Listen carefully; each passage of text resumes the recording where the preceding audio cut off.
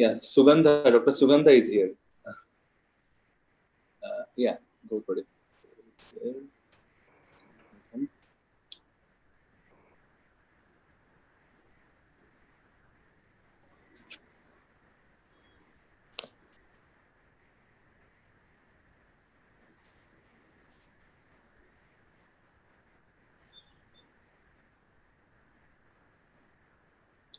Hello, sir.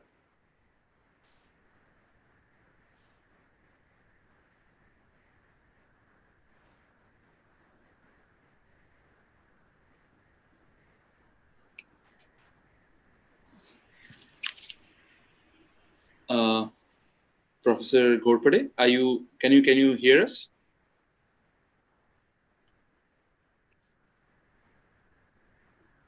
In order to speak, please unmute yourself. Yeah. Now you can. Please. I can hear you. You can hear me? Yes, yes. Now we can hear you. Just a moment. But we can't see you.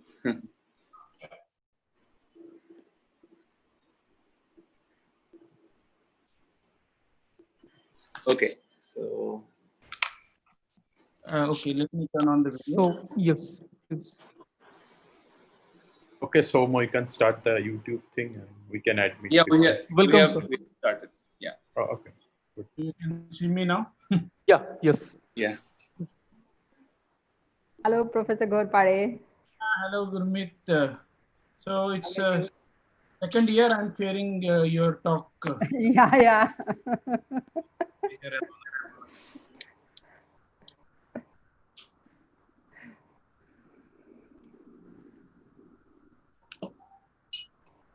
So we still have some time, no? We have 2 minutes. We have 2 minutes. Okay, I thought it was 4 minutes now. But okay. All right, 2 minutes.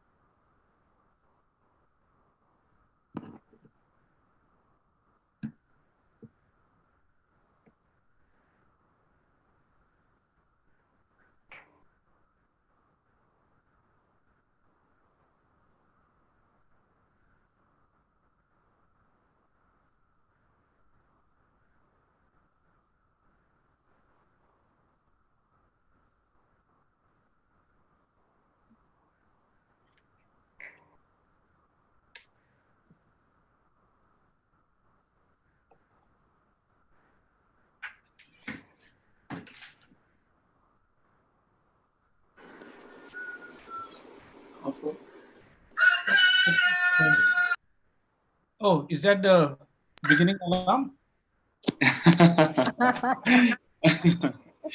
Yeah, so we can start. So, okay. Yeah, welcome everyone. Today we are the 4th day of our conference in the symposium on algebra and number theory. Today we have Professor Sudhir Ghorpade from IIT Bombay with us. He will be chairing this session. Welcome, sir. Please continue.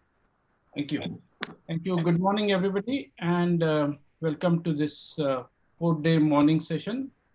Just before I introduce the speaker, I want to mention a word of compliments for our young organizer for this very fine conference they have put together. It's been going very well so far, and I'm sure it will continue to go well. With that, it's my pleasure and honor to introduce the first invited speaker, Professor Gurmeet Bakshi from Punjab University, Chandigarh, who is a well-known prolific researcher who works in many areas of mathematics, and she will talk to us today about explicit computation of Wedderburn decomposition. Gurmeet. Yeah. Thank you, Professor Ghorpade, for the introduction. And I also must congratulate the organizers for organizing such a wonderful conference. And I'm thankful to the organizers for the invitation. So today I will speak on, am I audible? Hello, am I audible? Yes. Yes. So I will speak on the explicit computation of Vidarbhan decomposition. So what is Vidarbhan decomposition? So it comes from a classical result in non-commutative rings due to Vidarbhan and Artin. It's a landmark result. And some people also call it the first most important result in the theory of non-commutative rings. What is this result? It gives you the structure of semi-simple finite dimensional algebra over a field. So it tells you that for such an algebra, the structure is very neat. It's a direct sum of matrix rings over division rings. So, and these are simple rings. This is easy to prove. I mean, this comes in the first course in non-commutative rings, that these are simple rings. And there is an isomorphism. If A is a finite dimensional semi-simple algebra over F, then it is isomorphic to such matrix rings over division rings where these DIs are finite dimensional division algebras over F. And this isomorphism, this precise isomorphism, is called the Vidarbhan decomposition of A. And these matrices over DIs, they are called simple components of A. These are simple rings, they are called simple components of A. So this is Vidarbhan decomposition, and these are simple components of A. And this theorem was proved by Vidarbhan in 1907. And then later Artin extended this result to give description of associative Artinian rings without nilpotent ideals. So together with this generalization, it is called Vidarbhan-Artin theorem, but initially it was given by Vidarbhan. So that is why it's called Vidarbhan decomposition. Now, this is the most important result in non-commutative rings. The entire study of representation theory of G over F depends on this theorem, comes from this theorem. So I will discuss the impact of this theorem in the study of group algebras. So what's a group algebra? Take any group G. Here I've taken a finite group, but group algebras you can define for any group. So take any group and take a field. Now look at finite F linear combinations of elements of G. If your G is finite, you just take F linear combinations of elements of G, and then component wise you can add them, you can multiply them using the multiplication in the group and the associativity, and that makes it an algebra over F, and this is called the group algebra of G over F. Well, it's an algebra over F. So whether this Vidarbhan theorem is applicable. So when is this group algebra semi-simple? So that is the first question, and this was answered by Meshike, that the group algebra FG, I'm taking a finite group throughout this lecture, the group algebra FG is semi-simple if and only if the characteristic of F does not divide the order of the group. So under this circumstance, the Vidarbhan theorem is applicable to the group algebra, and you have the decomposition of FG as a direct sum of matrix rings over division rings. Now, this field F has lot to play in this decomposition. This is the Vidarbhan theorem, and so suppose F is algebraically closed field. So if the field is big, the problem is less. If F is algebraically closed field, then you remember those DIs are finite dimensional division algebras over F, and F is algebraically closed. So DIs can be nothing except F itself.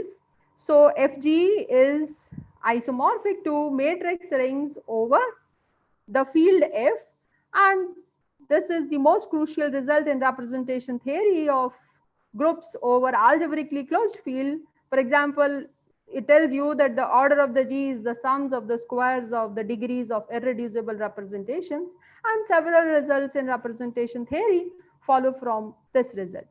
This is the case when F is algebraically closed, for example, complex numbers.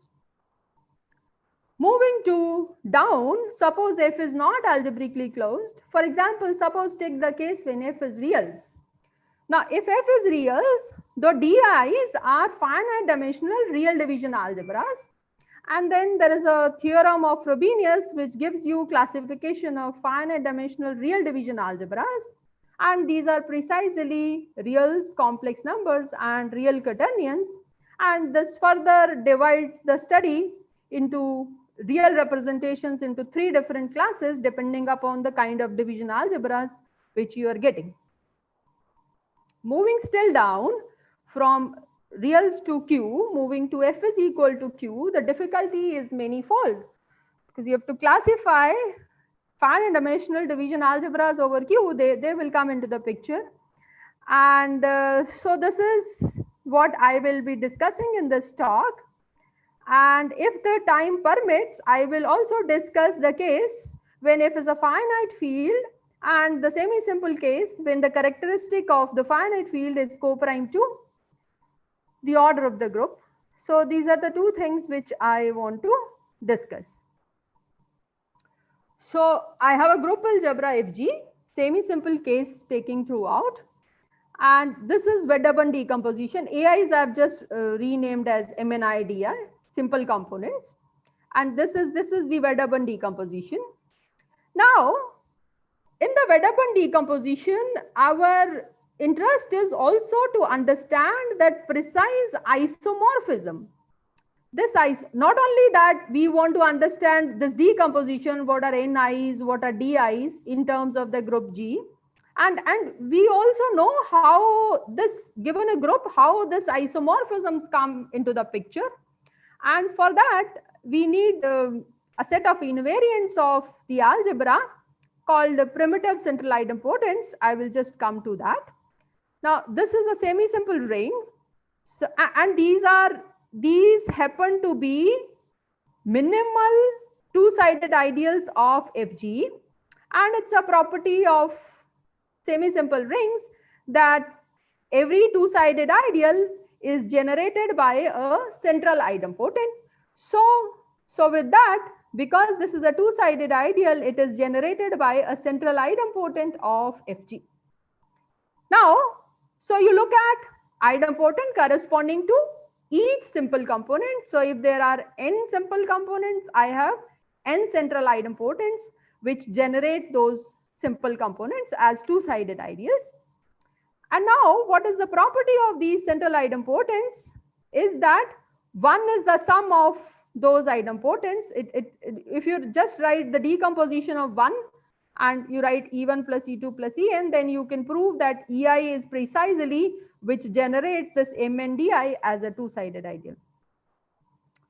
And the product is 0 because EI, EJ, this belongs to AI and it also belongs to AJ, and AI intersection with AJ is 0. This is a direct sum. So the product of EI, EJ is 0. And because of the fact that it is a minimal two-sided ideal, it turns out that you cannot break EI as sum of two more central idempotents. And so this set of central idempotents having these 3 properties, this set is unique and it's called set of primitive central idempotents of the group algebra FG. Once you have this set of PCIs, primitive central idempotent, then you can also write down what is this map, because it tells you how will one decompose. One will decompose as sum of EIs. So alpha will decompose as sigma alpha EI. So you will know precisely what is this isomorphism. But knowing the primitive central idempotents EI, does it mean that if you know this EI, does it mean that you know AI as a matrix algebra over DI? The answer is not always. It depends upon how you are getting the things right and what method are you applying. So if you know EI, it does not always mean that you know this as a matrix algebra over DIs. calculating DIs, calculating the size of the matrices, calculating EIs. These are problems in itself. And I will come to the techniques which have been used for the classic. I will start from the classical method and come to the newer techniques which people are using to give this decomposition. And so these are the two cases which I want to discuss, field of rationals and the field finite field whose this order Q is co-prime to the order of the group. And this is a central problem in group rings. It is connected with isomorphism problem in group rings. It is connected with the structure of the unit group algebra. It is connected with coding theory, or when you study group algebra over a finite field, it is connected with coding theory. It is connected with the Zassanos conjecture. So this is a central problem in group rings to understand this decomposition of this algebra. So I will start with the very simple case. When you take a cyclic group of order n, what happens? Now, my aim is G is a cyclic group of order n. I want to show you how Fg decomposes as simple components as sum of simple rings. Now, x to the n minus 1, suppose you can factorize this. This is the factorization of x to the n minus 1 into irreducible factors over f. Then this isomorphism is easy to see, that this Fg is isomorphic to, this is the polynomial ring over f and quotient with the ideal generated with x to the n minus 1. And then using Chinese remainder theorem, one can prove that this ring is isomorphic to the direct sums of these rings. Now, because of the fact that this is irreducible polynomial over f, so this quotient becomes, this is a maximal ideal of this, therefore this quotient becomes a field. And so this is a field obtained by adjoining a root. Eta 1 is a root of f1, eta 2 is a root of f2, and eta n is a root of f1. And these are fields now. Fields are simple rings. So this gives you decomposition of Fg as direct sums of fields and also simple rings, because this G is commutative. So you will have the size of the matrices as 1. So this is the case when G is a cyclic group of order n. So for example, take C7, cyclic group of order 7 over Q. So this is a decomposition of x to the 7 minus 1 into irreducible factors over Q. This is x minus 1 and this is irreducible. And therefore, this will give you the decomposition QZ as 2Q, I have to adjoin a root of this, which is 1. And then 2Q, I have to adjoin a root of this, which is zeta 7. So this is the decomposition. Now, so in general, if you write QG, where G is a cyclic group of order n, this decomposition, you have to factor x to the n minus 1 into irreducible factors over Q. And then it's a well-known result. This is done in the classroom during masters when you do field theory, that this is the decomposition of x to the n minus 1 into irreducible factors. These are cyclotomic polynomials. So this is x to the n minus 1. Zeta is a primitive nth root of unity. These are all the roots of this. And now you collect those nth roots of unity whose order is d, where d is a divisor of n. Then this is what the cyclotomic polynomial phi d is, and then it's classroom result that this polynomial has integral coefficients, and this is irreducible over Q, and this is the decomposition.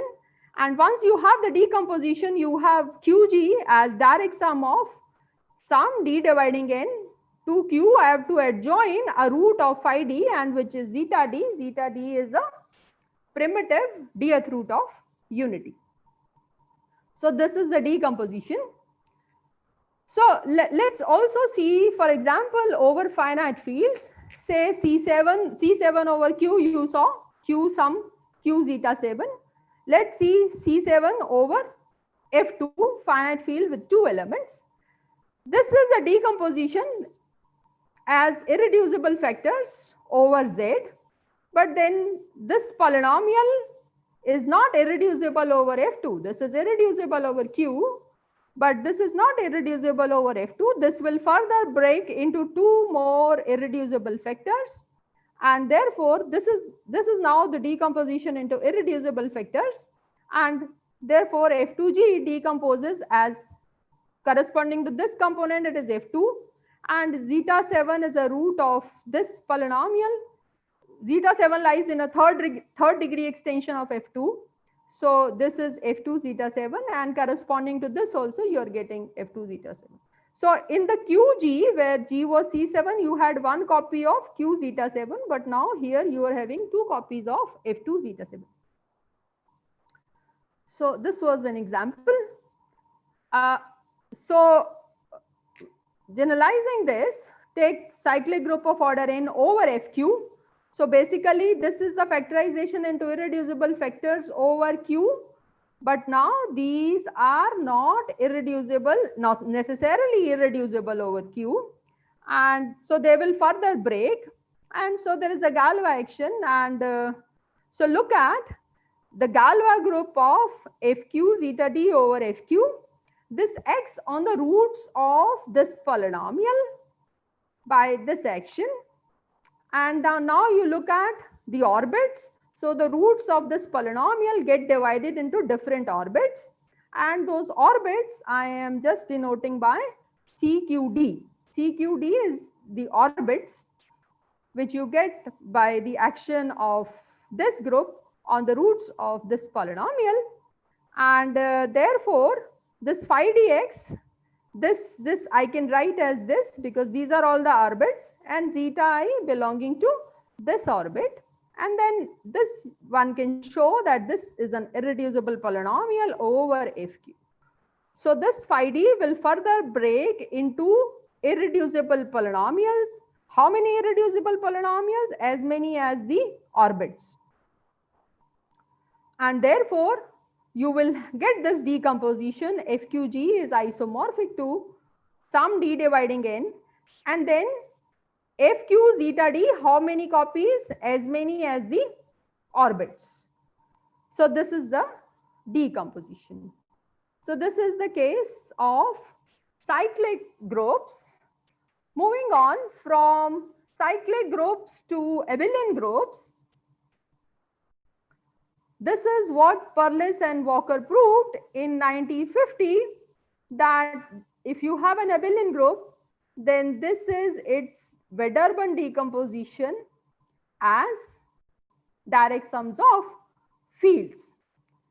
Sum d dividing n q zeta d, and how many copies of q zeta d? As many as the number of cyclic subgroups of G of order d.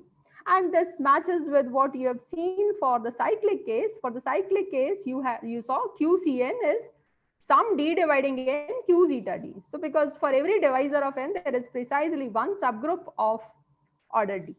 But in general, you will have AD subgroups, or AD is the number of cyclic subgroups of order d.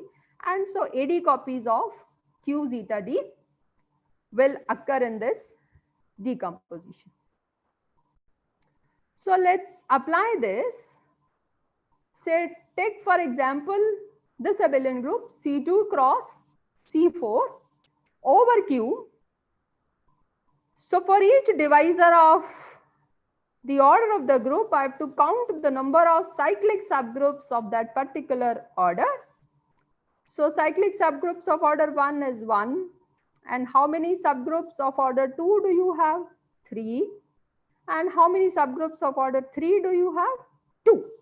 So in the Vedderburn decomposition, I will get one copy of Q, 3 copies of Q zeta 2, and 2 copies of Q zeta 4. So this gives you this decomposition.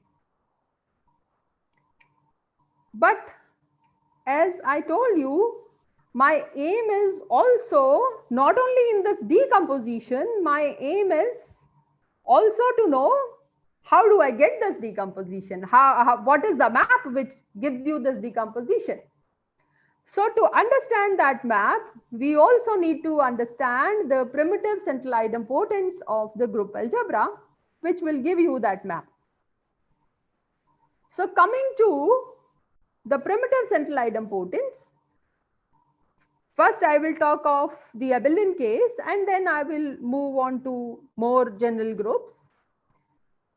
This is classical result in you do in the first course in representation theory, that if you have the set of all irreducible complex characters of G, see when you decompose CG you write as the direct sum of matrix rings over C itself, and the number of irreducible complex characters is same as the number of simple components of CG.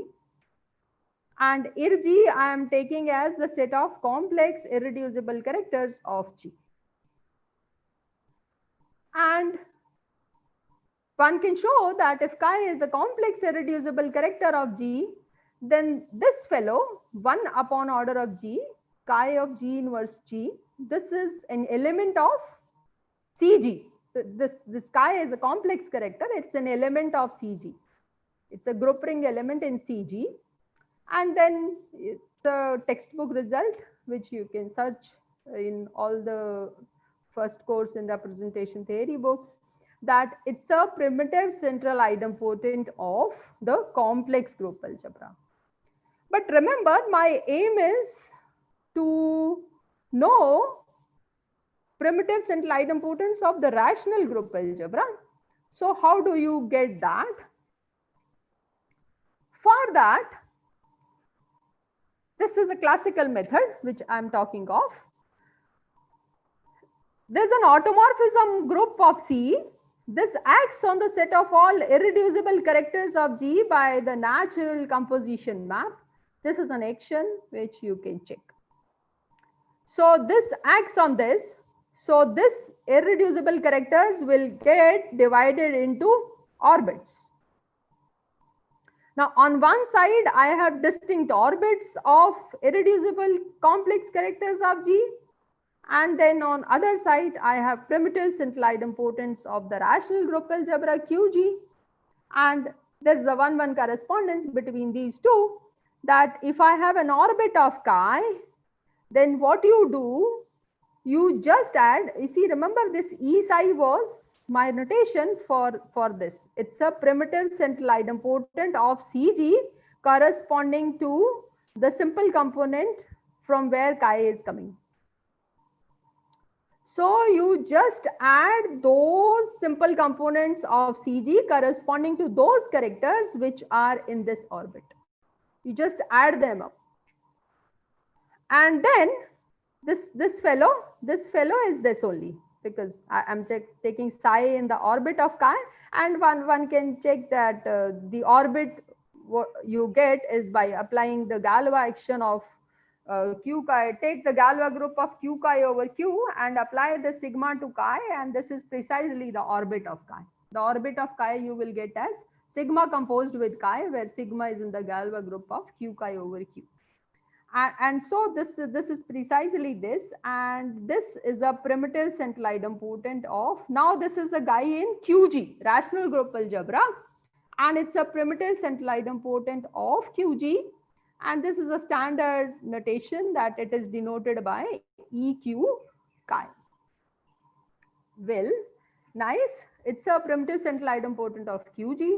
So the question is, we can apply this to get these PCIs. But in practice, it's tough to know. First of all, given a chi, it is tough to know what is this character field. To Q, I have to adjoin all the character values.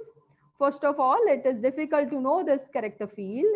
And then it is difficult to know this Galois group. So these computations are not so easy for practical purposes. That this theoretical method is good, but for practical purposes, this is not applicable very efficiently for large groups, that one is not able to do this computation with this method. So these are the drawbacks of this method. One should know this Galois group, one should know this character field, and so on. And moreover, another drawback is that supposingly somehow with some great effort, you are able to do this computation, but then after knowing this PCI, do you know what is this algebra? This is a simple component. What is this as a matrix algebra over division algebras? What are those division algebras? What are the size of those matrices? So this method also does not reveal any information on that side also. So people tried to dig more into it, and they were interested in knowing this information precisely from the information of the group G, that can you play with the subgroup structure of the group, just stay within the group, and then you give all this information of PCIs and the Wedderburn decomposition.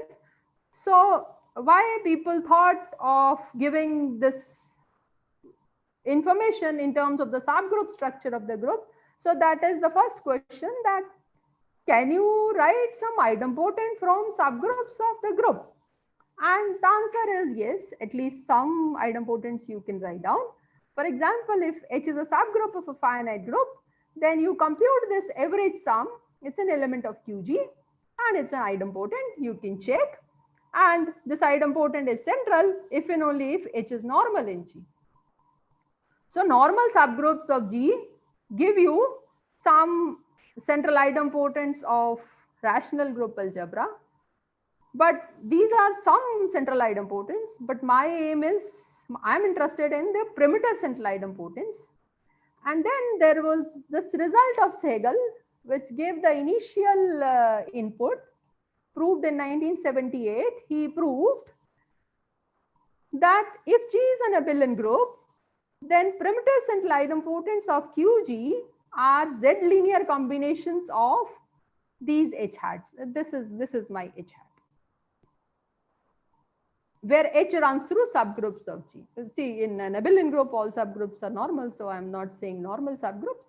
So it's a Z linear combination of H hat. Very nice. So you can write primitive central idempotents from these very nice looking idempotents. But this description of Z linear combination was missing in the Segal's result, but it was later given by Jespers, Leal and Millies in 2003, that what are precisely these integral combinations. So nice result for abelian group so far, that at least you know that PCIs are Z linear combinations, and then it was more improved further. Am I okay till now? Hello? Yes, you're fine. Okay. Okay. So, yeah. So now we are moving from abelian groups to nilpotent groups, and then I will move further from nilpotent groups. So Jespers, Leal and Packwas in 2003 gave a fully internal description of the primitive central idempotents of QG when G is a nilpotent group from lattice of subgroups of G without making use of the characters. And then as a consequence, they improved the result of Segal, that even for nilpotent group, you can prove that every primitive central idempotent of the rational group algebra is a Z linear combination of H hat. And this result gave a forceful blow from abelian to nilpotent groups. And then this was a very, very important result to move further. And then this Oliveira, Del Rio and Simon from Murcia, they realized that what is at the back of nilpotent groups, which is playing a key role here in this picture, and they realized that it is the property of nilpotent groups being a monomial, that each irreducible complex character is induced from a linear character of a subgroup.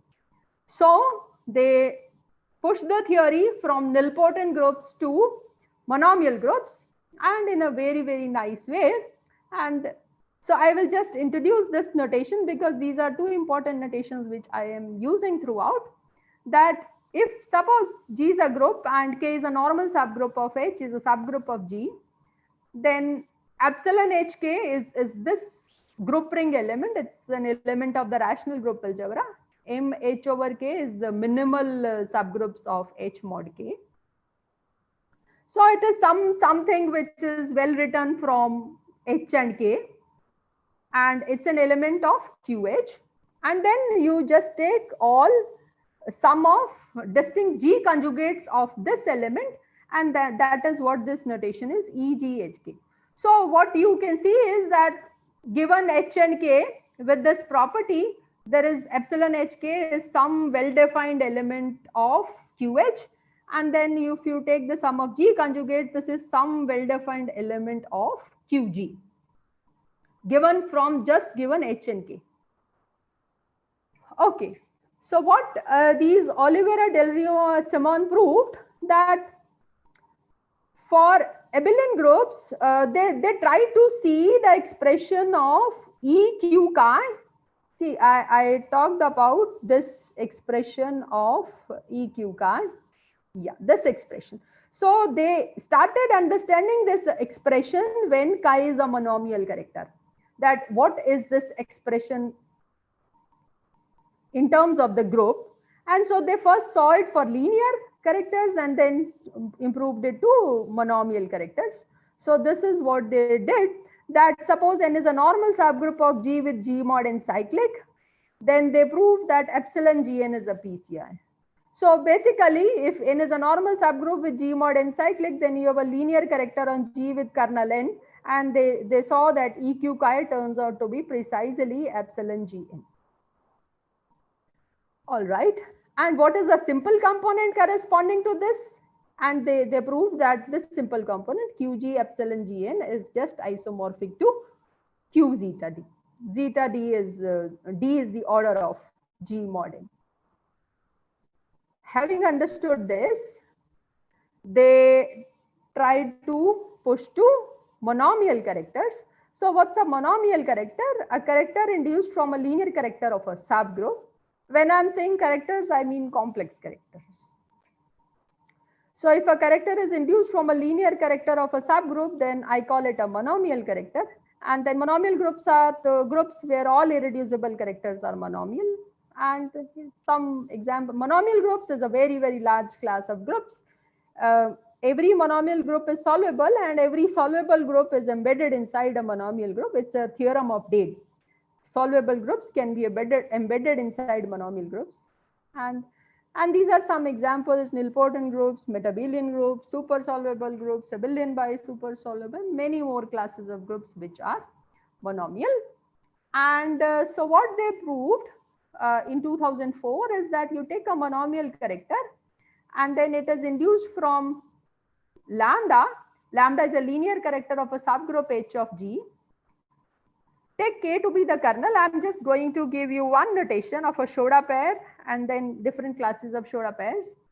And because I need this terminology. So this lambda is on H and K is the kernel of lambda.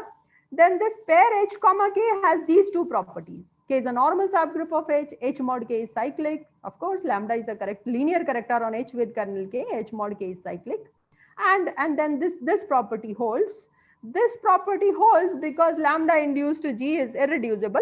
So lambda and the conjugate of lambda will not have any common constituent on H intersection with HG. And this is what this result is. So if lambda induced to G is irreducible, then this pair will have these two properties. And this is what these guys called such pairs as Schoda pairs of G. So any pair H comma K of subgroups of G which have these two properties is called a Schoda pair of G. So Schoda pairs of G tells you what? They just give you monomial irreducible characters. So once you have a Schoda pair, take a linear character on H with kernel K, induce it to G, I'm going to get an irreducible character of G. And it's a monomial irreducible character of G.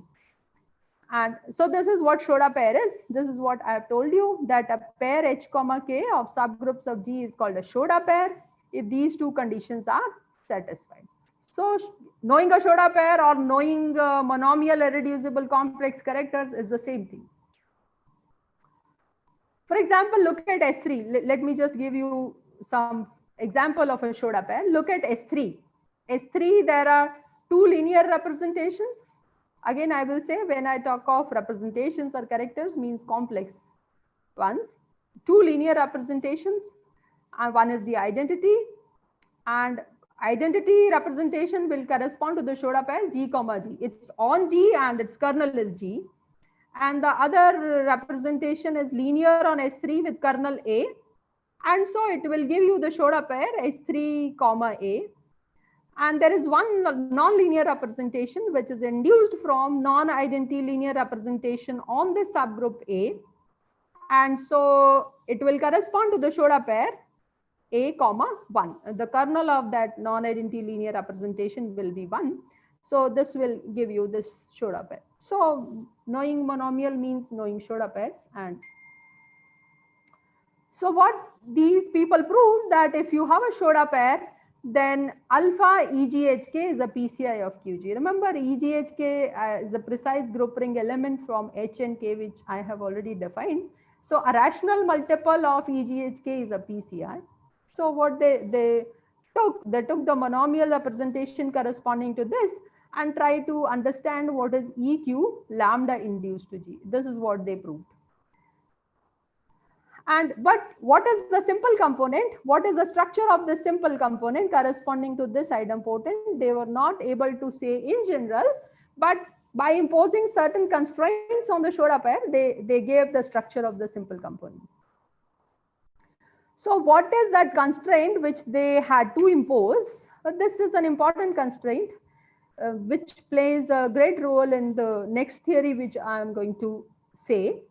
That a Schoda pair H comma K is called a strong Schoda pair if H is normal in the normalizer of K in G, and these two are orthogonal. So these are some, you just know that these are some additional constraints which he is imposing on the Schoda pair, and these constraints are so imposed that they were able to give the structure of the simple component. So this is a theorem which they proved that if you have a strong Schoda pair H comma K, then QG, in fact, if you have a strong Schoda pair, then that I told you this is a PCI, but then they proved that if you have a strong Schoda pair, this alpha is 1. So only EGHK is a PCI. And so one is interested in this simple component, and this is a matrix algebra over this cyclotomic algebra they gave. It's a beautiful result. This cyclotomic algebra is simple. And this was a nice result which pushed the theory still further, which I'm coming now. So by imposing certain constraints on Schoda pairs, they were able to write down the simple components. And the groups where all primitive central idempotents come from strong Schoda pairs, they are called strongly monomial groups. And then some examples of strongly monomial groups. As an example, they proved that abelian bisupersoluble groups, this is the class of groups where every primitive central idempotent comes from a strong Schoda pair. Now, just coming to this strong Schoda pair definition. So suppose you have a Schoda pair with just H normal in G. Just take this constraint H normal in G. Then these two are easily satisfied, one can show. And so it's a strong Schoda pair. So if you just impose this condition on a Schoda pair that H is normal in G, it becomes a strong Schoda pair. And these Schoda pairs we call as extremely strong Schoda pairs. So another subclass of strong Schoda pairs. So the question is how to write down Schoda pairs, strong Schoda pairs, extremely strong Schoda pairs of a group, and so on. So this is the question we took up, and with Maheshwari in 2014, we proved, we gave an algorithm to write down irredundant set of extremely strong Schoda pairs. And this also gave us classification of normally monomial groups. Normally monomial groups meaning that each irreducible complex character is induced from a linear character of a normal subgroup. And this algorithm allowed us to improve certain existing functions of the gap package Vidarga You must be knowing this gap calculations. Most of you must be doing the algebras. And there is a package called Vedurga in GAP, which Vedurga stands for Vedderburn decomposition of group algebras. It's a GAP package to compute simple components of the Vedderburn decomposition of semi-simple group algebras. And it contains functions that produce primitives and idempotents. And of course, simple components. So I will just talk of these two functions which were earlier there. Primitive central idempotent by strong SP and then strong Schroeder pairs. With this introduction of the newer algorithm, the theory got improved, and then we provided these new functions, extremely strong Schroeder pairs. We improved the function of strong Schroeder pairs, and then primitive central idempotents by strong Schroeder pairs and extremely strong Schroeder pairs. And then we also provided a function in GAP to check whether a group is normally monomial or not based on our work. This appeared in Journal of Symbolic Computation. And based on this work, we could improve a lot in the existing functions of Vedurga, and this improvement was implemented in the Vedurga 4.9. So I will just show you how much change it brought to the existing functions of Vedurga at that time. So you just, I'm just comparing the old version and the newer version in terms of the time computations. So we just take a sample of groups of order 2000. For every order, we took at least 100 groups of a particular order, and then we did the time comparison. This is the old time taken by the old Vedurga, and this is the time taken by the newer Vedurga, and we are almost 1/3. Now the time taken by the newer Vedurga is almost 1/3. If you look at this function, PCI is by STSP. So this is taking almost 1/3 of the time. And then we also took a sample of solvable and non-solvable groups separately. For solvable groups, it was a drastic improvement, because actually we are now giving a proper systematic algorithm to write down those Schroeder pairs. Extremely strong Schroeder pairs first, and then strong Schroeder pairs, and so on. So this is the time comparison. This is what we are getting now. So less than 1/6 of the time. So that was the kind of improvement it did to the Vedurga functions. But for non-solvable groups, because we are only working with monomial groups which are solvable, for non-solvable groups, it is almost the same. There is no improvement because we have not done anything for non-solvable groups. And then this was gap function for normally monomial groups. And we just were wondering how dense is the class of normally monomial groups in finite groups. And we just checked that for the groups of up to 500, 97.88% groups are normally monomial. So it's a pretty impressive class of groups where each complex irreducible character comes from linear character of a normal subgroup. And but of course, we have not checked beyond the 500 at that time, but that was a limitation. So moving further from these strong Schroeder pairs business, remember Oliveira, Del Rio, and Simon, as I told you. How much time I have? You can take another at least 10 more minutes. 10 more minutes, yeah. So moving further, as I told you that Oliveira, Del Rio, and Simon gave the simple component corresponding to a strong Schroeder pair. And so we wanted to improve that. And so we tried to see what relaxation we can do. So we defined a class of Schroeder pairs called generalized strong Schroeder pairs. This is a recent work with Goodlean. So from H to G, see, remember what was EGHK? Just take sum of G conjugates of epsilon HK. So we did not do that. Take intermediate subgroups between H and G, and then don't take sum of all the G conjugates of epsilon HK in one go, just take in parts. Take epsilon naught HK as epsilon HK, and then H1 conjugates of epsilon naught, and then H2 conjugates of the previous one, and so on. So keep summing them up, and the last sum you denote by this EGHK, but this is a frank EGHK. This is different from this EGHK. One should not be confused with these two E's. And so this is the definition of a generalized strong Schoda pair we gave, that a Schoda pair is called a generalized strong Schoda pair if there is a chain of subgroups of G with these two properties. See, what they did for strong Schoda pairs in one go, we are doing in multiple steps. We are repeating the same process again and again. But this simple idea of repeating the process again and again gave beautiful results in terms of generalization. It really took the class much further, that you just take that these two conditions are satisfied at every step. From here to here, these two conditions, from here to here, these two conditions. They look very strange conditions, but I will show you that it is, you cannot find any group. It's a challenging problem to find any group where these two conditions are not satisfied. Monomial groups where these conditions are not satisfied. I will come to that. So you impose that condition, and after imposing that condition, what we could do, we could provide the structure of the simple component. These are, we call them generalized strong Schoda pairs.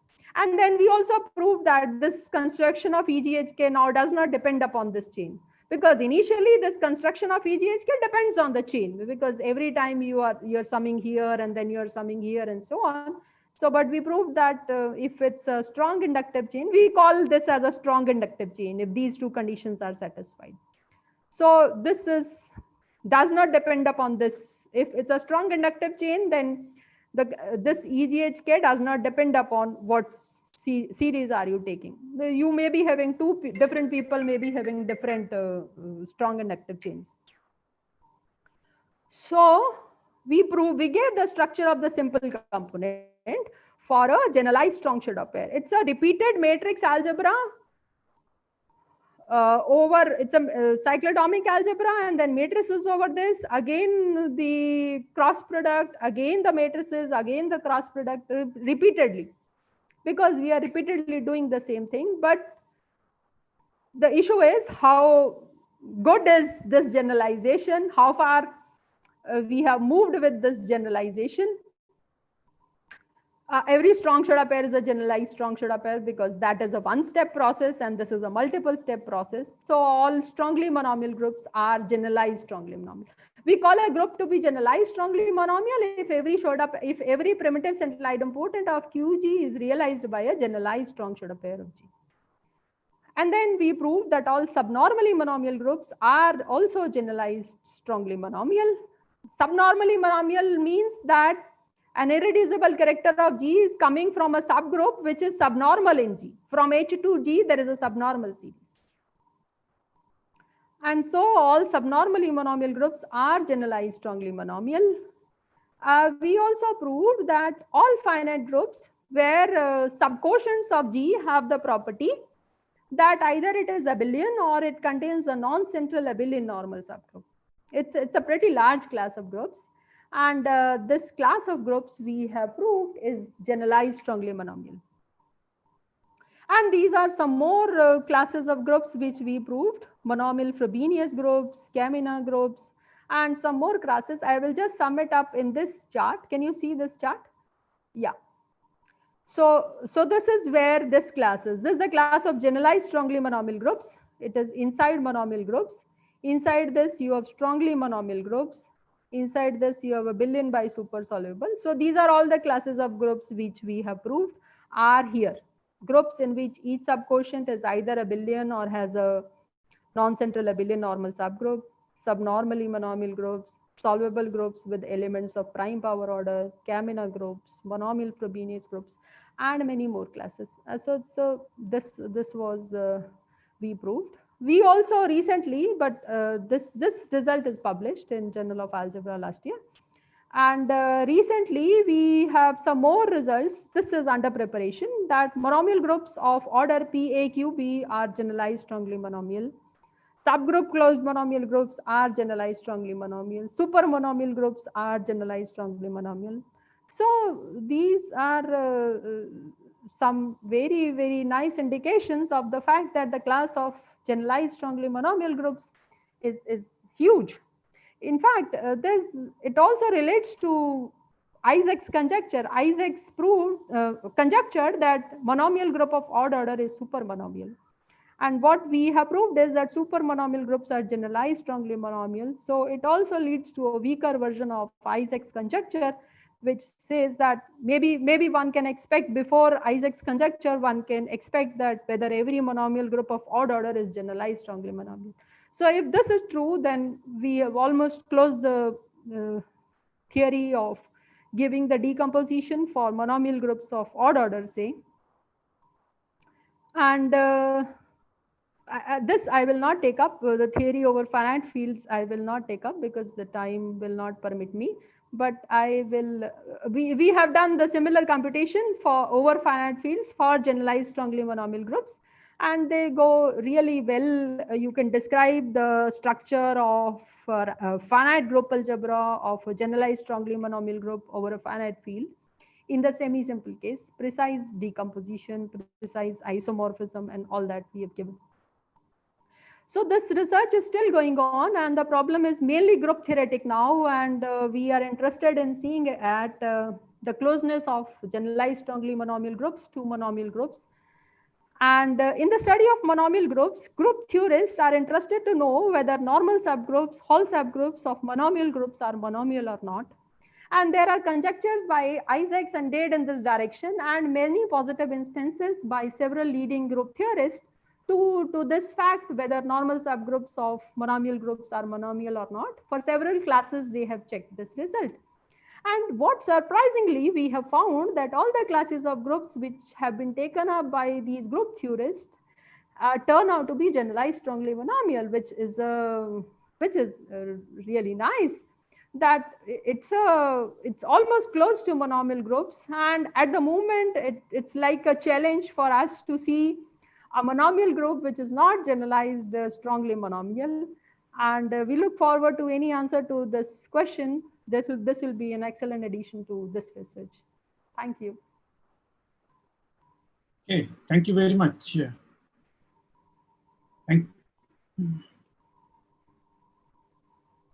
Yes, thank you, Gurmeet, for a very nice talk and very, very well organized. It's time for questions, and I see that Professor Ajit Iqbal Singh already has a question. I'll repeat it, and subsequently I would also encourage anybody else who has a question to just unmute and ask. So maybe I will read out.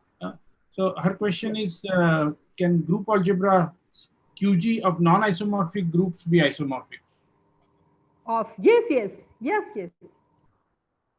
So this is isomorphism problem, that if the rational group algebras are isomorphic, then whether those group algebra, for example, in CG one can have, in CG, take any abelian group, say of order n, then CG will decompose as the n copies of C, but those groups you can take as non-isomorphic or morphic. Okay.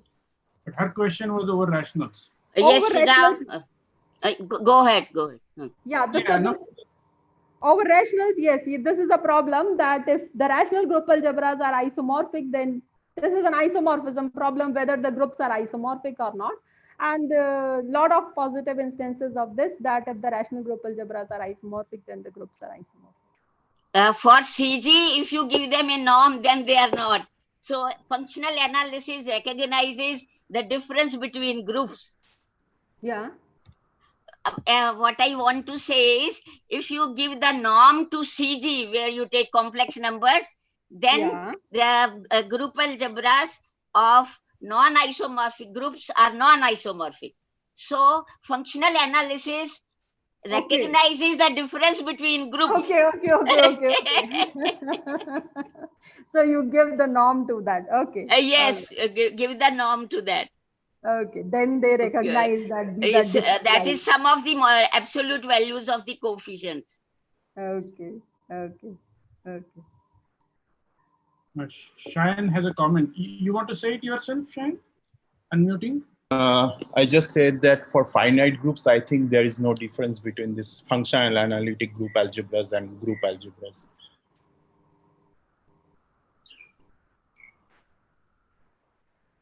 So yeah, what he said, Professor Gurmeet, I think it holds true for for finite groups. I mean, It is for finite only. sorry.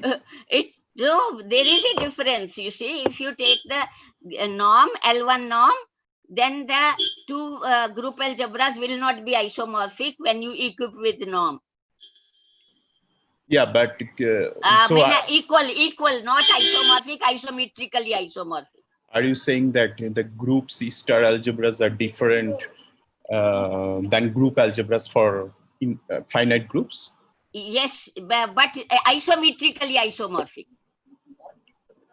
Okay. I'm a bit confused now.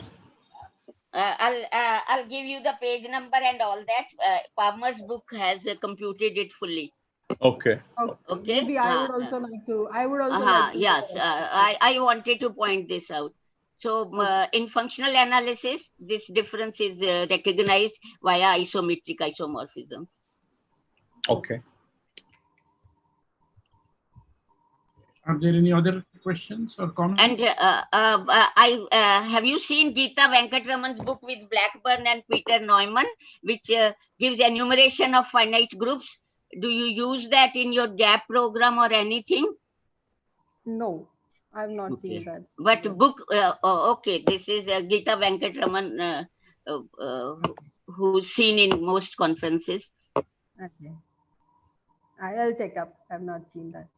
Okay. Okay. Peter Neumann is the son of a famous Neumann couple. Yeah, BH and Hannah Neumann. Yes.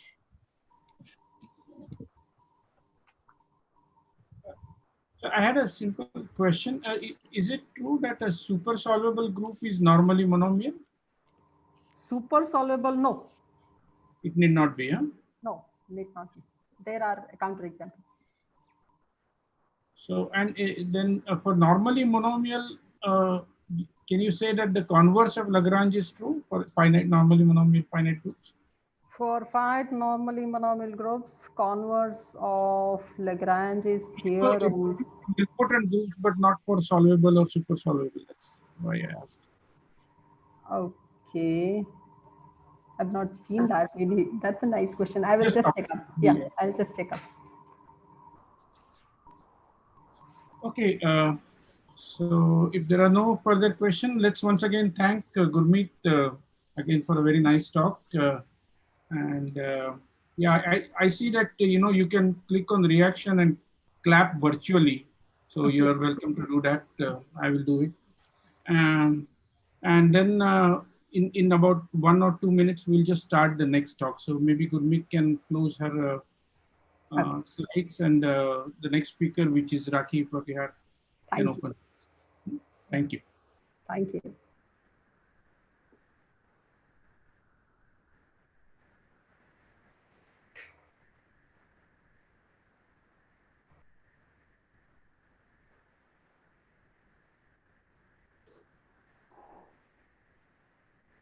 Rakhi, are you there? Yes, she's there. Yeah. Yeah. Should I share the screen? Yeah. Please share the slide, and you can even turn on your video if you don't mind. Okay.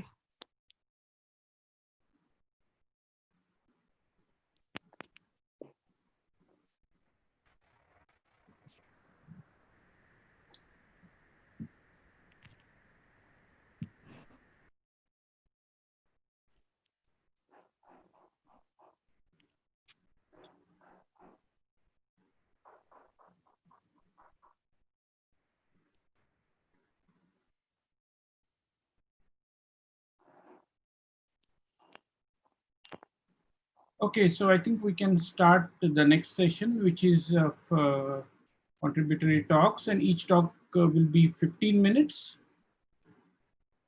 We lost your slides, Rakhi.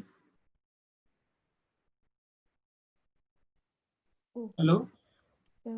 Okay, I'm trying again.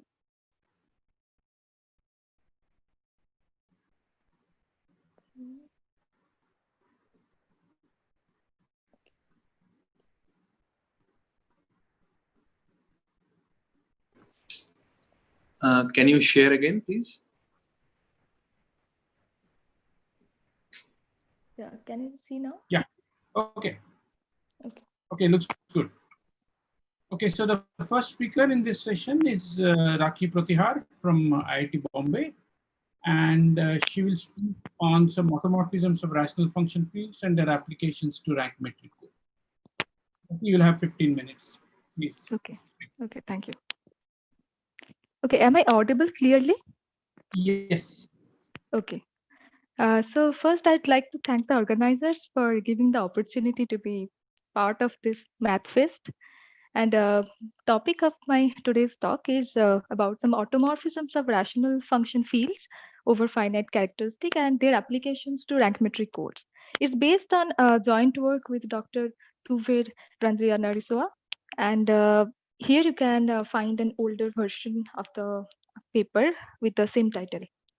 So in last few decades, rank metric code has gained importance because of its applications in coding theory, for example, in network coding, also in cryptography. But it is also interesting to study the intrinsic properties of the code itself. So in this talk, I will present some constructions of some classes of rank metric code. So I move on to some definitions and notations that I will use. So yeah, throughout the talk, FQ denotes the finite field with Q elements. So this is this vector rank metric code. It was introduced by Dilts Gabidulin in 1985. So what is that? It is a FQM linear subspace of the n-dimensional vector space over FQM, where the rank metric is defined, induced by this rank distance. So if you take two code words from C or two vectors, then its rank distance is defined as the FQ dimension of the FQ space generated by the coordinates of their difference. And this is the notation we use for this. This n denotes the length of the code, k is the dimension, that FQ dimension, and d is the minimum rank distance. These codes are also widely known as Gabidulin codes. Now there is a bound on the dimension. So if we fix n and d, then the dimension is bounded by n minus d plus 1. This is called singleton-like bound, and this is proved by Gabidulin. And the codes attaining this bound are called maximum rank distance codes, in short, MRD codes. So one of the main goals in coding theory is to construct codes of maximum size. Here some examples of some MRD codes. So this is the first class of MRD codes that were constructed. So there are three equivalent representation of Gabidulin code. First one is given by the Q polynomials over FQM. Second one is by replacing the monomials by sigma, which is the Frobenius map. And the third one, it is the vector representation. So what we do here is, first we take n many FQ linearly independent elements of FQM, and then evaluate those, evaluate the Q polynomials in these coordinates. This has been generalized many times, like 4 times, and this is the latest generalization of these codes, which is constructed by Shiki in 2016. This is given by a set of linearized polynomial, and there is an extra term here involving eta. And see, it is generalized because the power of x is now q to the power s. And in 2018, OGO, they have generalized Gabidulin codes over arbitrary fields. So all these were over FQM over FQ. Now, they consider 5 polynomials, which are a generalization of linearized polynomial. So what is this 5 polynomial? You take a finite extension of arbitrary fields of degree m and consider the one of the automorphism in this group. And then the set of linearized polynomial, 5 polynomials denoted as L5 is the polynomials with coefficients in the larger field E. So how they have generalized? They have considered a cyclic Galois extension of arbitrary fields E over F. So instead of taking FQM over FQ and replacing sigma by the generator of the cyclic Galois group, and then choosing a vector of linearly independent elements of E, and then evaluating the 5 polynomials at these coordinates. And so this is the general recipe for constructing generalized Gabidulin code. For the particular case, they considered is over numbered fields, and reducing these modulo prime ideas, they got the original Gabidulin codes over finite fields. So now the question is that whether there exists generalized Gabidulin code over some field extension such that its reduction to finite fields give code which is not equivalent to any of the Gabidulin-like codes over finite fields. So here what we have addressed, but we have considered fields of rational functions of finite characteristic to answer this question. So first we have defined a map, which we'll see the properties later. So lambda for FQM star non-zero lambda, we define the map phi q lambda as fi xi goes to fi to the power q lambda to the power I x to the power I. These are the properties. So for any non-zero lambda, is this phi q lambda defines a ring automorphism, and it can be easily extended to the rational function field. And if we put one more condition on lambda, which is norm of lambda has order q minus 1 in the multiplicative group of fq, then the fixed field of phi q lambda takes this form. So we we just let k to be the fixed field under phi q lambda, and then this degree of extension is equal to m into q minus 1, where we can have the polynomial basis aix to the power j. This turns out to be a cyclic Galois extension, and phi q lambda is the generator of the cyclic Galois group. The following lemma says that there are a good number of lambda in that FQM star, which satisfies this property. It's easy to say that primitive elements of FQM actually has the property, but there are more elements other than the primitive element. Now we move on to the construction of MRD codes over the extension FQMX over K. So we take such a lambda with that property on the norm and let it be phi, and K lesser equal to n lesser equal to m into q minus 1. Then we take one phi polynomial from that set of phi polynomials, which actually acts as a linear operator on FQMX by this map. And if we choose k linearly independent elements of FQMX, f1 to fn, then we consider the evaluation map. So this is the main construction. We restrict the set of linear polynomials to be to the linear operators, phi polynomials of degree at most k minus 1. And then under this map, the image gives a NKD linear code over the rational function field, and which is an MRD code. So the main argument is that because it has degree at most k minus 1, its nullity as a linear operator, its nullity is actually lesser equal to k minus 1. So the rank is greater or equal to n minus k plus 1. So combining with the singleton bound, we get this. Now we have codes over arbitrary fields, which is infinite here. It can be reduced to finite fields. How we can do that? For that, we consider a generator matrix. So what is a generator matrix of a code? A matrix whose rows consist of the basis of the code. So because code is a vector space, so we take the basis of the code. And so this generator matrix we take, where the first column, first row is the basis of f3 cube x over k, and we apply phi letter and phi square to get this matrix.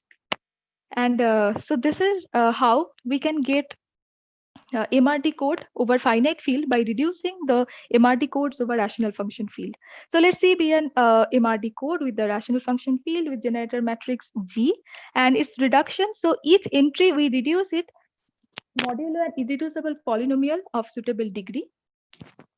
Then G bar generates an MRD code over the field FQ MR over FQ if and only this multiplication G bar M is invertible for any m belongs to FQ MR K. This is the matrices of order MR by K of rank K. So so in this way we can get MRD maximum rank distance codes over finite fields, and this is a criteria for generalized twisted Gabidulin code, which says that a code is generalized twisted Gabidulin code if its intersection with q to the power sth power of the code itself has dimension greater or equal to k minus 2 for some integer s with GCD ms equals to 1 if the code has dimension k. And so we have able to prove like there is a set of parameters q, m, and k with this property satisfied. We can show that this reduced code has intersection with it q to the power s power is trivial for all the s such that s is relatively prime to mr. So from this condition, we can say that under these conditions on the parameters, we have a family of codes which are not equivalent to generalized twisted Gabby-Doulin code. And this is important in cryptography because there is a crypto system which was broken by using this property. So the large dimension of the intersection have used to break the crypto system. So we hope that these codes can be used to secure the system. And there's another part of the talk which includes another notion of rank metric code, which are matrix rank metric codes. It was introduced, actually this is the first one that was introduced in 1978 by Delsert. It was FQ subspace of the metric space of M by N matrices over FQ, where the rank distance is given by, so A, B are matrices. So the rank distance is given by matrix rank of their difference. And it is denoted as M by N KD, where K is the dimension and D is the minimum rank distance. And we consider codes which have some specific shape. So this is given by the Ferrous diagram. So what is Ferrous diagram? It comes from the partition of integers.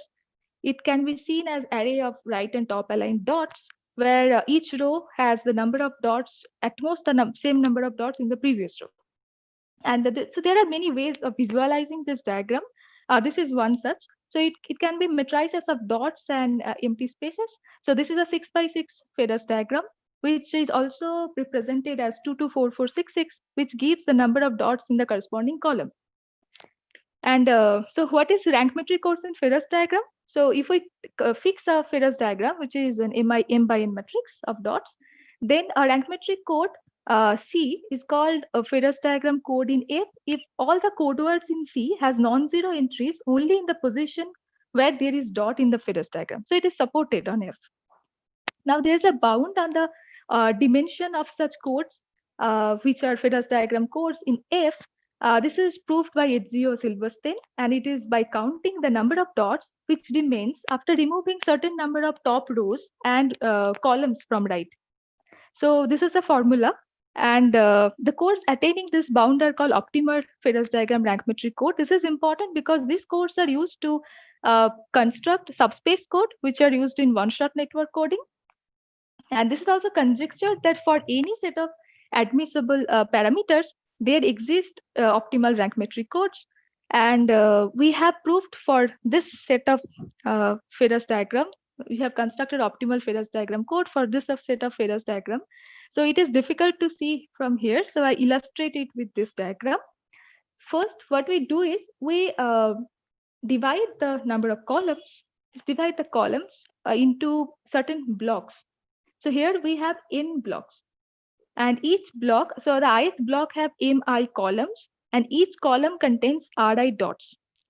So if I see the last d minus 1 column, so other than the last d minus 1 column, this shaded area, you can take any number of dots which is in this area, and let the ith column take ri dots in the remaining region, and where ri and mi has certain condition.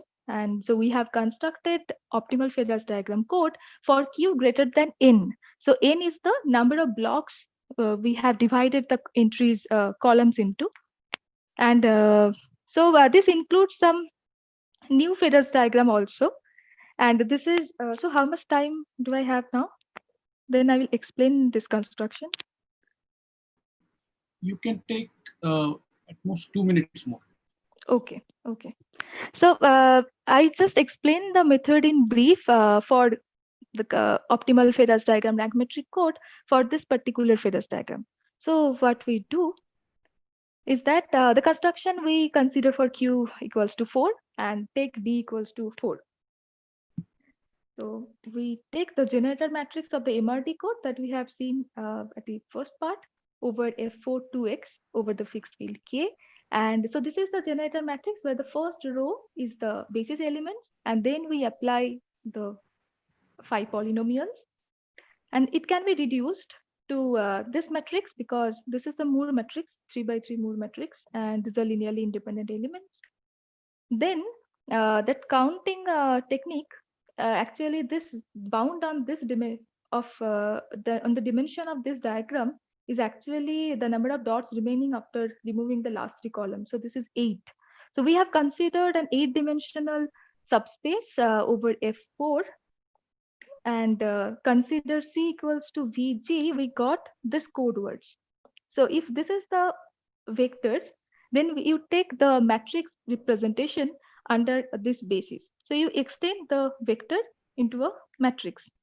And then, so it takes the form. The first 2 columns can have only non-zero entries in the first 2 rows because C1 has degree 0. So it can be linear combination of A1 and A2 only. For this part, it can be linear combination of A1, A2, A1x, A2x. So it takes 4 dots. So that's how it is, it's the method. And I finish by saying that there is another application. This rank metric codes of a rational function field can also be used to construct codes with sum rank metric. And actually, we have recovered a construction of linearized Reed-Solomon codes, which is a maximum sum rank distance code. And I conclude by some remarks. The length of the code, those were non-generalized twisted Gabby-Doulin code, the length is smaller than the size of the base field. But in coding theory, it's preferable to have a smaller base field. And the construction of optimal Fedorov diagram also, we have seen that the base field requires K should be greater than the number of blocks we are taking. So the conjecture is still open for general Q. In particular, the construction we have done, it is open over F2. Yeah, so that ends my talk. Thank you. Okay, thank you very much, Rakhi. Are there any questions or comments from anybody in the audience?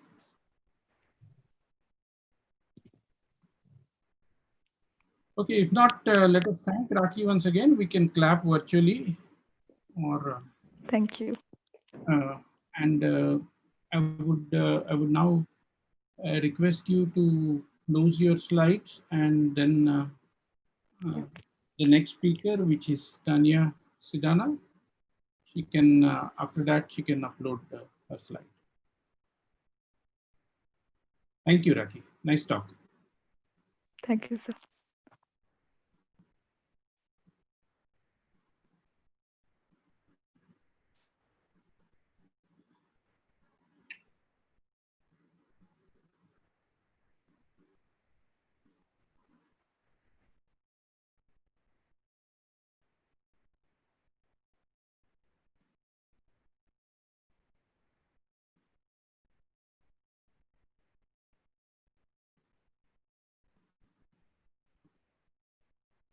Tanya Sidana is here?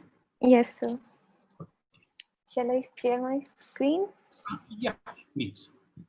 Share your screen. And if you don't mind, turn on your video. Actually, my internet is not that good. Okay, that's fine. I mean, it's your choice.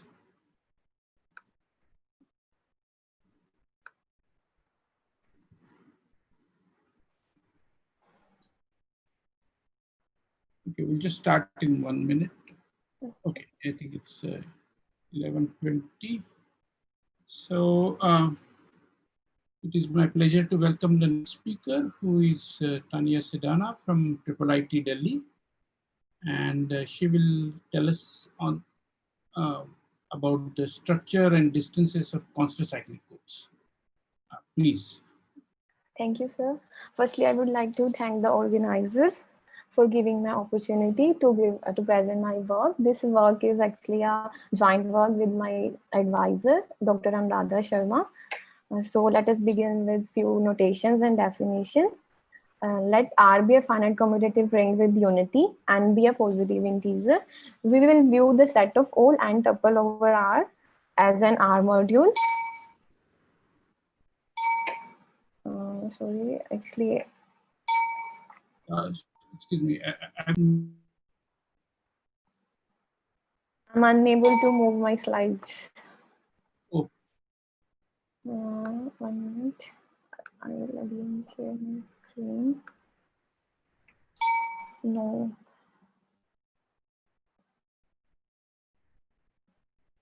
Am I audible? Yes, you're audible. Actually, I'm unable to move my slides. Oh. Maybe don't use the full screen mode. Okay. Just try. I mean, I don't know. I'm not an expert. If organizers have some suggestions, Yeah. So without you going to the full screen, can you just scroll down so that the other pages are available, or this is the last page? Can you please? Okay, let me try.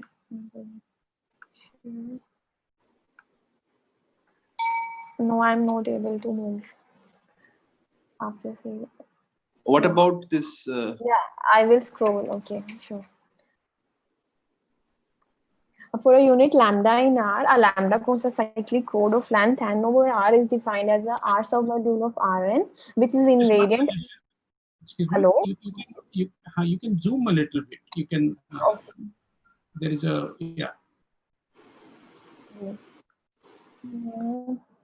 No, you know, on top where there is a printer and so on, there's a zoom. Yeah. Okay, yes, very good. Yeah, this is better. Okay. Please. Okay, let me start again. Throughout this talk, R is a finite commutative ring with unity and is a positive integer. And we will view the set of all n tuple over R as an R module.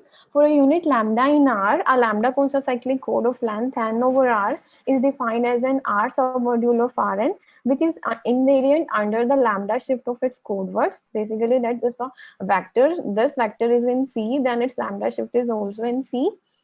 Lambda concentric codes are generalization of cyclic and acyclic code, and these codes are divided broadly into two classes: class of simple root concentric code and repeated root concentric code.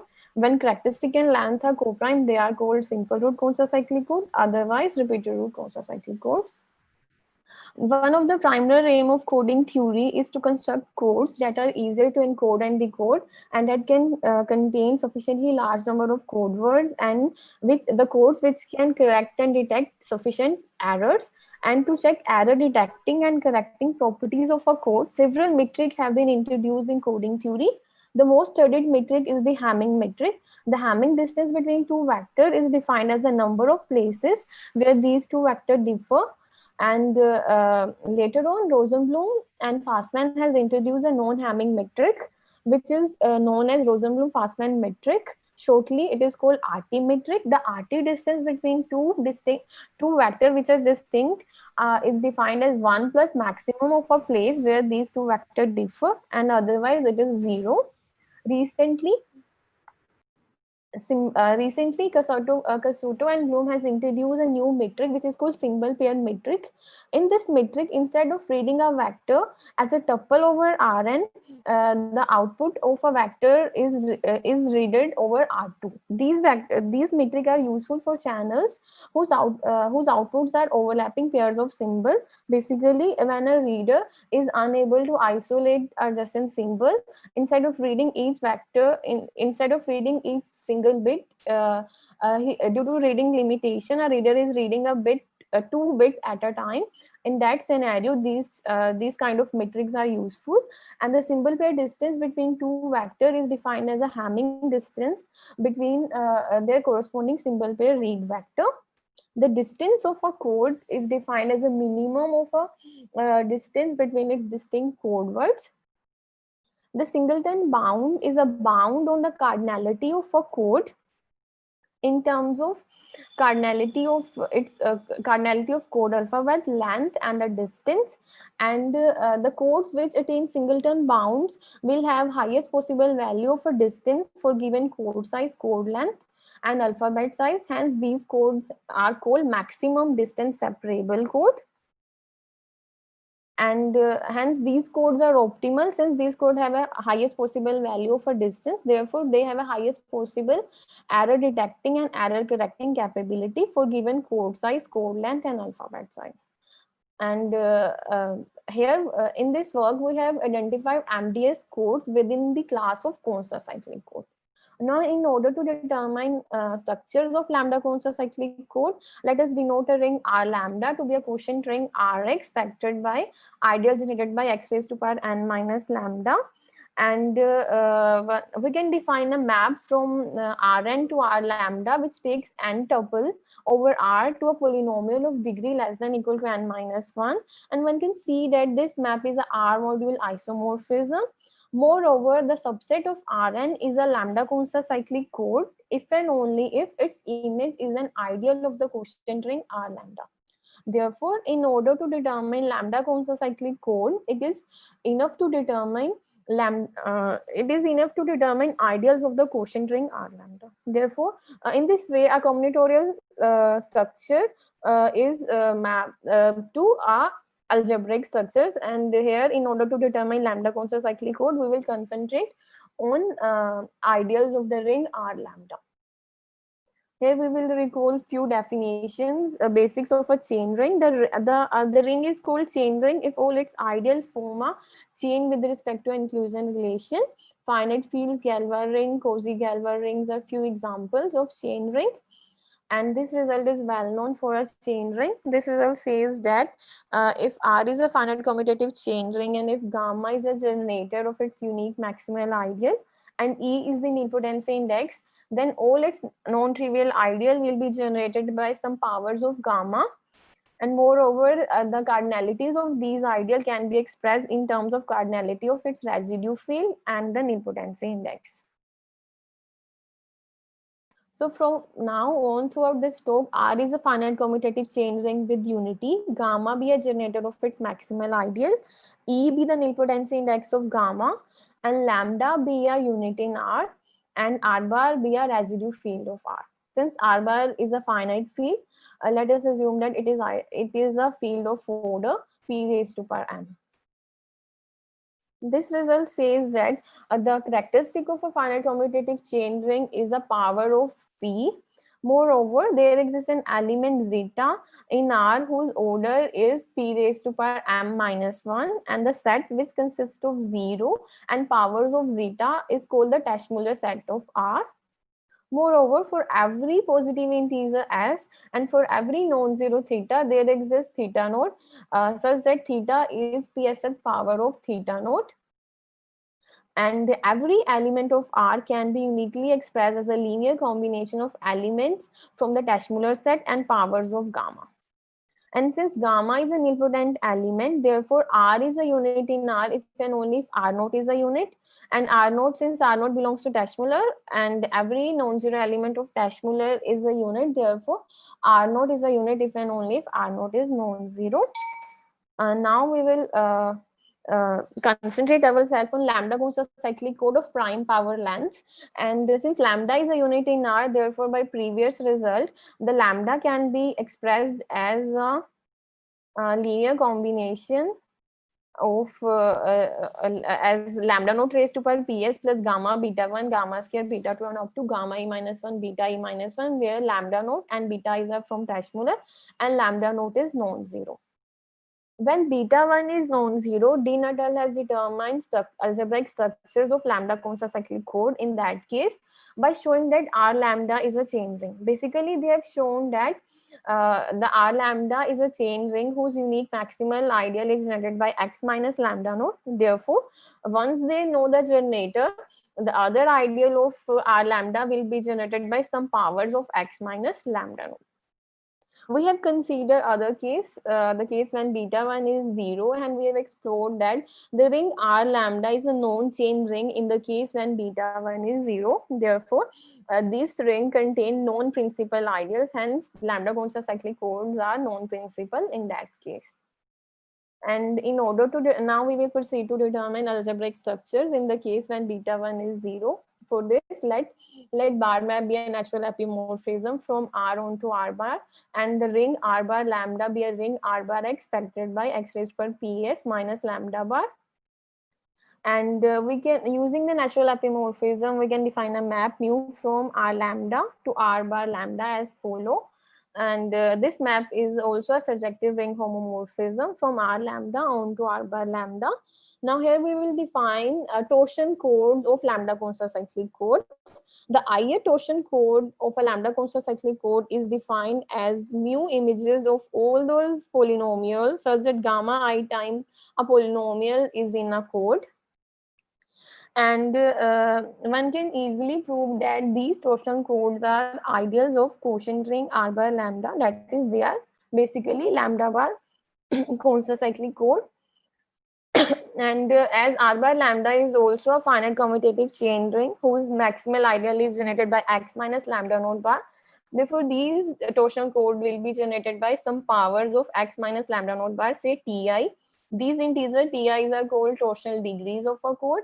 Moreover, the cardinality of a code can be expressed in terms of cardinality, in terms of its torsional degrees. Now, using these torsional degrees, we are able to determine algebraic structures of lambda Consta cyclic code in the case when beta 1 is 0. This result says that when beta 1 is 0, every lambda Consta cyclic code has a unique generating set of the form f0, f1, fp minus 1, where the polynomial fix is of this form, where it's the here the degree of polynomial will be Ti, and here this Ti is basically the torsional degree of a code. So in the case when beta 1 is 0, every lambda Consta cyclic code has a unique generating set. And however, in the case when beta 1 is non-zero, D nut has determined the algebraic structures. But we have here also we have note that every lambda Consta cyclic code has a unique generating set of the form f0, f1, fp minus 1, where fi's are given by this. Therefore, in every case, lambda Consta cyclic code has a unique generating set of the form f0, f1, fp minus 1. Now, using these unique generating set, we have proposed a decoding algorithm for these code. This lemma plays a key role in proposing that decoding algorithm. This result says that if f0, f1, fp minus 1 is a unique generating set, then every code word can be uniquely written as a combination of fi's and polynomials over the Tashmuller set. Now, here we propose a decoding algorithm. For this, let Cx be the transmitted code word and Wx be the received vector with error pattern as Ex. Then Wx will be Cx plus Ex. Since Wx and Ex are element of R lambda, therefore they can be uniquely written as a linear combination of gamma I and polynomial from the Tashmuller set. And now here we will define a definition of error pattern. The error pattern is of the type delta naught, delta 1, delta E minus 1 if the weight of Ej is at most delta J. This theorem provides a decoding algorithm, and this says that if ith torsion code of a code can correct errors of weight at most eta I, then a code can correct error pattern of the type eta naught, eta 1, eta E minus 1. And this is the decoding algorithm. Now, using the algebraic structures, we have determined Hamming distances of all lambda Consta cyclic code, and this result gave the Hamming distances. Now, using Hamming distances and unique generating sets, we are able to identify all MDS Hamming code in this class of code, and this result says that when beta 1 is non-zero, there does not exist any non-trivial MDS Hamming code, and the case when beta 1 is 0, all MDS Hamming codes are given by this, and they are all principal generators. Now, the symbol pair distances of lambda Consta cyclic codes are given by this number, and using this result, we had identified all MDS symbol pair codes. And again, in this case, when beta 1 is 0, there are several MDS symbol pair codes, and when beta 1 is non-zero, only a full code is a MDS symbol pair code. Here we have determined RT distance of a lambda Comsa cyclic chord, which is equal to E minus 1 at torsional degree plus 1. And using RT distances and unique generating sets, we have identified all MDS RT code within this class of code.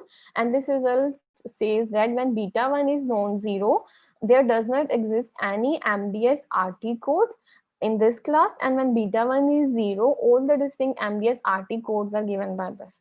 So from these results, one can clearly see that the class of MDS, the class of codes when beta 1 is 0, contains sufficiently large number of MDS Hamming, MDS RT, and MDS simple pair code. Therefore, this class of code is important from coding theory point of view, and these results are useful in studying their error detecting and error correcting properties. That's all. And these are some useful references. And this results are published in this paper. All these results which I have presented here. Thank you. Okay. Thank you. Thank you very much. Are there any questions or comments?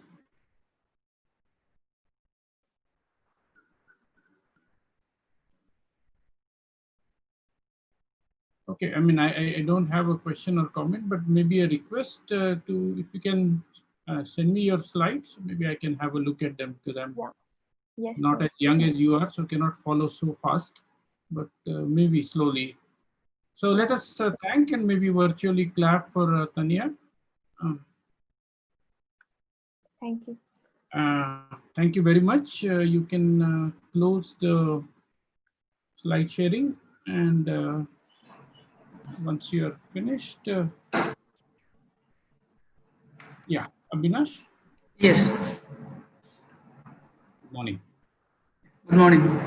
Am I audible? Yes, you are audible. You can share your slides. So we have a couple of minutes before we can begin, but you can share your slides. Very good.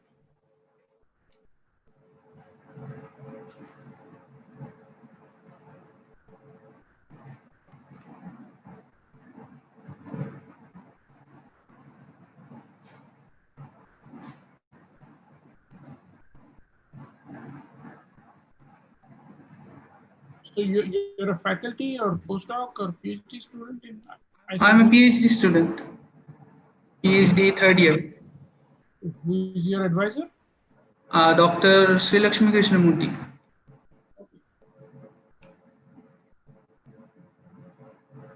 You work on theta functions and not exactly. I use them as tools.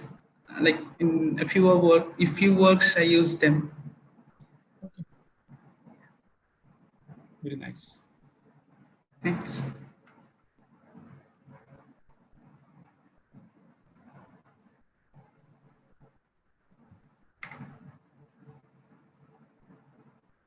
So as per the schedule, your talk begins at 11:40. Yeah. Allowing 1 or 2 minutes, because maybe there are some people who want to join for your talk, etc. So we could give them a, we'll just start exactly at that. Okay.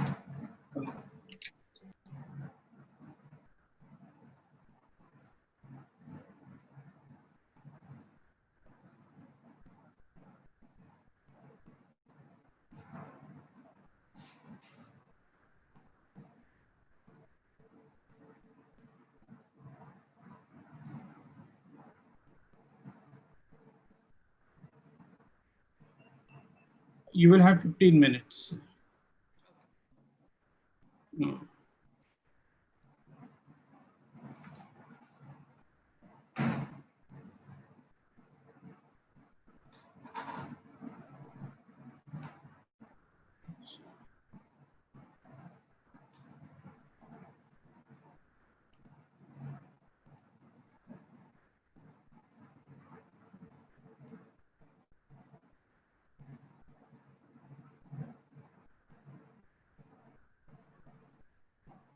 Okay, I think we can start. So the next speaker is Abhinash Sharma from ISET Thiruvananthapuram. and he will speak to us on L-regular partitions through the lens of theta functions and Hecke eigenforms. Avinash. Thank you for this opportunity. Good morning to all. So, yeah, so this will be the overview. First, I'll just state few definitions and the main results, and then I'll move on to the proofs. So first part, let's define partition as I guess it's familiar to many of you. Let n be a fixed positive integer. A partition of n is a non-increasing sequence of positive integers whose total sum is n. For example, if we pick 4, we can write 4 as sums of positive integers in this following manner. Next, we move on to regular partition as mentioned in the title of my talk. So for a fixed positive integer n, we call a partition of n to be L regular if none of its parts is divisible by L.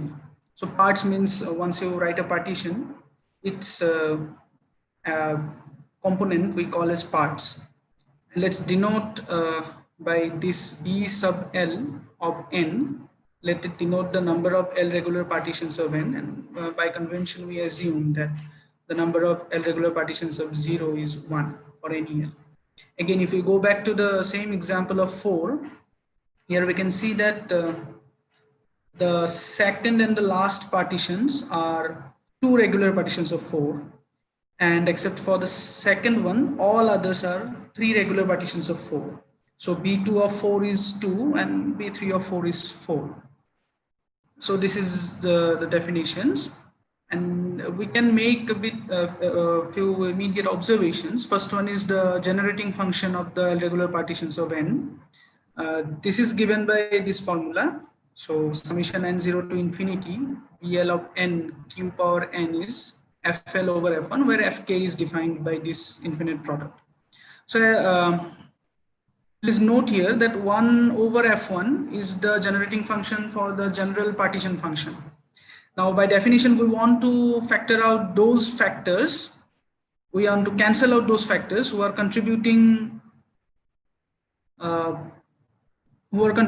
to parts divisible by L. So we have to put them on the numerator. That's why FL will come on the numerator, and we will get L regular partitions as coefficients of q raised to the n. And one easy observation, another observation. So in this product, if I take here L to the power R for any prime L, then by binomial expansion and by binomial expansion, one can easily conclude that once you go mod L, this F L raised to the R is congruent to F1 raised to the L raised to the R. So with these observations, this will come handy while proving. So let's move on to the main results. So first theorem states for any nk non-negative, if my integer is of this form, then the number of 17 regular partitions. So basically it's a kind of a recurrence congruence relation mod 17. So if the integer is of this form, then it will be the number of 17 regular partition of that integer will be congruent to 2 raised to the power k times number of 17 regular partition of n itself. And further, if we take R to be one of these 4 values, then we actually get 17 divisibility. So the number of 17 regular partitions of integers of this form will be divisible by 17. So please note here that this is a sufficient condition. That means if n is of this form, then 17 divides this. The second theorem is also similar. It's except for here we are considering 23 divisibility of 23 regular partition of certain form of integers. So the third theorem is a bit different. It's if and only if condition. So we are putting a necessary and sufficient condition on n for 3 divisibility of 9 regular partitions. So the theorem states that number of 9 regular partition of n is divisible by 3 if and only if one of the following 2 conditions hold, where this notation denotes the highest power of p, that divides 3n plus 1. So basically here we're giving a necessary and sufficient condition on n so that 3 divides B9 of n.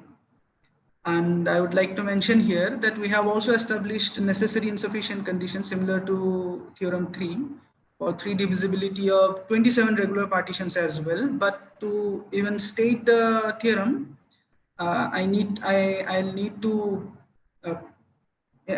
introduce a few notations. That's why I'm skipping it here. But if time permits, after at the end of the talk, I'll quickly explain how we can get similar criteria for 27 regular partitions. Okay, so we move on to the proof part. So let's look at how we prove the first theorem. So again, I state the theorem again, just to remind you. So this is the theorem. Let's prove it. So first, by the immediate observations we made after the definition. So this is the generating function, which is f17 over f1. And if we go mod 17, that will give us f1 raised to the 16. For this function, RQ defined thus, Watson proved the following 2 identities. Actually, these were stated initially by Ramanujan, and then Watson proved them in these 2 papers, which I have mentioned as reference. So first identity relates F1 and F25, and the second identity relates F1 and F5. And we will need one more result. So from these 2 results and using a simple polynomial division technique, we can get another result which relates F1, F5 and F25. This is the result. Now having these 3 identities, we can move on now. So let's replace F1 with this right hand side here in the relation 3. So we'll get this one. Now if we expand this, I'm not writing the expansion and all completely. We will expand this and we'll use a trick. The trick is, after expanding, I'll extract the terms involving q raised to the 5n plus 1 on both sides of the congruence. Hence, we will get here B17, 5n plus 1. And then I'll again, kind of standardize the power of q. So first I'll divide by q since 5n plus 1 is there. And then I'll replace q by q raised to the 1. I mean, basically, yeah, so q power 5 will be there, that I'll replace by q. Remember, these congruences are satisfied for any q for mod q less than 1. So I can blindly substitute q by q to the 1 upon 5. So after getting that, after doing this, I'll regroup or rearrange the term on the right hand side into a kind of polynomial expression in this this expression. Why? Because if you look closely on this second identity, if I get this somehow, I can replace again by f1 power 6 over f5 power 6.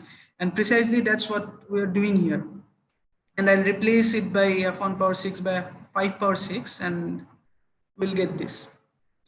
Now, once we get here, I can again, go back to replace f1 using my first identity and we can carry on.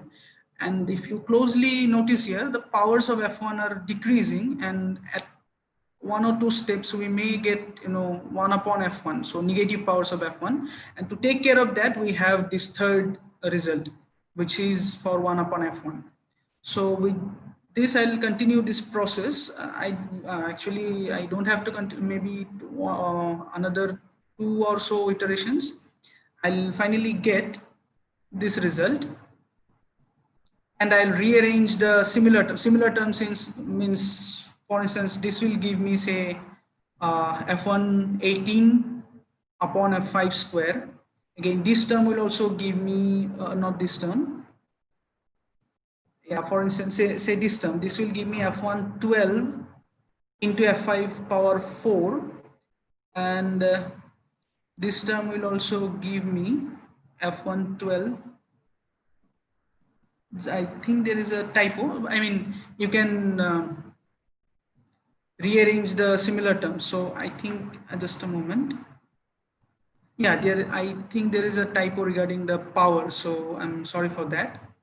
But you can do the needful and rearrange the similar terms. Similar terms means similar powers, and you will get this congruence. Now this for B17 5n plus 1 Qn, we have already this relation. So I'll simply put this right hand side here, and once again, if we rearrange the similar terms, we can see that other coefficients vanishes once you go mod 17. Only this thing is left. Once you get this, now you can compare coefficients of q raised to the power 5n plus 3, and you will get this recurrence relation for number of 17 regular partitions. Now this is the first step, and you can move on with the induction hypothesis, and you'll get the general result. Instead, in this relation, if we compare coefficients of, say, q power 5n plus r are different from 3, 0, 1, 2, or 4, then you actually get this right hand side now becomes 0. So you get a 17 divisibility for those integers. And then again, by similar induction argument, you can get a general result.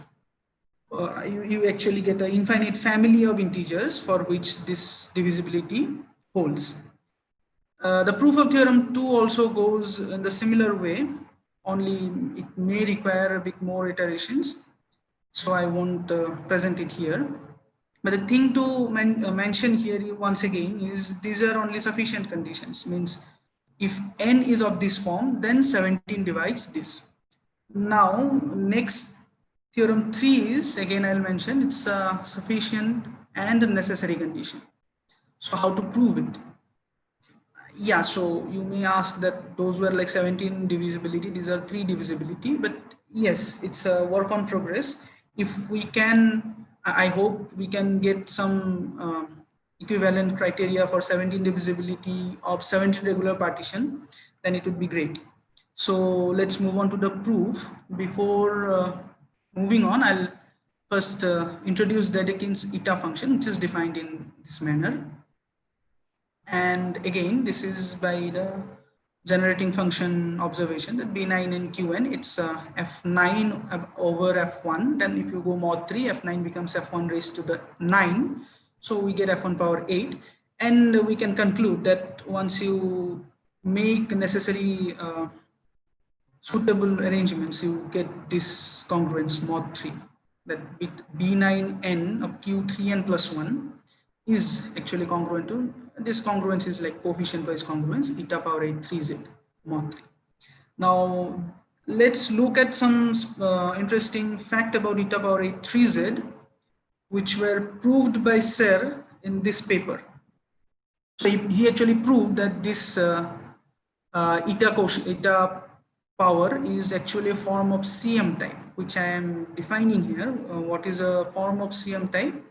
So let's take a new form G, whose Fourier expansion is this, of certain level and certain weight, is said to be a form of CM type if there exists an imaginary quadratic field K such that the pth Fourier coefficient vanishes for every prime P, which is inert in K. So this is not discovered by me. It was already proven by Serre that if I take K to be this imaginary quadratic field, Q adjoined with root minus 3, and we'll do with needful, I'll explain that. Now let's fix the ideal frac F, the ideal F generated by root minus 3 inside the ring of integers. And we define a group homomorphism C from the group of fractional ideals of K co-prime to this fixed ideal F to the non-zero complex numbers in the following manner. How will we define the group homomorphism? So if A is any ideal co-prime to F, I can always choose a generator alpha of A such that alpha minus 1 belongs to F. And I'll define C of A to be just the cube of this generator alpha. Once I define this, it's not very difficult to verify that this is a group homomorphism. Once I define this group homomorphism, I'll form this series phi k c z. I'm naming it. Sum over all co-prime ideals, all ideals A co-prime to F, and coefficients will be the C of A. This C is that group homomorphism, and then Q raised to the norm of A, norm, the ideal norm. And now you can easily verify here. So if P is so you to verify that it is a okay, so you can easily verify that this is a form of CM type. So this is, first of all, this is a Hecke eigenform that is given by a general result. Again, I think it was proved by some other mathematicians before Serre, but he mentioned it as a lemma in this paper. And it actually is that result says it is a Hecke eigenform of a certain weight and level, and how this comes, it's all included in the general result. And to verify it is a form of CM type, let's see, so you have to basically verify that if a P prime P vanishes in this K, Q root minus 3, then that coefficient has to vanish. Now if P is an inert prime, inert prime. So if P is an inert prime, you can easily verify that there is no ideal of norm P, because that will any ideal whose norm will involve P as a prime factor has to involve it as a even power of P, since P is inert.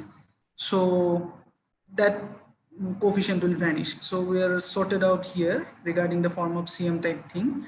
And more importantly, this for CM type form is actually exactly equal to eta power 8 3z, and that is what we needed. See, P9n we had eta power 8 3z, and we have proved that that is equal to a form of CM type. And let's write the Fourier expansion a bit. Now, once we write it here, then I can now just compare the coefficients mod 3. So P9n is congruent to S3n plus 1 mod 3. And by the property of, by the multiplicativity of, Fourier coefficients of Hecke eigenforms, I can say that mod 3, this is the product of S e power E, where P varies over all primes dividing 3n plus 1.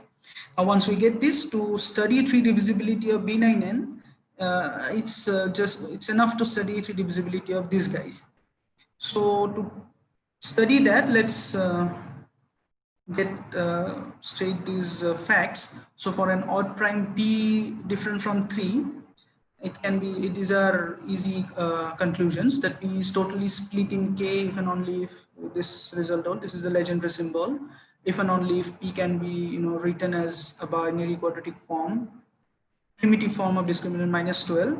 This is the only primitive binary quadratic form of discriminant minus 12. And once you write P in this form, you can easily prove that P is congruent to 1 mod 3, and you can go backwards as well.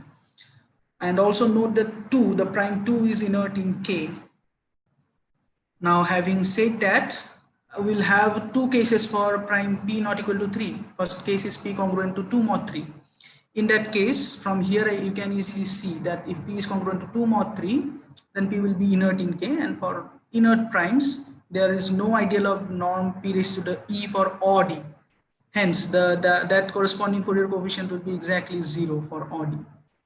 And for even powers of P, this is the only ideal. The ideal generated by P raised to the E by 2 is the only ideal with norm P raised to the E.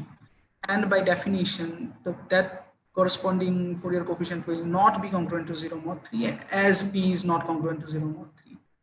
Hence, here in this case, this is the only possibility we have, that if the order of P is, if the power of P is E, order of P in 3n plus 1 is is odd. And the next case is P is congruent to 1 mod 3. If P is congruent to 1 mod 3, you can write P as x squared plus 3y squared. And you can, without loss of generality, choose X to be congruent to 1 mod 3. Okay, Avinash, yeah? Time is up. Okay, it's just the last slide. I'm almost done. Can I have one more minute? Okay. Yeah, so SP, so we'll have two prime ideals, two ideals lying above P.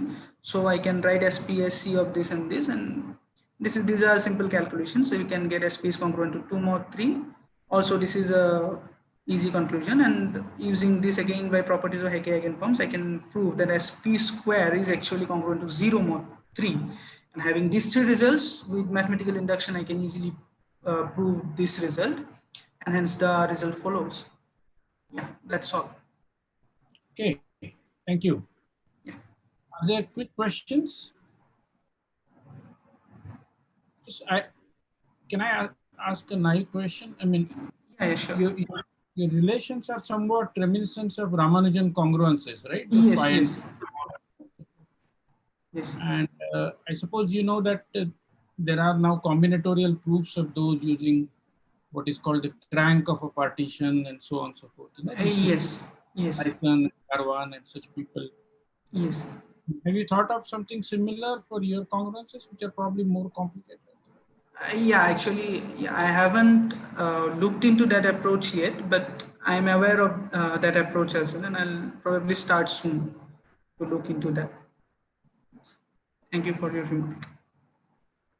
All right, thank you. And let us clap for Avinash, at least virtually. Thanks.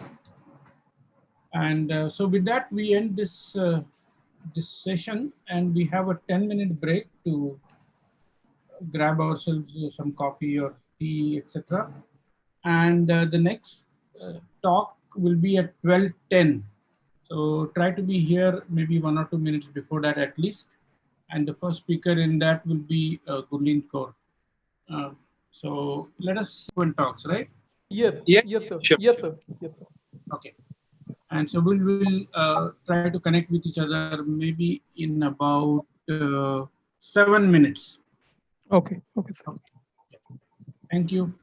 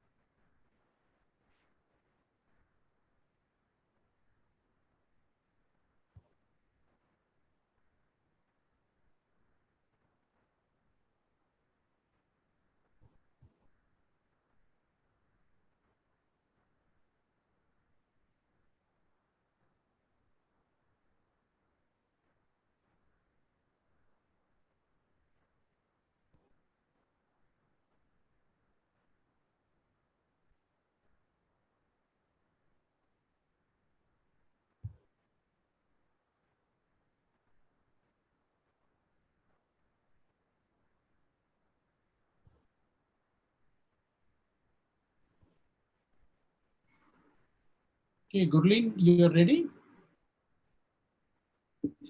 Yes, sir. I mean, we still have 1 or 2 minutes, but you can. No. You would like to upload your slides? Yes, sir. I'm uploading.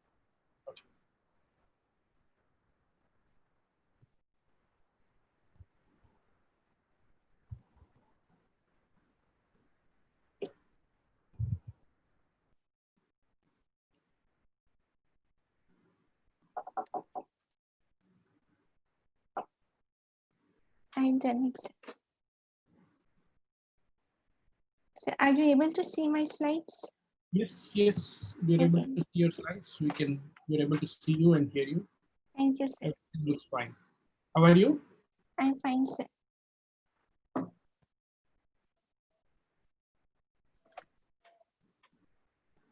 So your defense is over? Yes, sir. Recently, my PhD viva has been held. Okay. And yes, sir. In the end of June, in mid-June. Okay, congratulations. Thank you, sir.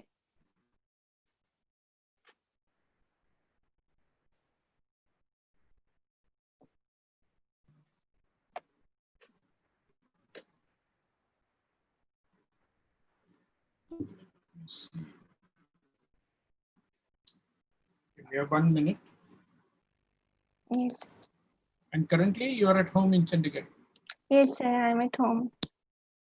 Okay. Like all of us, I think.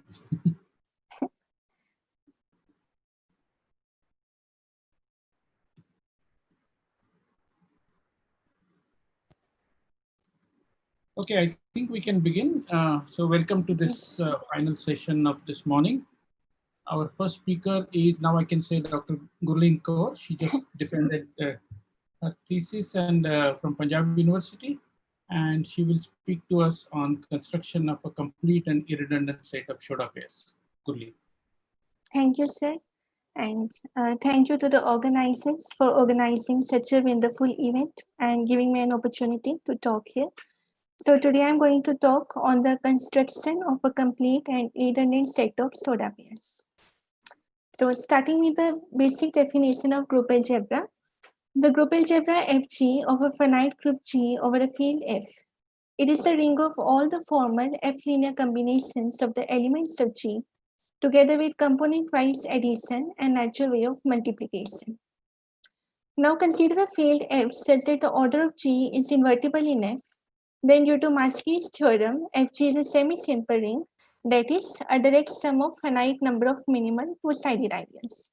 These minimal two-sided ideals, they are unique in the decomposition and are termed as the simple components of Fg. So Verdubbin and Artin provided a theoretical description of these simple components.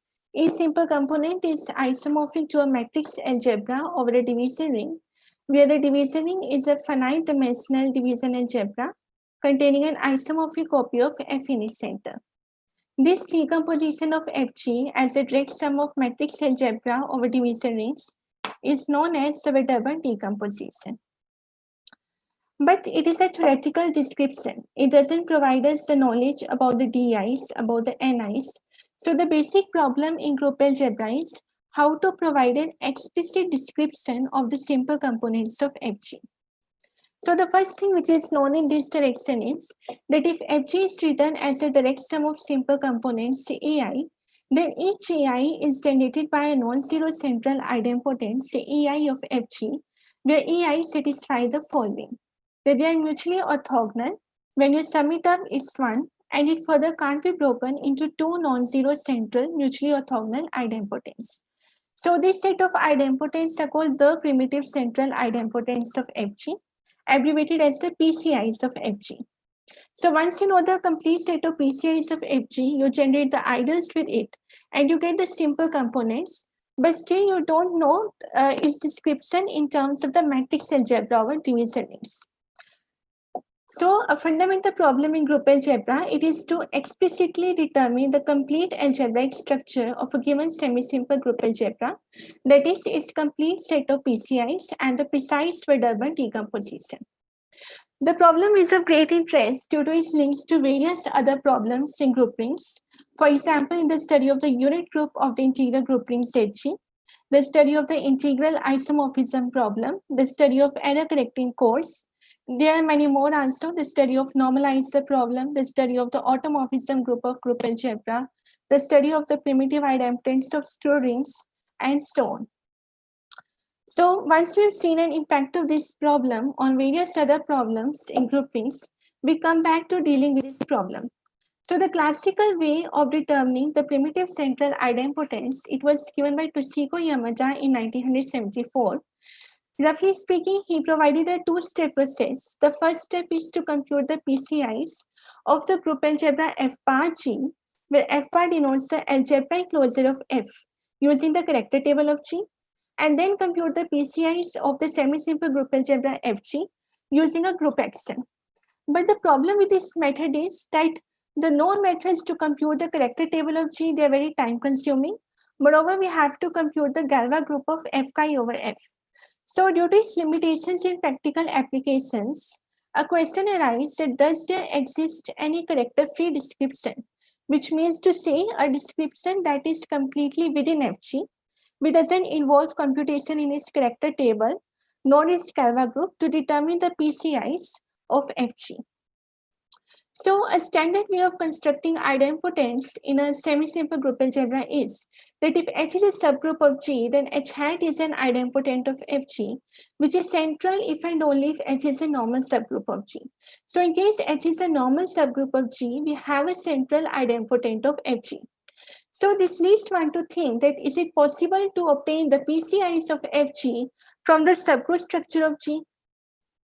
And then many researchers started working in this direction. The storyline starts with finite abelian groups, then naturally proceeding to metacyclic groups, then going further to nilpotent groups, then to abelian-wise supersurvey groups, and so on.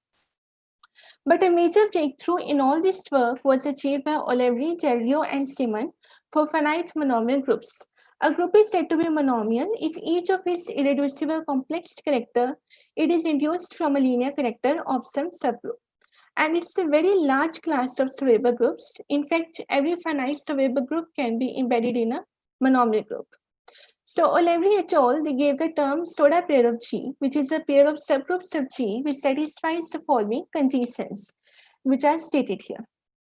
And this rephrased the Soda's theorem. Soda's theorem, given by Kenjiro Soda, who was the famous Japanese mathematician, proved that if Xi is a linear character of a subgroup H of G with kernel K, then for every G belonging to G but doesn't belong to H, the character Xi and the conjugate character Xig, they are distinct on H intersection with the conjugate subgroup Hg, which is equivalent to saying, if we look at the definition of soda pair, that the pair H comma K is a soda pair of G. So they proved that for finite monomial groups, soda's pairs are sufficient to be able to compute all the PCIs of the rational group algebra. But to go further in this direction, some important terminologies are to be introduced. Let K be a normal subgroup of H, which is a subgroup of G, define H hat as stated.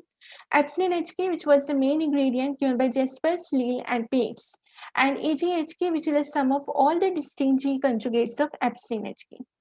So clearly, EGHK being the sum of distinct G conjugates is a central element of QG. And once the distinct G conjugates happens to be mutually orthogonal, then EGHK becomes a central idempotent of QG.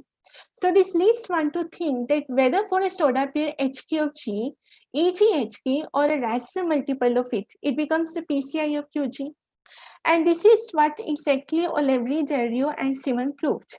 That for a soda pair HK of G, alpha EGHK is a PCI of QG, where alpha is a rational number necessarily unique. So for every PCI of QG, for a finite monomial group G, there is a soda pair of G associated to it. But it may happen that two different soda pairs of G, they may give rise to the same PCI of QG. So this leads one to defining an equivalence between the soda pairs, and a complete set of representatives of distinct equivalence classes of soda pairs of G is termed as the complete and redundant set of soda pairs. So the fundamental problem, which is determining the explicit description of Vedabern decomposition, the key step is to determine a complete and redundant set of soda pairs of G. So I come to our work in this direction, which is a joint work with Professor Gurmeet Kaur Bakshi, and in the paper Vector Triples and Soda Pairs published in Journal of Algebra, we have provided a construction of complete set of soda pairs for a large class of monomial groups, which include abelian by supersuable as well as subnormally monomial groups, and also a necessary and sufficient condition for the collection of soda pairs of groups in this class to be complete and redundant. So now I will come to this class C of monomial groups. So we have studied the class C of monomial groups. C denotes the class of all finite groups G such that each subquotient of G, it is either abelian or contains a non-central abelian normal subgroup. So Huppert proved that the groups in class C are monomial and is different from the earlier well-known subclass of monomial groups, that is strongly monomial groups, that was introduced by O'Leary et al. So we have seen that this class is actually a very large class of monomial groups, for it contains subnormally monomial groups, which, as the name suggests, are those groups whose all complex irreducible characters, they are induced from linear characters of some subnormal subgroups. Then the Soeber groups with all its elements of prime power order, the class of Soeber groups with all its Sylow subgroups abelian, and their extension by super Soeber groups, and many other technical type of classes too. Here I would like to point out that in 1983, Isaacs gave an example of a monomial group, which is not in class C, of order 2 raised to 15 into 7 square, which shows the vastness of the class C of monomial groups. So now for this class, we will see that how the soda pairs are constructed. Here is a brief sketch. Choose a group G in class C, computed all its normal subgroups. Then for each normal subgroup, you construct a rooted directed tree whose certain leaves will correspond to the soda pairs of G. So collect the soda pairs corresponding to the leaves in Gn for all the normal subgroups of G, and that will turn out to be a complete set of soda pairs of G.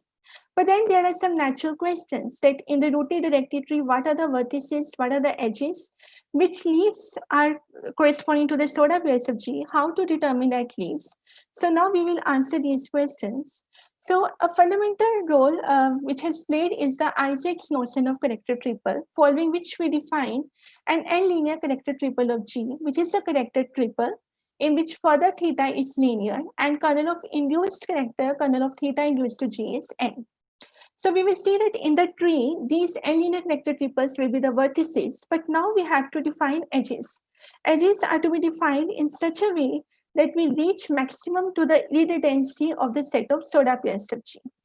So for that, for the character triple HA theta, we fix a normal subgroup A HA theta of H of maximal order containing kernel theta, such that the factor group A over kernel theta is abelian. Now, why these conditions have been imposed? The reason is that the group G belongs to the class C, so the subquotient H over kernel theta. And so if H over kernel theta is non-abelian, then due to the property of the groups in class C, that it contains a non-central abelian normal subgroup, we will easily see that this factor group actually is a non-central abelian normal subgroup of H over kernel theta. So if I take a character on this A, which lies above theta, and I consider the inertia group of that character in H, it will be a proper subgroup of H since it is a non-central subgroup. And then if I take the Clifford correspondent of the character on the inertia subgroup, that induced to H is irreducible. But what is happening is that we are coming down. The group H is finite, the process will stop at a certain place, and then we will have a linear character which induced to H is irreducible. So this is the main idea. And this is a construction of the set CLHA theta, which is the construction of another n-linear character triples from the character triple HA theta, which will help us to define edges. And it's a little bit technical construction, so I'm going straight forward to the set CLHA theta, which is the collection of the n-linear character triples of the type inertia subgroup of phi in H A phi, where phi is a linear character on A, which lies above theta and has certain other properties too. This is a set if H is not equal to A, but if H is equal to A, we define the set CLHA theta to be an empty set because the process stops there. We get the linear character. So the character triples in CLHA theta, they are seen to be linear character triples of G, and we call them the direct Clifford correspondence of HA theta. The term direct Clifford correspondence, it refers to the fact that the characters in this inertia subgroup, they are Clifford correspondence of the characters in H. So now we come to the construction of soda pairs. Choose a group G in class C and a normal subgroup N of G. Consider the directed graph whose vertex set consists of all the n-linear character triples of G. And there is an H in E if V is a direct Clifford correspondent of U. Now clearly Gn, trivial character of N, it is an n-linear character triple of G, and therefore it belongs to the vertex set V. So why I'm concentrating on this triple, the reason is that we will construct a directed subgraph of G, whose vertex set consists of those vertices for which there is a directed path from this triple Gn trivial character of N to V, and En to be the set of ordered pairs U, V in E with UV belonging to Vn. So Gn is a directed subgraph of G. And what we have seen is that this Gn is a rooted directed tree with Gn trivial character of N as its root. The leaves of Gn of the type HS theta, they correspond to the soda pairs of G. Moreover, if I take any soda pair, then there would be a leaf of a certain leaf which will correspond to that soda pair. So more precisely, it means that if I denote by Ln the set of leaves of Gn of the type HS theta, and I said to be the set of soda pairs of G correspond to the leaves in Ln, the union of Sn and running over all the normal subgroups of G, it is a complete set of soda pairs of G. But then one can ask whether it is an irredundant set of soda pairs of G. For this, we define the term good leaf. And we proved that for group G in class C, this set is complete and irredundant set if and only if all the leaves, they are good.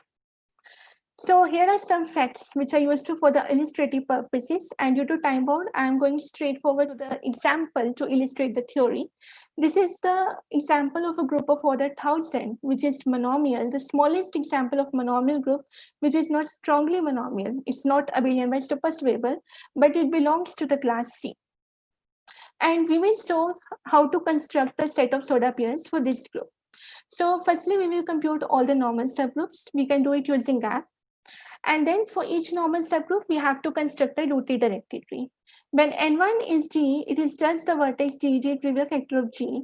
Therefore, these two are equal. It corresponds to the soda pair G, G. When we have the normal subgroups N2, N3, N4, then the factor groups G over Ni, they turn out to be cyclic.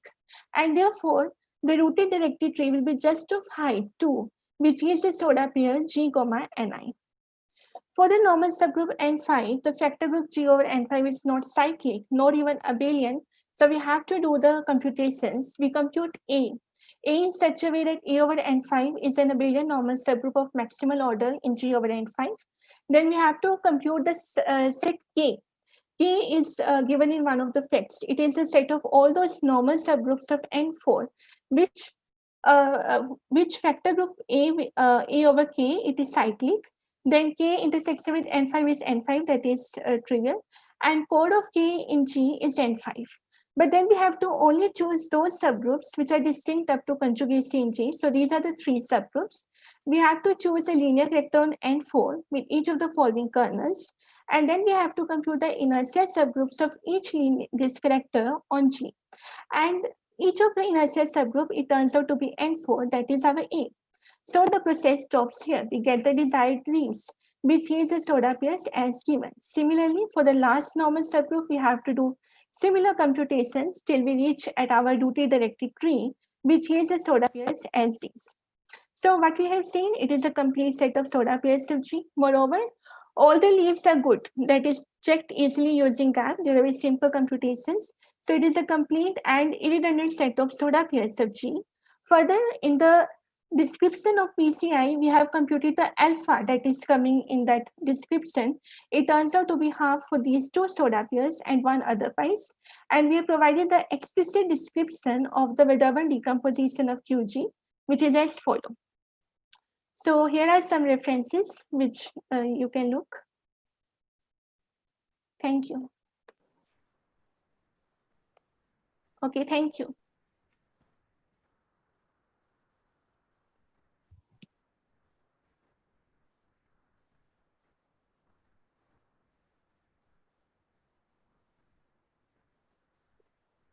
Yes.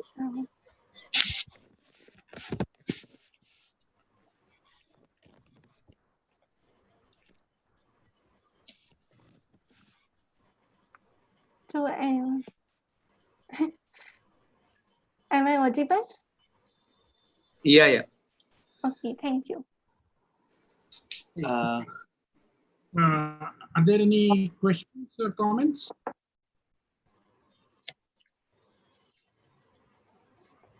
Yes. Very good. Thank you so much, ma'am. Thank you. Okay, well, let's thank and at least virtually clap for Gurleen for this talk. I was a little worried when I saw you had 46 pages and how you might, but you managed so very well. Thank you so much, sir. Thank you. So you can, yeah, I mean, I can. Yes, sir. You can close your. Yes, I'll stop sharing the slides. Very good. Thank you, sir. Thank you. All the best. Thank you, sir. So Pushpendu is ready. Yes, sir. Okay. I mean, we have a few minutes, but you can slowly upload your slides.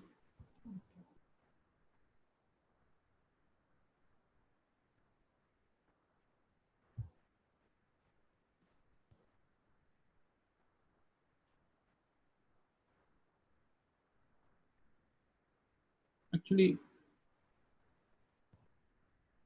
it is 12:30. So in fact, we can even start. Okay, and so you're a PhD student at NICER Bhubaneswar. Yeah, okay, PhD student. Vrindavan Sahu or Binod Kumar Sahu. Sorry? Binod Kumar Sahu. Binod Kumar Sahu, sorry. Yeah, because of this. Because.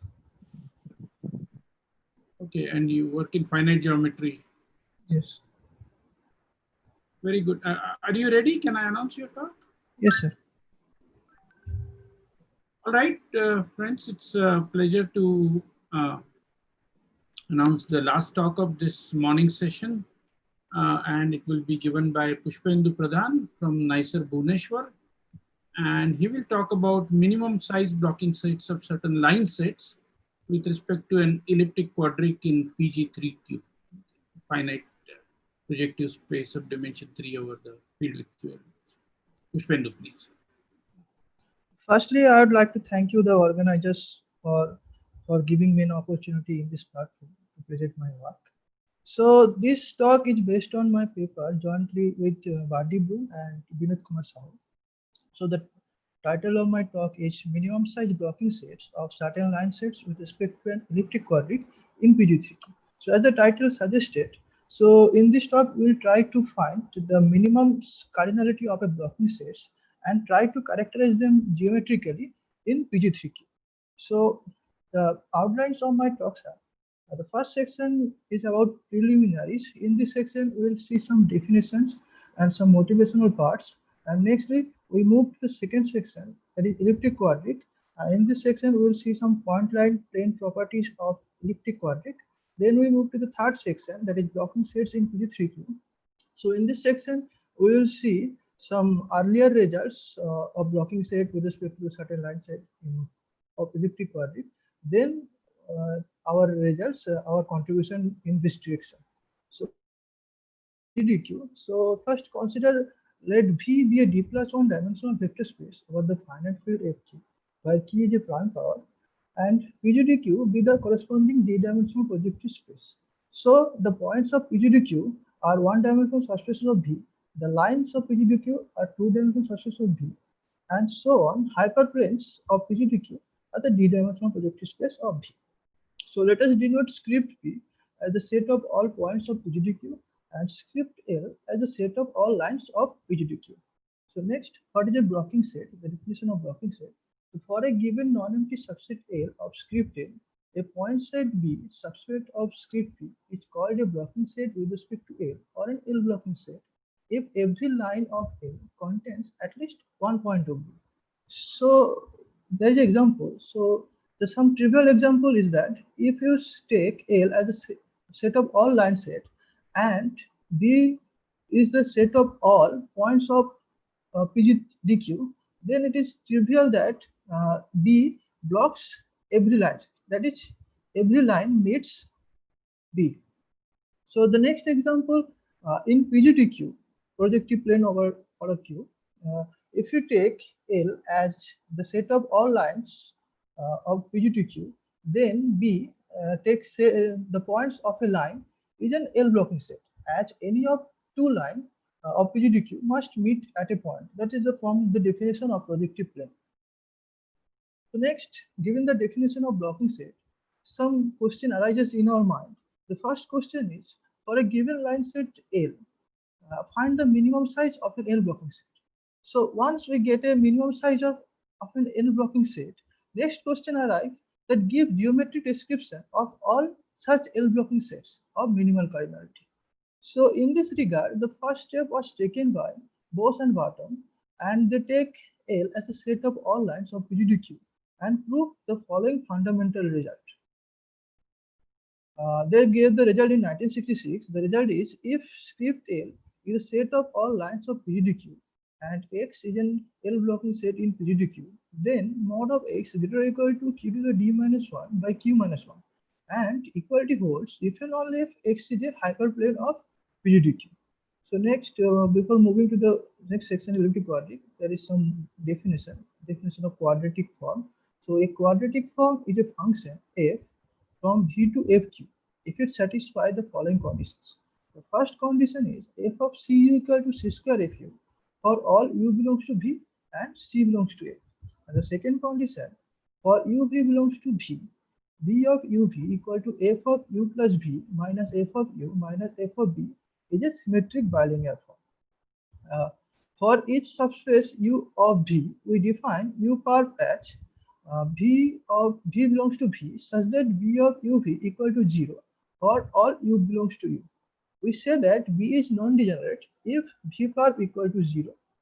For a point U of PGDQ is called singular if F of U equal to 0, or non-singular if F of U not equal to 0. We say that F is degenerate if V per contains a singular point. Otherwise, F is non-degenerate. The set Q consisting of all singular points of the quadratic form is called quadric in PGDQ. A quadric is non-degenerate if the corresponding quadratic form is non-degenerate. So from now on, we assume that V is a four-dimensional vector space over Q. So the corresponding projective space will be PG3Q. So in V, there are two types of non-degenerate quadratic forms. The first one is x0, x1 plus x2, x3. And the corresponding quadric to this quadratic form is called hyperbolic quadric. And the second one is x0, x1 plus x2 square plus bx2, x3 plus cx3 square, where the quadratic polynomial ax square plus bx plus c is an irreducible polynomial over fq of fqx, and the corresponding quadric to this quadratic form is called elliptic quadric. So in this slide, we see that some point-line properties of elliptic quadric. Let Q minus 3Q be an elliptic quadric in PG3Q. So then Q minus 3Q consists of Q square plus 1 points, but no lines. So thus, for a line L of PG3Q, we have the three possibilities for the cardinality of the intersection L with Q minus 3Q. That is 0, 1, or 2. So we say that L is external line if it meets Q minus 3Q at 0 points, a tangent line if it meets at 1 point, and the second line if it meets at 2 points. Let us denote the set of all external lines by E, tangent lines by T, and second lines by S respectively.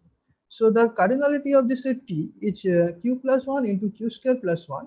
And the cardinality of this set S and E are same. And this is Q square into Q square plus 1 by 2. And the point line incident properties of Q minus 3Q is this: that through a point X of Q minus 3Q, there are Q square secant lines and Q plus 1 tangent lines. Through a point Y of Q minus 3Q, means outside Q minus 3Q, there are Q plus 1 tangent lines, Q into Q minus 1 by 2 secant lines, and Q into Q plus 1 by 2 external lines. For Q, then, all the Q plus 1 tangent lines through Y outside Q minus 3Q are on a plane for which Y is the nucleus. And for Q odd, no three tangent lines through Y outside Q minus 3Q are coplanar. So, but in any case, the Q plus 1 points of Q minus 3Q on tangent lines through Y outside Q minus 3Q form a conic. So, by a conic, we mean that set of all points which satisfy a non-irreducible homogeneous quadratic polynomial conditions of three variables. So, for a plane pi of PG3Q, the intersection pi intersection Q minus 3Q is one of the following two possibilities. The first possibility is a point, say X. In this case, pi is called a tangent plane with tangency point X, and pi is the union of the Q plus 1 tangent lines through X. And the second possibility of the intersection is a irreducible conic in pi. In this case, pi is called a secant plane, and we denote by C pi the conic pi intersection Q minus 3Q in pi. So here is a small note that if pi is a plane and B is a L blocking set, then pi intersection B is a blocking set in pi with respect to the lines of A which are contained in pi. So with Q minus 3Q given, there is a polarity naturally associated with it. So what is the polarity? The polarity is an inclusion reversing bijection of order 2 on the set of all subspaces of PG3Q. Inclusion reversing in the sense, if x1 is a subspace of x2, then x2 tau is a subspace of x1 tau. So tau fixes the line sets of PG3Q and it interchanges the point set and the set of all planes of PG3Q. If x belongs to Q minus 3Q, then the plane x tau is a tangent plane with tangency point x. And if x belongs to PG3Q slash Q minus 3Q, then the plane x tau is a secant plane with Cx tau and irreducible conic. For Q odd, x does not belong to x tau, but for Q even, x belongs to x tau, and x is the nucleus of the irreducible conic Cx tau. That means through x, all the tangent lines passes. So blocking sets in PG3Q. So in 2007, P. Biondi and Lore Storm take L to be the set of all external lines to the elliptic quadratic and assume that Q greater or equal to 9. Then they gave the result, let Q minus 3Q be an elliptic quadratic in PG3Q, where Q greater or equal to 9, if B is a minimum size blocking set with respect to the set of all external lines to Q minus 3Q, then mod B equal to Q square, and B equal to pi slash Q minus 3Q for some secant plane pi to Q minus 3Q.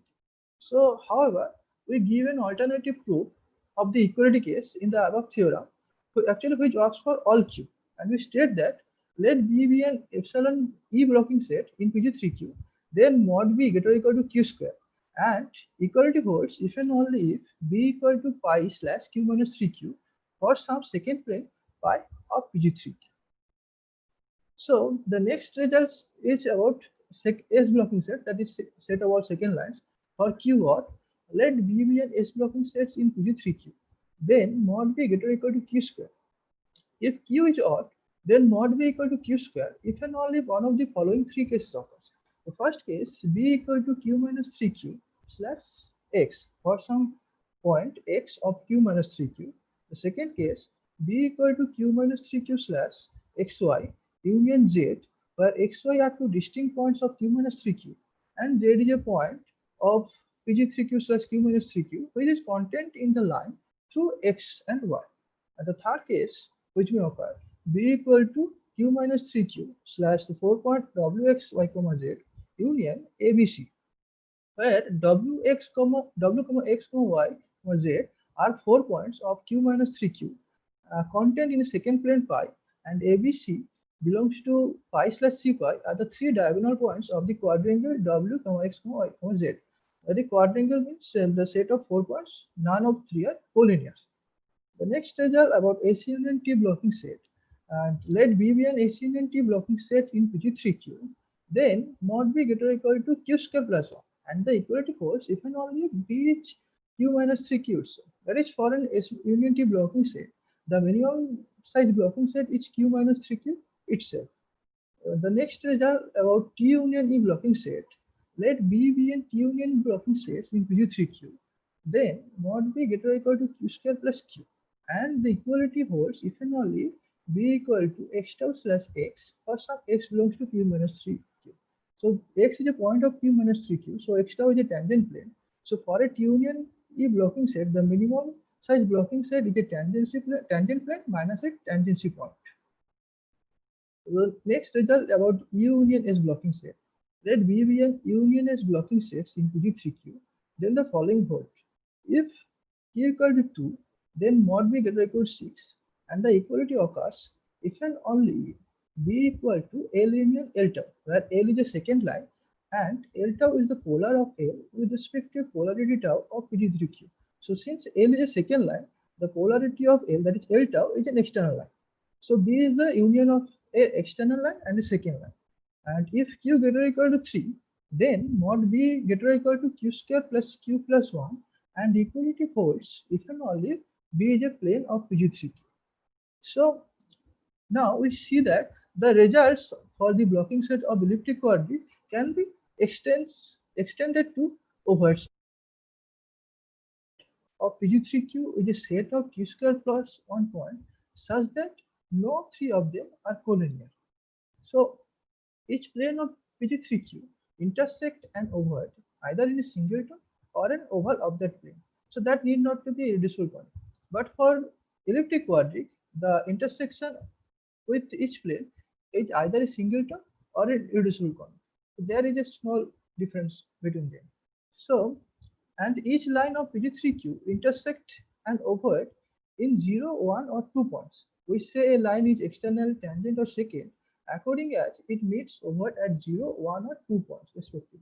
So given the definition of external, tangent and secant lines, one can ask whether given the results of elliptic quadric, one can extend to that to the overhead. So there is a theorem that for Q watt, every overhead of PG3Q is also an elliptic quadric. But for QFN, other examples are there. That is the Suzuki-Tits overheads. So for Q watt, the results for elliptic quadric can be generalized easily. But for QFN, the way we have constructed the proof for the above results for elliptic quadrics, these are also true for overheads. But that is, we have to deal with the arguments that is in this case, because here is the only difference here, the point line properties. So the way we have constructed the proof, the argument also true for overheads also. So for Q odd and Q even, we can extend the results for overheads too. So my talk is based on these two papers. The results are from these two results.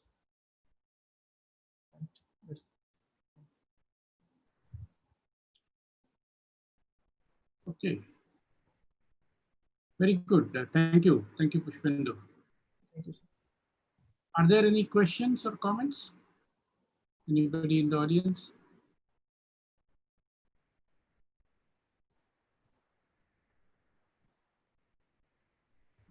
So, I have just some general question, if I may ask. So usually, you know, this Galois geometry results have hello. Yes, sir. To coding theory and so on. Are you able to hear me? Yes, yes. So do you, I mean, these results, do they find some nice applications to coding theory, etc.?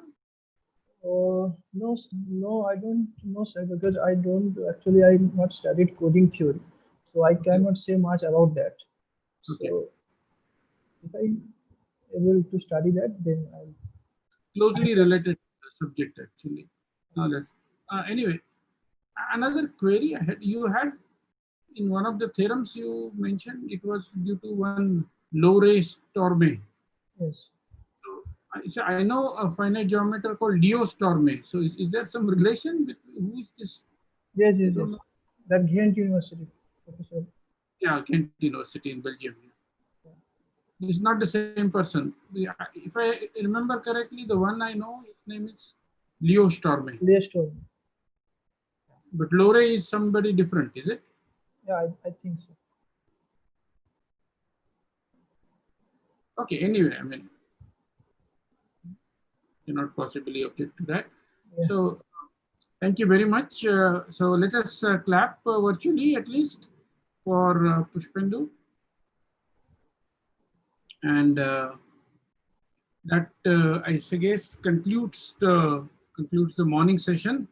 And I would like to thank all the speakers in this session. And once again, compliment the organizers for a very fine conference that they have put together so far. And good luck with the rest of it. Thank you very much. Yeah, thank you, sir, for chairing this session. Thanks a lot. Thank you, sir. Okay.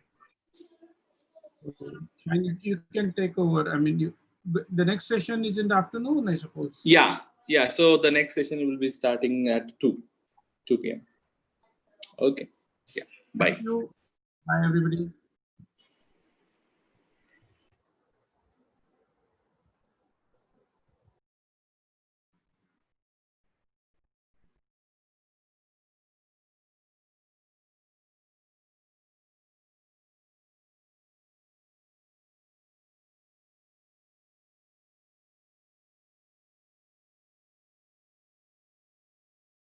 So just a second, to go to that, let me just recall once again. So again, go to that and then. So what is whiteboard, right? This is here, yeah. Yeah.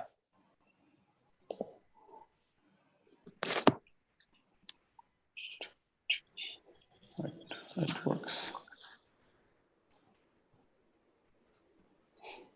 Oh, I can do both, is it? At the same time? You mean simultaneously both whiteboard and the slides? Screen share? I have to check. I mean, yeah. That's not possible. I think that's not possible. I'm not sure though, but I think I've tried sometimes, but I failed to do that. So do you want to annotate something on the screen? It might still be possible from your PDF editor. Some people have already done that. Yeah, I guess if you are using some iPad, then maybe you can write. What was that? It's already time, I guess, but it's not time. What was that? So how should I do that? To write something on the PDF? Yeah, right. So there should be some option like annotation or something like this. I don't know actually which PDF software you are using. I'm using Adobe. Adobe, okay. Yeah. Is there any pen option or something? Yeah, I'm using my Surface Pro, so it does come with a pen. Okay. Can you try to write something on the screen? It should work. No, it doesn't write right now. It's screen share mode. It's not whiteboard, right? I don't think it will. No, it doesn't write. I'm just trying to write. Nothing else. Is there any option of writing around? Actually, I don't see your software, so I cannot really say. It's okay. I mean, if you want to write, you can. No, it's okay. I guess I'll just yeah, it's okay. I don't. Okay. It's okay. It's okay. I'll just maybe in between I'll just open this. Yeah. Thing and then I would see about that. And share. I have to just go to the whiteboard. It's okay. Am I sharing my screen with you right now? Yes. That is not in full screen mode. Yeah.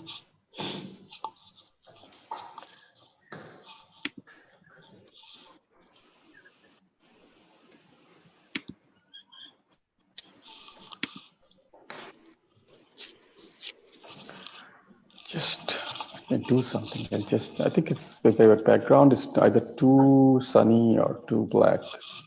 Yeah. Yeah. It's strange. I'll try to do something.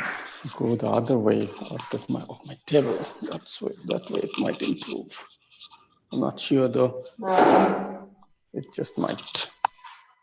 Yeah, perfect. It does, yeah. This way is better. But this chair is not better. That's okay.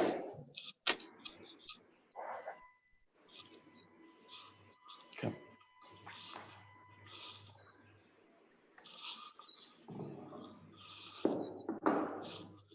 Yeah, okay, so we can start. Hello, everyone. Welcome to the afternoon session of Symposium on Analysis and PD. We're in the 4th day of our conference. We have with us Professor Dinesh Kumar Keshari from NICER Bhubaneswar. He will chair this session. Okay, over to you, sir. Good afternoon, everyone. Thank you for being here this afternoon. Today, we are pleased to welcome Professor Saugata Mondal from TIFR Mumbai. And today, he will talk about critical points of ground states and fundamental modes of planar domains. So, over to Professor Mondal. So hello, everyone. Yeah, thanks to those organizers for giving me this opportunity to speak about my research. So today, yeah, the title of my talk is Critical Points of Ground States and Fundamental Modes of Planar Domains. I'm going to explain all these terms just in a bit. So before I start, I'm going to just let you know that I'm not going to give any proofs or anything in this talk, just some ideas of some problems that interest me, and yeah, I find them interesting. And I'll try to give some history of that one. I would not give a lot of history of results on this first thing, ground states. But, maybe some results on the second one, fundamental modes. Okay, so let's start. So this is the plan of this talk. These are the things. So first of all, this is basic. So I take this coordinate system on R2. I'm going to talk. Most of my talk will be on R2. And so now I'm going to define what the Laplace operator is. Probably most of you already know. So you take a smooth enough function, C2 is good enough, and then you just have this expression. So Laplacian is this operator delta that acts on this function as the negative of the second partial derivative of f with respect to x plus the second partial derivative of f with respect to y. Okay, and yeah, this is a very basic example. I mean, for one dimension also you can just think about the same things. This particular operator has lots of generalization in lots of different directions.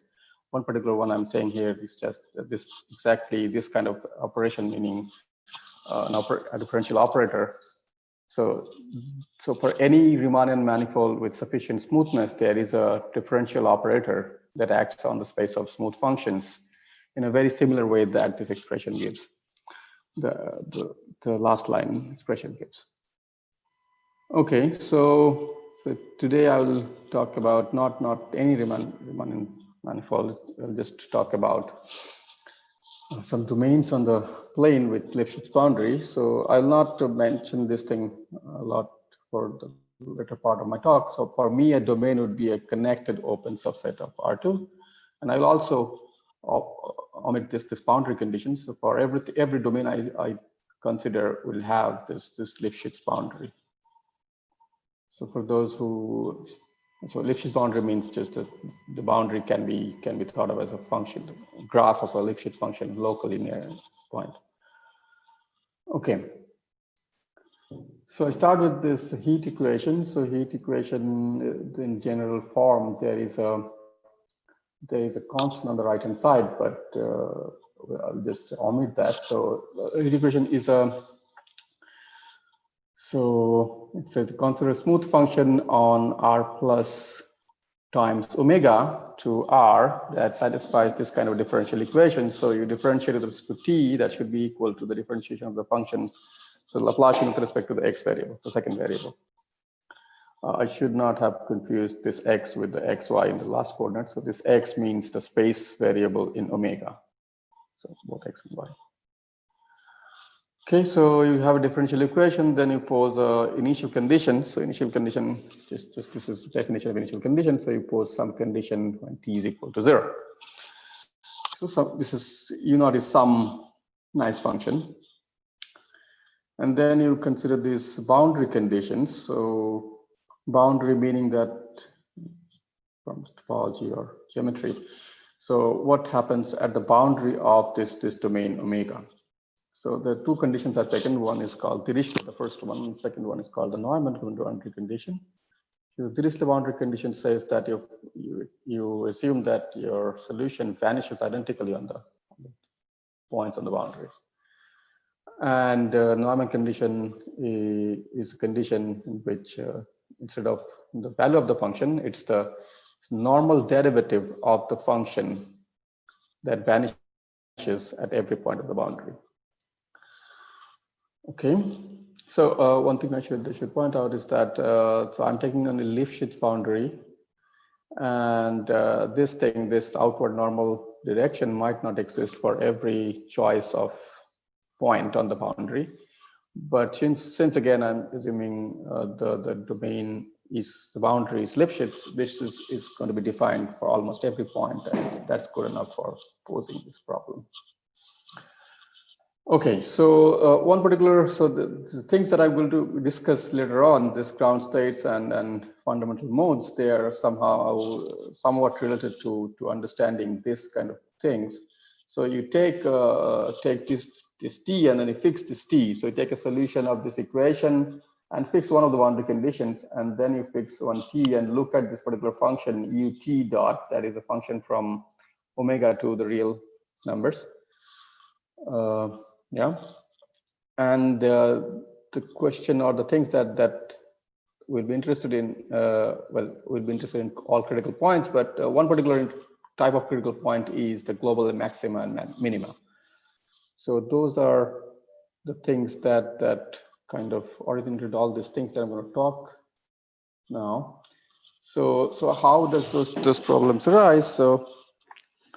So before going to the exact problem, so what I'm going to do is that I'm going to motivate that particular thing. So I'm going to understand this particular, so want to discuss this kind of question. So what this global maxima and global maxima or minima of this function ut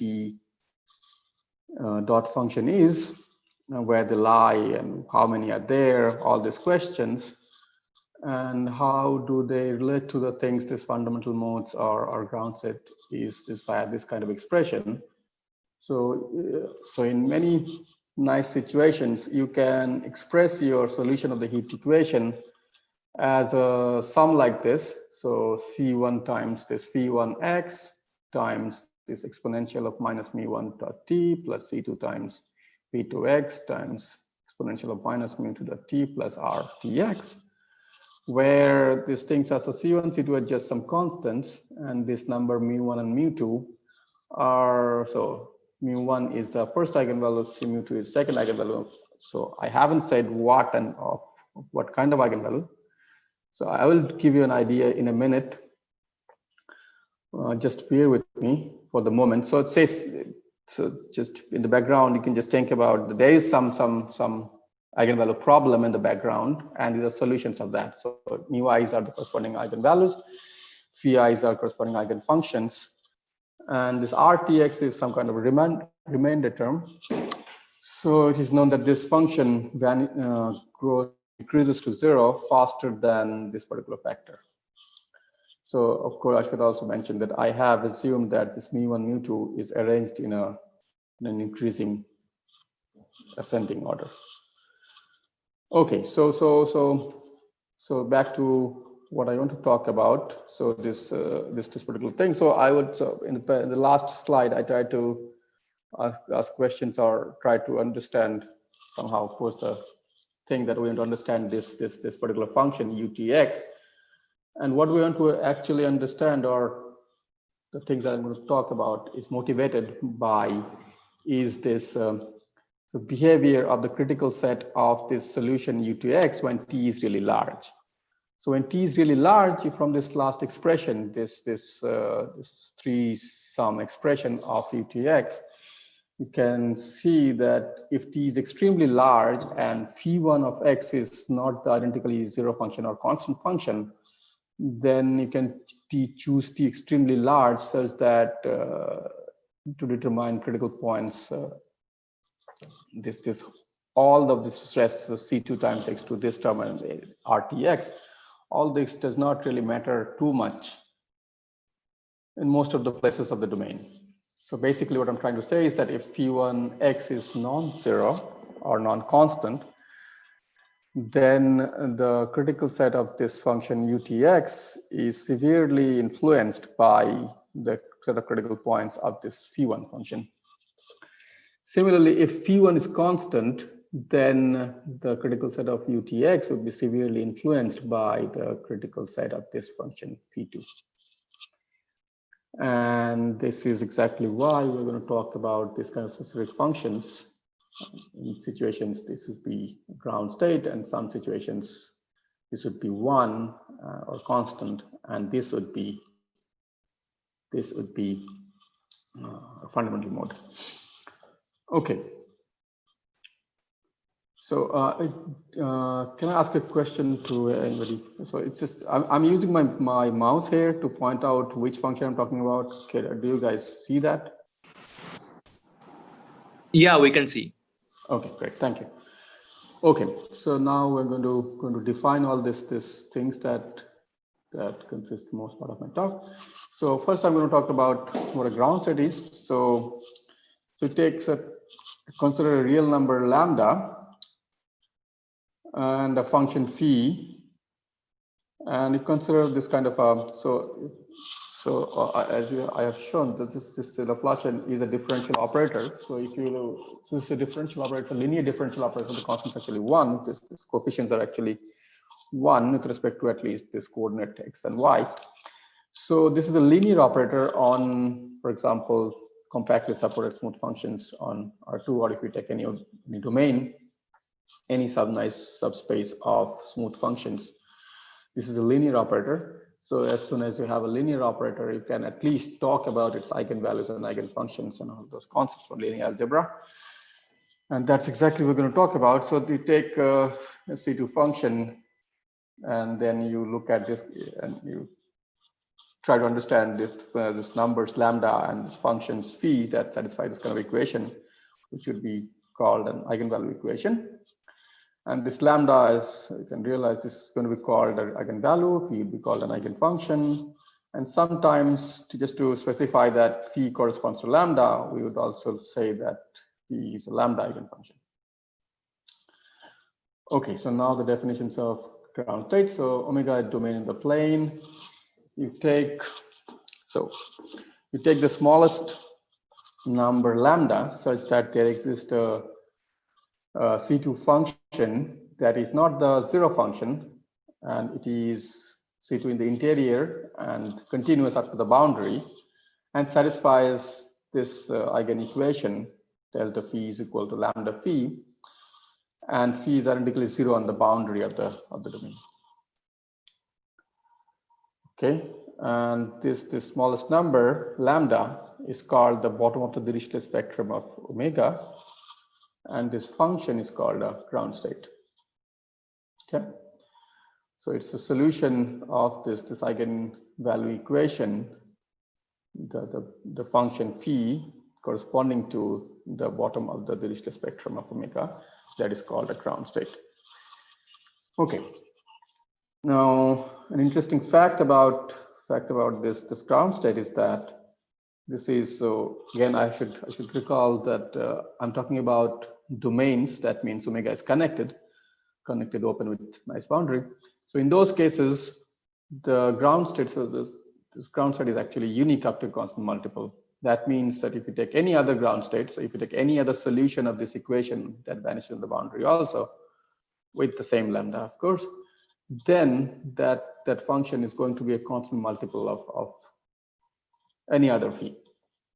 So in other words, if you think about the vector space generated by all the solutions of this eigenequation that vanishes on the boundary and corresponding to this eigenvalue lambda, then that vector space is one-dimensional. Okay, so that's the definition of ground sets. Now let's move on to fundamental mode. Again, I'm talking about a domain, and then similarly you consider a function. So you consider the smallest positive number now, positive meaning not greater than equal to 0. I'm talking about strictly greater than 0. And you consider a function u that is not identically 0 function, C2 in the interior and continues up to the boundary. and that satisfies this eigenequation with mu, and it satisfies the Neumann boundary condition. So I did give these boundary conditions before when I was discussing heat equation.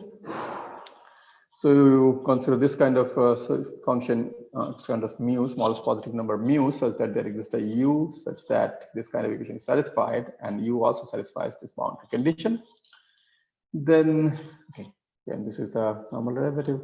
And then in that case, this mu is called the fundamental tone of this domain, and u itself is called the fundamental mode of omega.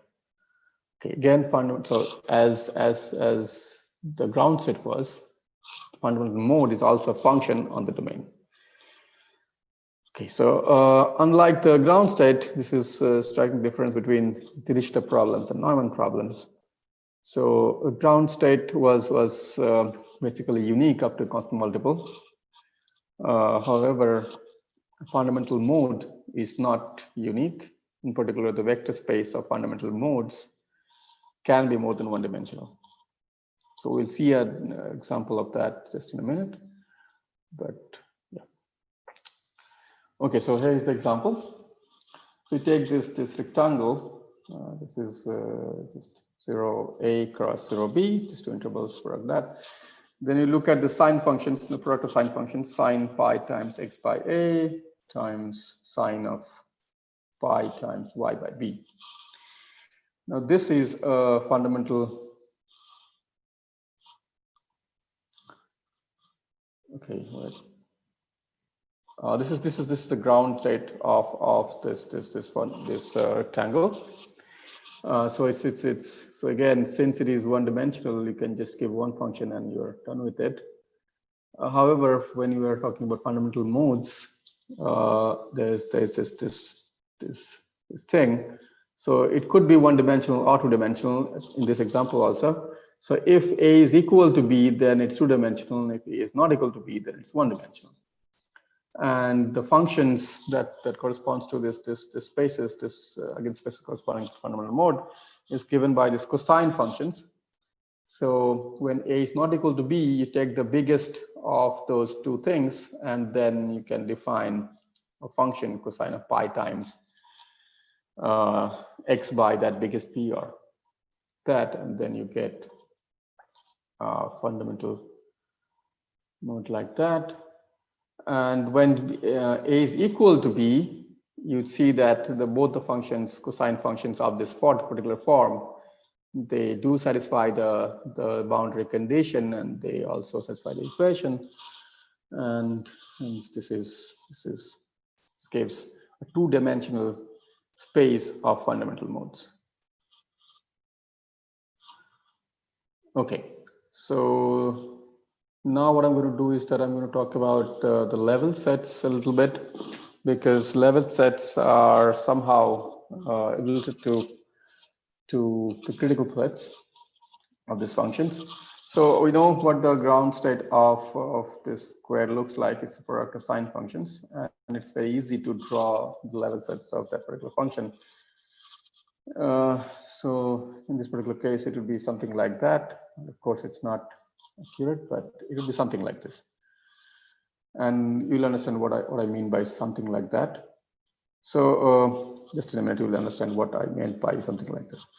Okay, so looking at fundamental modes, so this is a cosine function. So at least when you just take one cosine function, this is just a cosine function in a rectangle. So you just have this when this is just going with some lines. So fix a t, and then the t level set is going to be a set of all x, y such that cosine pi times x by a is equal to t. So these are going to be some lines, and these lines are determined by this one variable. Okay, so this takes care of the situation when a is not equal to b. But if you were, even in the case when a is equal to b, so any fundamental mode would look like a linear combination of these two, and then if you can just play with a trigonometric trick to express this sum like that as a cosine, and then you can just use the fact this is a one-dimensional thing, and actually it's very easy to see that what kind of level sets this function also going to have. So in this particular example of a rectangle, the level sets are pretty easy to understand. Okay, so far then questions, should I stop or should I continue? Please continue. We will have question answer at the end. Okay. Okay. So the next slide. Now some questions and some conjectures. Okay, so I'll start with again with the ground state. So a famous result of Braskamp and Leib from 1967 says the following. So if you take a convex domain on the plane, then call that to understand the critical point. So you look at the critical sets of critical set of this fundamental. No, it's called the ground state. So you take a convex domain and then you look at a ground state and look at the critical set of critical points of the ground state. And so what the result of Braskamp and Leib says that if omega is convex, then it has exactly one critical point in the interior of omega, and the critical point is non-degenerate global extremum. Okay, so that's pretty satisfying because that's the simplest structure that you can think in terms of at least the level sets. Now the question that is not studied as much is what happens when the domain is not convex. So I'll just repeat myself. I will not give a lot of results on this particular problem. I will I'll give more results on this fundamental modes. So I'd just like to state that this result is extremely cited, and this result of Braskamp and Leib has been extended in many directions. For example, in terms of varying the Laplacian itself. So it's a linear operator, differential operator. So there are various results when in some way the operator has been perturbed or some other operators are considered. And the same question was posed. So what happens to the level sets or the critical set of this ground set with respect to the different operator? So this result is highly cited, and these questions, where some of the questions are answered. So in particular, it's what happens when the domain is not convex. This question has also been answered in some situations, but I'll not mention those results because I'm not an expert on that. I have not actually thought about this problem much. I'll continue with this. So the one thing that one can say, though, is not very difficult, is that the number of critical points of a domain need not be one always. So let me give you a quick idea how to say this.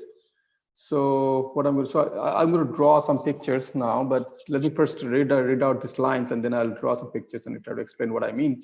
So first take union of two identical disks that are disjoint and they're just touching at one point. So they're just the union is a connected set, but it's not actually a domain because there is this touching point doesn't really have a interior. It's somehow not fit in the definition of domain. Now what you do is that, so it's just one particular bad point in some sense of this in the definition in terms of the domain definition of the domain. So what you can do is I can just thicken at that particular touching point a little bit and make a domain out of it. And then what I'm trying to say is that, so thicken the domain near that particular point where the 2 points are touching. And then what you can do is that, so you can apply a limiting kind of argument to say that when the thickening of this thing goes to 0, then we get this union of disjoint disks. This is fairly easy to see. But the more important thing that I want to say is this following. So when you have this thickening very, very small using that limiting argument, you can actually say that the ground state corresponds to that particular, I'm saying the ground state because this is one dimensional again. So the ground state has at least two critical points. And yeah, so at least when this thing is pretty small. So let me just draw something. Draw what I just tried to explain right now. So what you do is that you try to take two. This is my drawing is not going to be perfect, of course, but let me try to at least draw something. say these things are more or less identical. And then what I'm trying to say is that you just thicken this thing just a little bit, this particular part. So you're just considering all this. So this is the connected domain now, and this has ground state is one dimensional. Then you can talk about the ground state of this thing. And then what I'm trying to say is that then what you can do is that you can just decrease this thickening. So this is a thickening.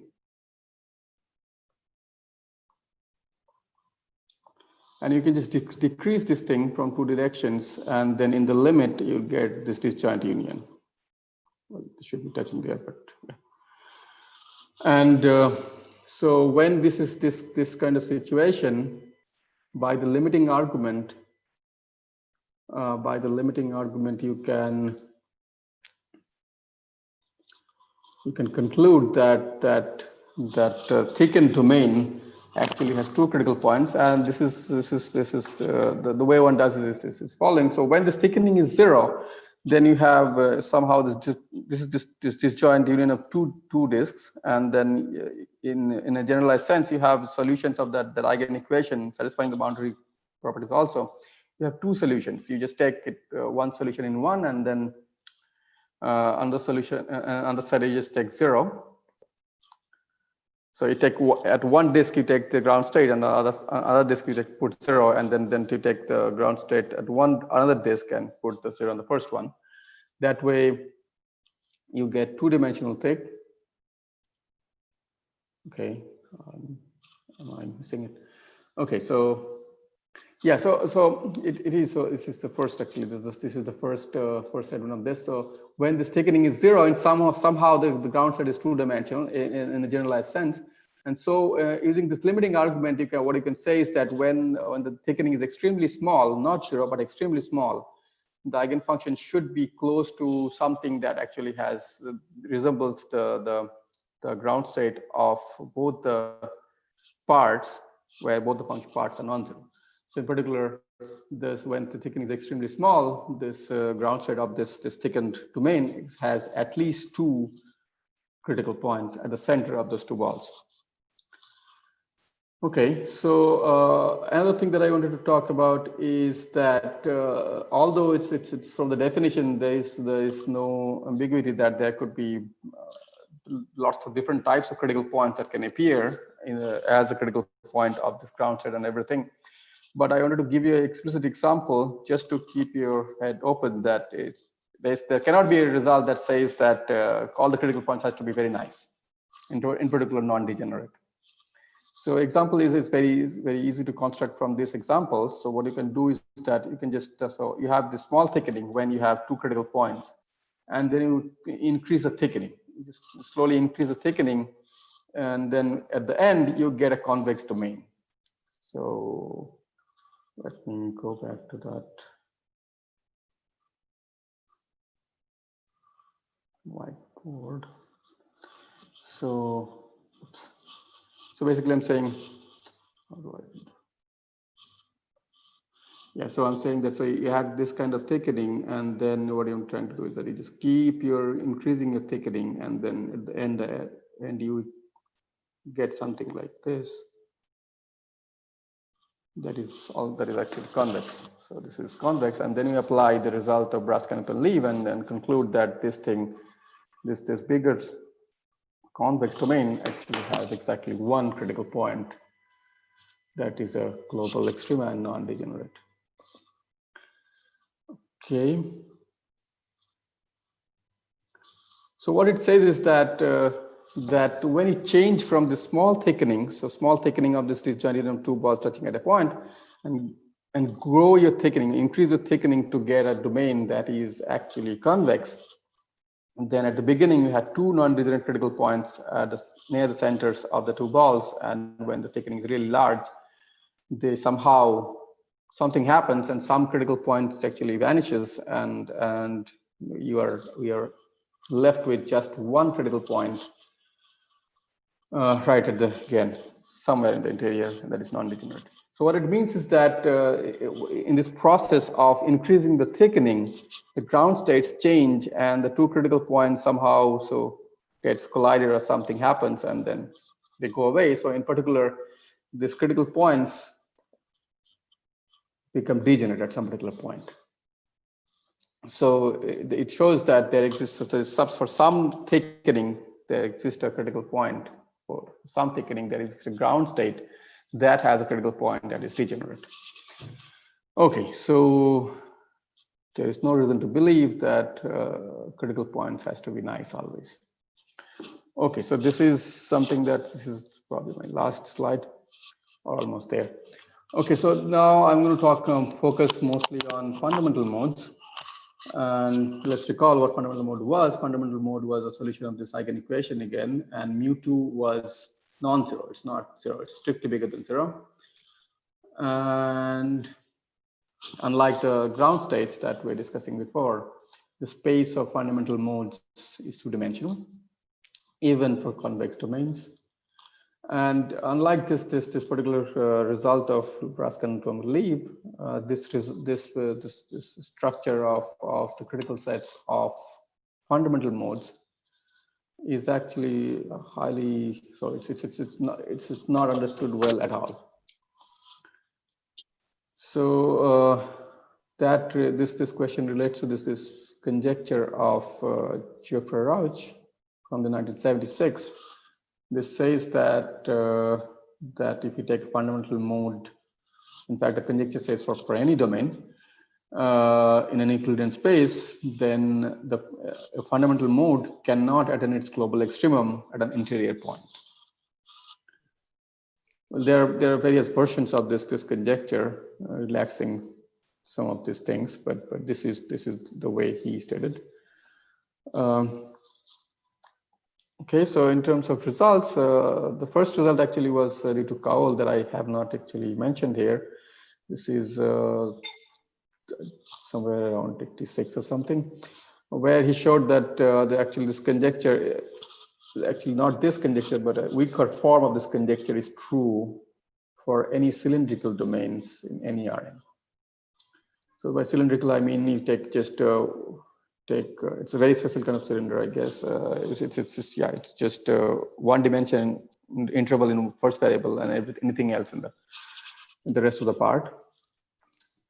Okay, so in terms of negative results, so this is Birdsey and Werner in 1999 showed that this conjecture actually fails to be true for non-simply connected domains on the plane. Okay, so that's a negative result. Now, if you recall the example that we had about rectangles, so there's the Euclid space, the space of fundamental modes was spanned by cosine functions, and they had some explicit expression of that thing also. And from that expression for explicit description of the level sets, it can be seen that the conjecture is true for any rectangle. Now I'm going to list the known results on this conjecture. The first result, positive result, also appeared on 1999, and it was partly a work of Birdsey, the same Birdsey that appeared in this counterexample. So the first positive result was that the conjecture actually is true in that strongest form for obtuse triangles, and any domain that is sufficiently flat. You can think about a flat domain to be very close to an obtuse triangle. I'm not going to discuss too much about that, but I hope you understand what this kind of things are. Now, the second result appeared 1 year later, and this was due to Jerison and Nadirashvili, who showed that if you have two axes of symmetry, then the conjecture is true for that domain. Second, then the next result appeared in 2004. This is also, so this is the same Birdsey, Arthur and Birdsey. They showed that if you take a domain, so this is actually somehow related to the sufficiently flat domains. So if you take it, so what they proved, this Arthur and Birdsey prove, is that if you take a domain whose boundaries are graphs of two functions with Lipschitz constant less than or equal to 1, those domains they call Lib domains, then the conjecture is true for those kind of domains. Next result is due to Miyamoto, where he proves this conjecture for right triangles and isosceles triangle. And in 2015, Sudeha proved that if you take an acute triangle that has at least one angle less than pi/3, then that triangle also satisfies the conjecture. Recently, which was published at the beginning of this year, we were able to prove this conjecture. So myself with Chris Judge were able to prove this this problem of this Hartford conjecture for any triangle. So yeah, that was that. Now let me just discuss a little bit about this is related to our approach of this in that solution. So Hartford's conjecture is widely believed to be true for convex domains of the plane. So here and also in this work of myself with Chris Judge, we asked a little bit, not exactly the Hartford question, but somewhat related to the thing. We asked the question about the set of critical points of a second Neumann eigenfunction. So it's not exactly, so if you recall, Hartford's conjecture is about a specific kind of critical points. It's the global maxima. And so it's particularly a critical point. So we asked this particular question. And yeah, Hartford's conjecture says that the global maxima cannot appear in the interior. So in particular, it doesn't say anything about how many critical points can there be. I mean, it can be so, even from the statement, if some result says that, so for example, all the results that I just listed above, they all prove that Hartford's conjecture is true in certain domains, but at least the statement doesn't say how many critical points are there in the interior. However, the proof does rule out that there is no critical point. So let me just give you a few lines about the approach in those results. So it's very natural. So the way one thinks about those problems is that they're actually proving that there is no critical point in the interior. So what they're doing is that you take a domain, and then if there is a critical point in the interior, then interior of the domain of a particular function, then you can apply a vector field. So the vector field most of those papers apply are this constant vector field. So you just take a line and then take a vector field that has integral curves parallel to that. And then this is a vector field. So if you have a vector field and you have a critical point of some function, then when you apply the vector field to this function, you get a new function, and the new function vanishes at that critical point. So all these papers, including ours, what one studies is that how does this set of zeros of this new function looks like? So all those papers, they prove that there is no zero set. So this function, so just take a vector field and apply this function on that, and then you get look at the zero set of this new function, and all these results prove is that this new function do not have any zero in the interior. Okay, so that's nice, but then what about the critical points on the boundary of the domain? So this is something that we, at least from the history that I know, we are the first ones to look at this kind of critical points. Birdsey worked a lot on this problem, but I have not been able to at least to cover any result from their results that say about critical points on the boundary. So this is something, this is the most important question that we asked in our work, and that led to that result. So what happens about the critical points on the boundary? So yeah, this is the question actually I'll end up with. So this is something interesting, and we are still trying to understand for domains other than triangles. We do have some results on domains that are actually Lib domains. So we do have a different proof of this result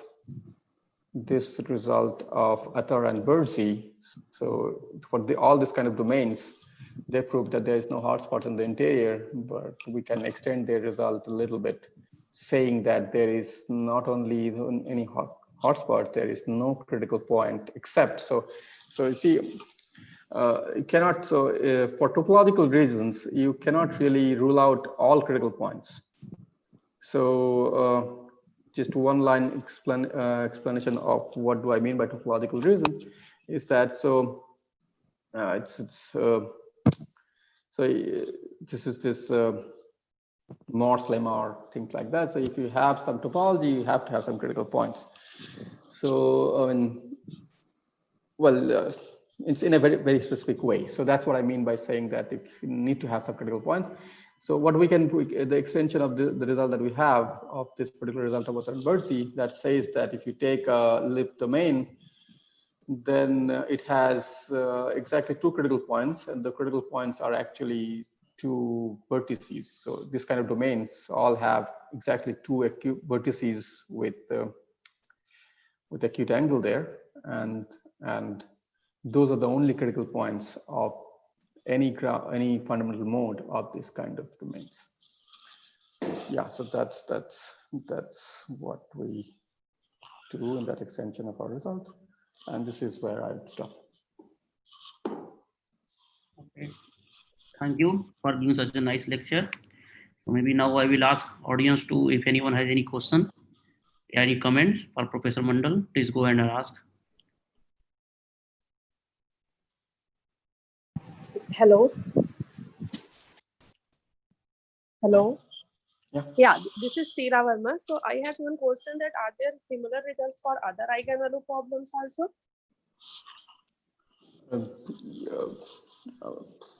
Similar meaning similar to which one? This one or the? I means like about the critical points of the eigenfunctions. I actually explained. So this part is about fundamental modes. This is the Neumann boundary condition kind of result. So it's like so they are like for so these fundamental tones, they are for Neumann eigenvalue problem actually. So if we take on the boundary, we'll take Neumann problem. And what you have discussed before for ground states, those were for the Dirichlet Dirichlet condition on the boundary, right? Yes. Yeah. So so there are some other eigenvalue problems like where they take mixed boundary condition. I mean, on some part of boundary they take Dirichlet condition, other part they take Neumann condition, and there are some more like so actually like Steklov eigenvalue problem. So are there any result for the critical points for their eigenfunctions also? This is what. Yeah, for mixed eigenvalue problems, there are a few at least I know about, but for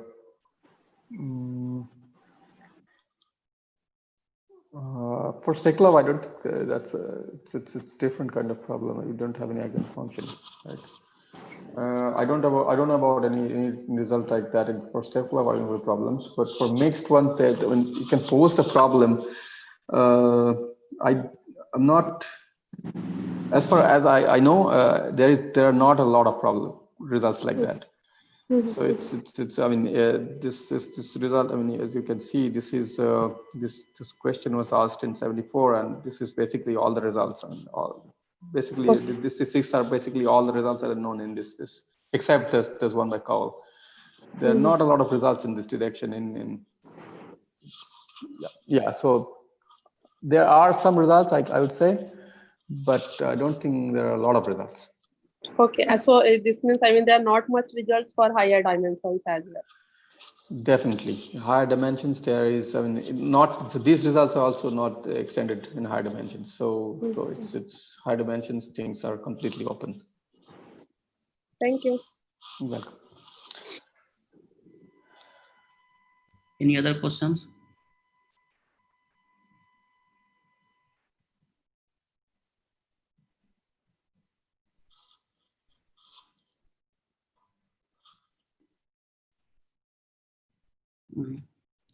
Okay. If there is no other question, let's thank the speaker.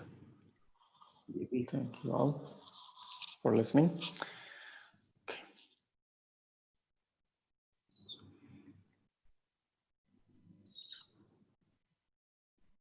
Okay, so I think next talk will start at 3 p.m. So maybe I will request Dr. Day to take over. Okay. Yeah, so the talk can start. The scheduled time is 3 p.m. So we can wait for some time. And oh, yeah.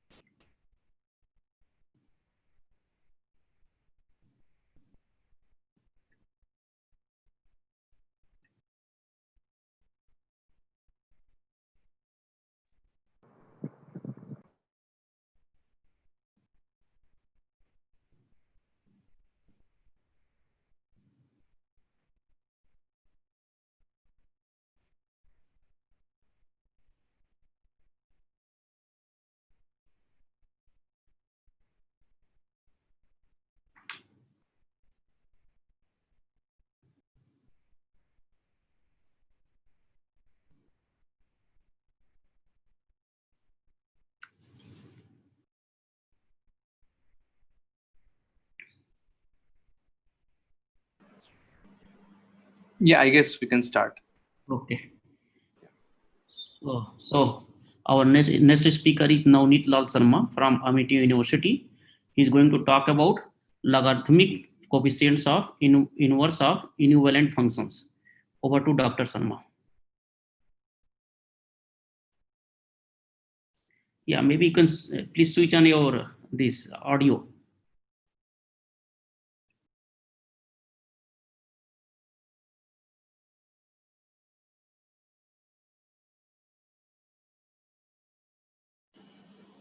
Dr. Navneet, are you here?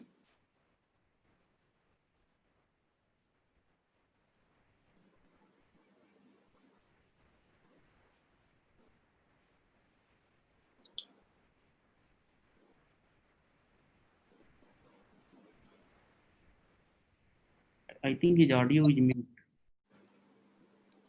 Yeah, he's here. Please unmute. We cannot hear you, Dr. Navneet.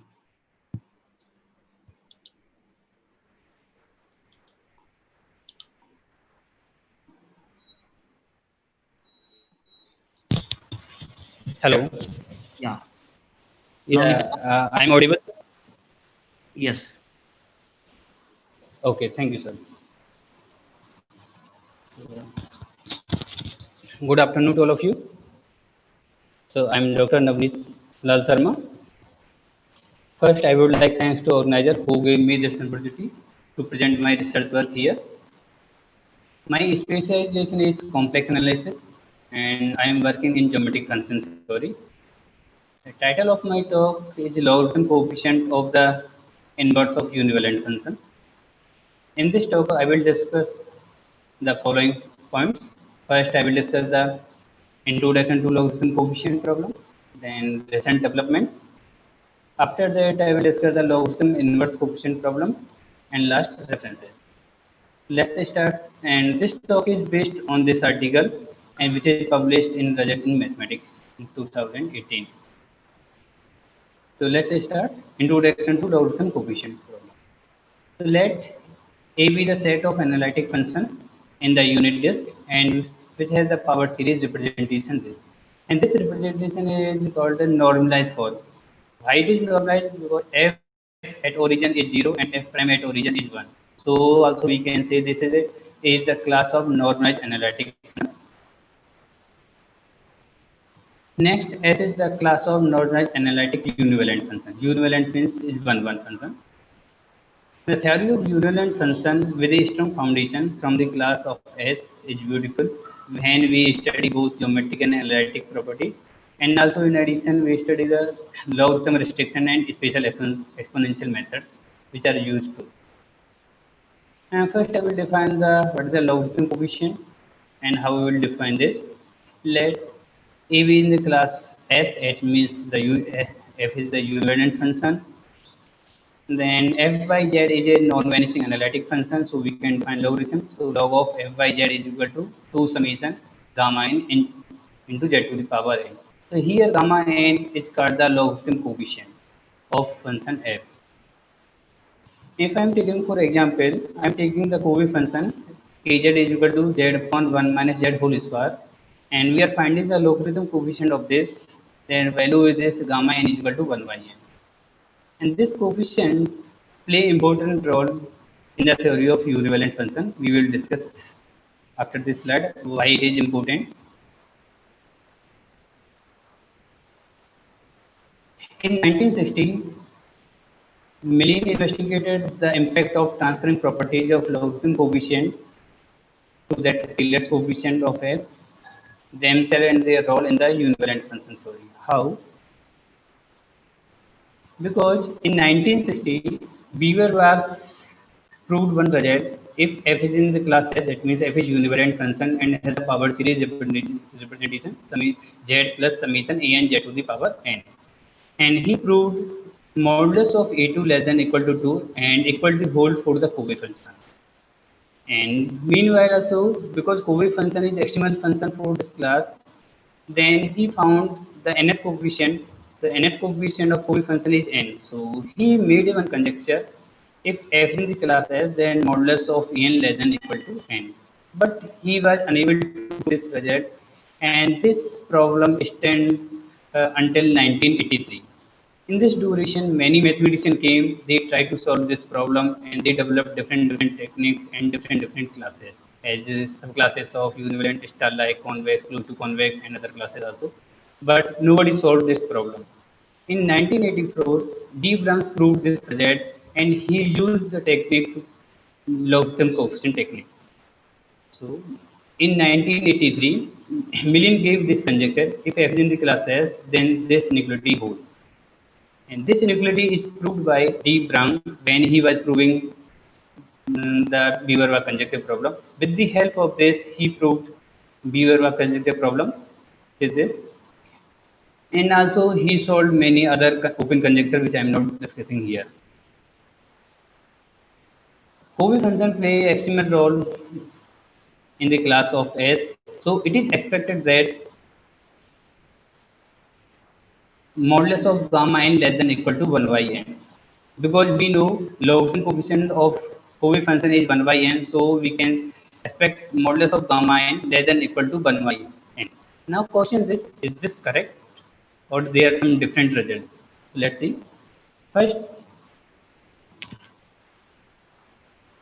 First we are comparing the formula from 1, log of f by z is equal to summation 2n into gamma n z to the power n. From there we are comparing the coefficient, and we found the gamma 1, gamma 2 and gamma 3. These are in terms of a1, a2, a3, which are the coefficient of f. By the Beaver-Wack theorem, we can say modulus of gamma 1 less than equal to 1, because modulus of e2 less than equal to 2, and modulus of gamma 2 less than equal to this, and we can solve this by the Faget-Szyszko problem for univalent function. But what is the bound for gamma 3? So till now this is an open problem to find the bound for gamma 3 when f is in the class S. Now there are some classes of univalent function as star-like, convex, and univalent convex and close to convex function, which are analytic representation are this. Now, if I am taking if f is in the class S star means star-like function, then logarithm coefficient modulus of gamma n less than equal to 1 by n. For convex function, modulus of gamma n less than equal to 1 by 2n. But if function is convex, then because for convex function, Fourier function is also extremal function. But can we say modulus of gamma n less than equal to 1 by n? No, it's failed when we are taking n is equal to 2. And this proved by Garilla in 2001.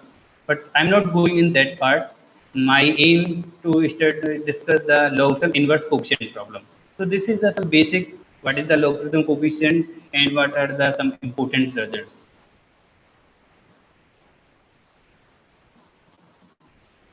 So let f be the inverse of f belongs to S and defined in neighborhood of the origin with the Taylor series expansion f of w capital F of w is equal to f inverse w, and has the series representation w plus summation capital En in w to the power n, which defined in the disk modulus of w less than 1 by 4. Because f has the series representation function, this is analytic and univalent function, so f of w means f divided by w is a non-vanishing analytic function, so we can take logarithm of that, and logarithm of this is defined by the 2 summation capital gamma n into w to the power n. So here capital gamma n is called the inverse coefficient of the function capital F, where f is the inverse of f.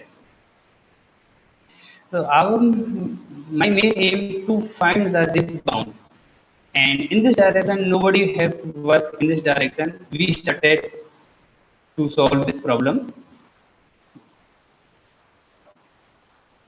So main question is this: if we are finding the bound of this, then how we will find what we need and how we will calculate this? And because to find the bound of this is not easy, so we have to look different techniques and how we can apply that technique. So here I will discuss 2 techniques to find the bound. First I am taking, let the function f in the class S, that means f is univalent function, and z by f to the power n is analytic function and has a power series representation this 1 plus summation bk into z to the power n. Now I am finding the relation between inverse logarithm coefficient gamma n and Vk. So W into f prime by f we can write by this formula, and this has this series representation. Here I am applying Cauchy integral formula and I am using this equation relation 5, and after that, after simplification, I got this 2n into gamma n is equal to Bn. So here we can find the value of inverse logarithm coefficient gamma n is equal to Bn divided by 2n. That means if we know the coefficient is, then we can find the value of inverse coefficient. For example, we can see Fourier function I am taking kz is equal to z by 1 minus z whole square, where z by k to whole power n as this series representation, and has the series representation, and I am taking the nth coefficient of this, and this is the value of this, and take the modulus value because z by f I am writing in terms of Bn. So modulus of Bnk is equal to 2n by n. That means 2ncn. I am using here this NCR. So from this formula, we can find the bound of inverse logarithm coefficient modulus of capital gamma n equal to 1 upon 2n into 2ncn. And this is one example for this. Now I want to solve this problem for general class, that is general class for star-like function. But before that, I want to discuss one thing. My main problem is if f is a univalent function or its subclass and capital F be the inverse of small f, then is it possible to determine the value modulus of gamma n for the class S and subclass? Answer is yes. If yes, then how we will calculate? So first is this, I am taking the important result. Let f is in the class S, that means f is univalent function or star-like function, and capital S be the inverse of f. Then the logarithm inverse coefficient gamma n satisfies this inequality. Modulus of gamma n less than equal to 1 upon 2n into 2n. And this very cool function, we already discussed how we calculated this inverse coefficient for coefficient. Here I am going for the proof of this theorem. Just I am explaining statement and which technique I am applying to solve this problem. Now I am going to discuss this problem for another class. Before that, I am defining that. Let f and g to analytic function. Say f is subordinate to g. Then there exists an analytic function which satisfies this relation such that f of z is equal to g of wz, and this subordination is denoted by f subordinate to g. For example, we can take 1 upon 1 plus z is subordinate to 1 plus z divided by 1 minus z. That means if you are taking the image of this under unit this, then the real part of this quantity is greater than 1. Real part of 1 plus z by 1 minus z is greater than 0. And the image of this function under unit disk is real part of this quantity greater than half. And at origin, both have same value.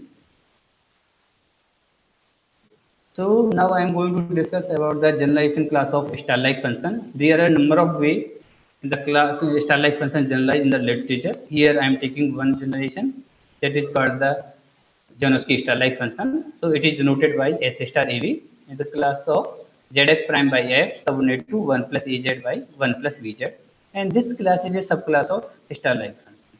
In particular, if I am taking the value of a equal to 1 and b equal to minus 1, then we will get the class star-like. That means ZF prime by F subordinate to 1 plus Z by 1 minus Z.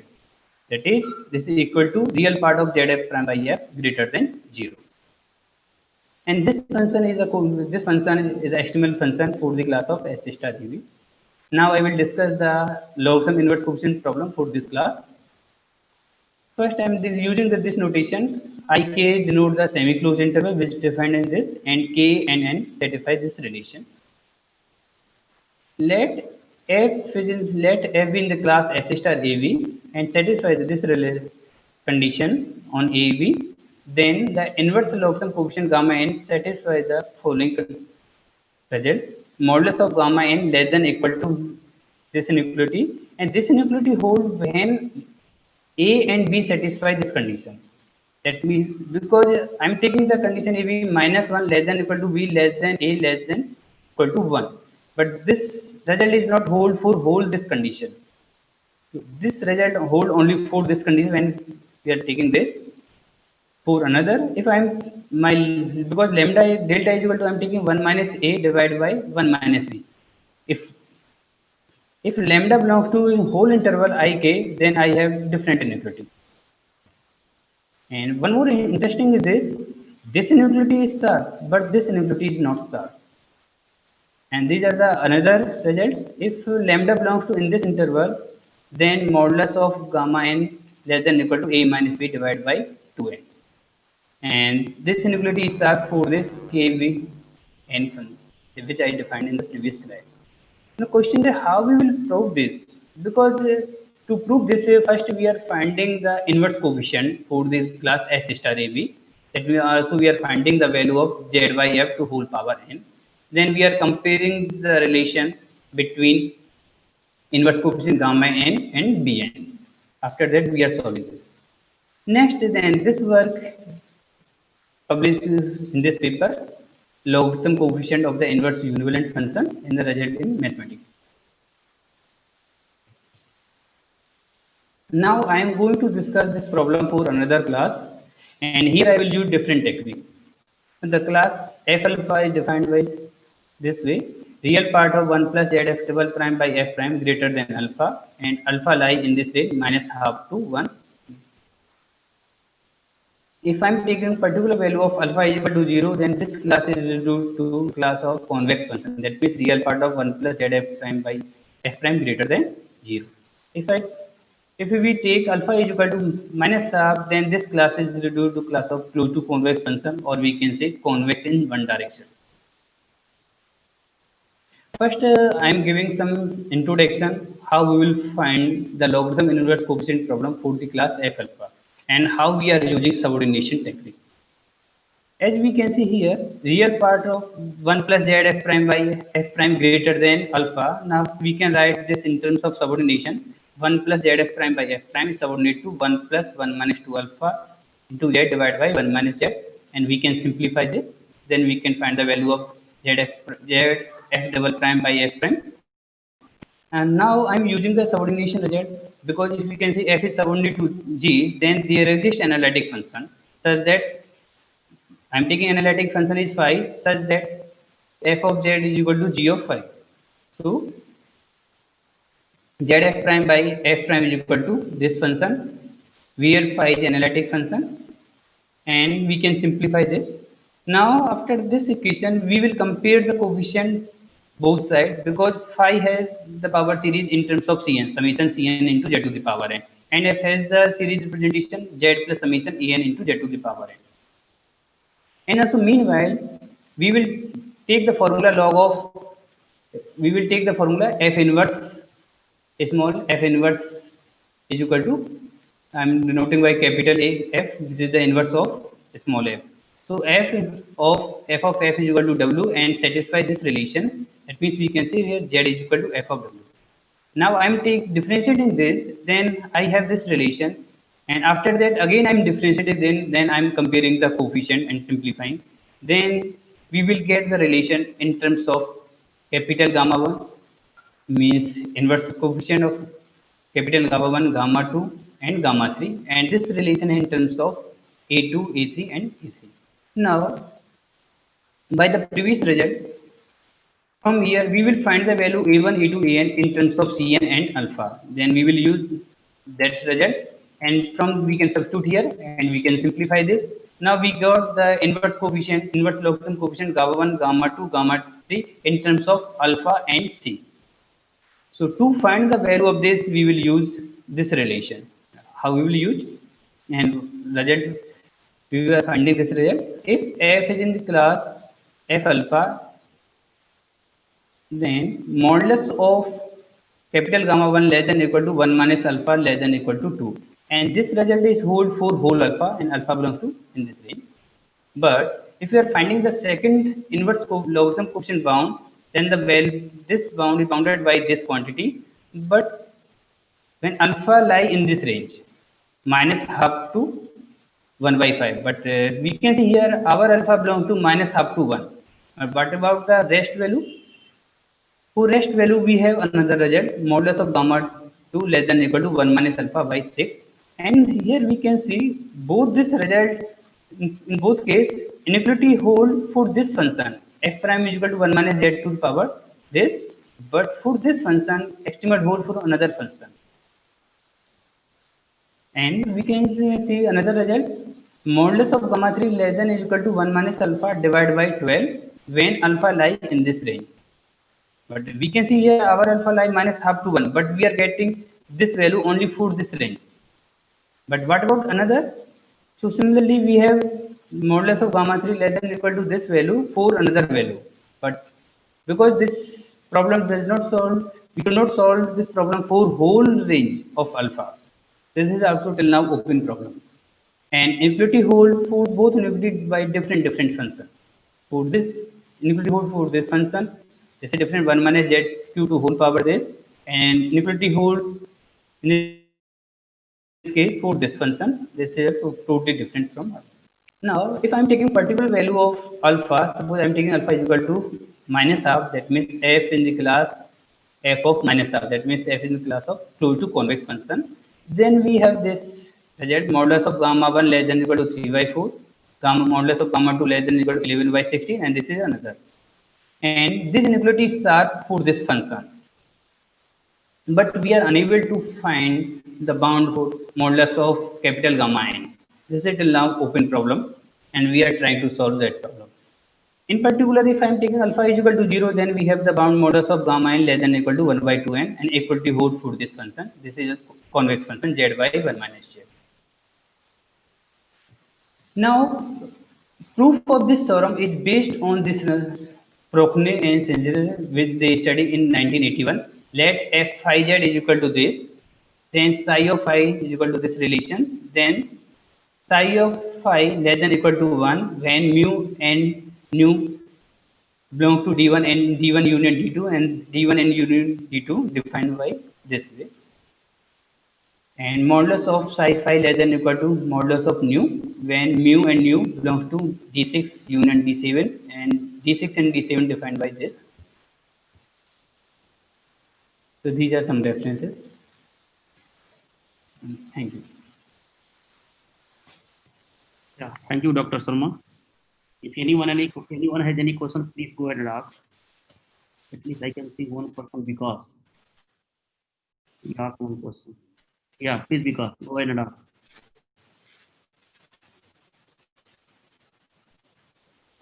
Yes, sir.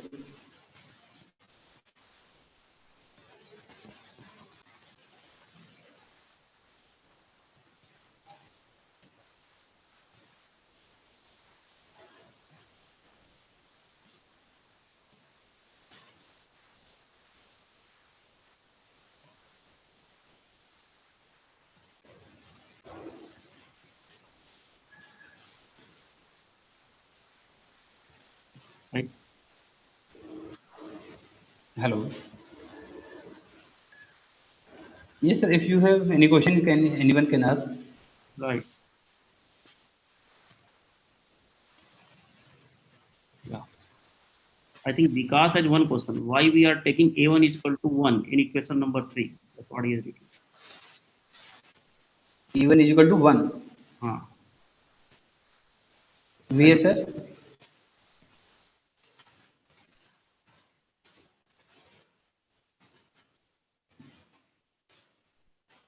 A1 is equal to 1, sir, where I am? Because if you are looking the normalized form, that I can explain. If you are seeing here this, why we are taking A1 is equal to 1? Because this is normalized form. Because if you are taking the series summation fz is equal to, suppose, E1z plus E2z square plus E3z cube, that means because this is an analytic function and univalent function, now we can normalize this. I can take this f of z is equal to minus A1z. And we can define this because this is a univalent function, and univalent function we know derivative is non-zero. Then we can divide by first coefficient. If we will divide by first coefficient, then we will get fz is equal to z plus a2 by a1 plus A3 by A2 into Z square and so on. Then we can give some another notation for A2 by A1, and that means AN by A1, we can give some another notation. As you can say, you can give B1, B2, B3. And this is a normalized, because we are normalizing this, then we are getting this condition. And also we can say this is a normalized analytic function which satisfies the condition f at origin is 0 and f prime at origin is 1. Here we are now taking general series extension.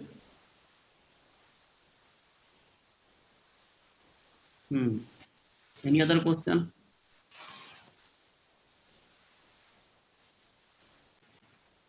Okay, if there is no other question, let's thanks the speaker. Thank you, sir. Now I request another speaker to share his screen.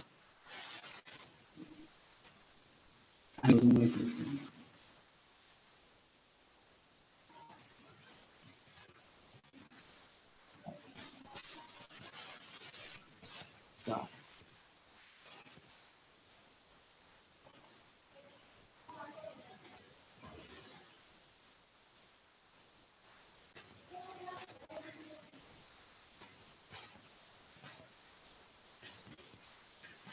So we will start at 3:30, right? Yes, yes.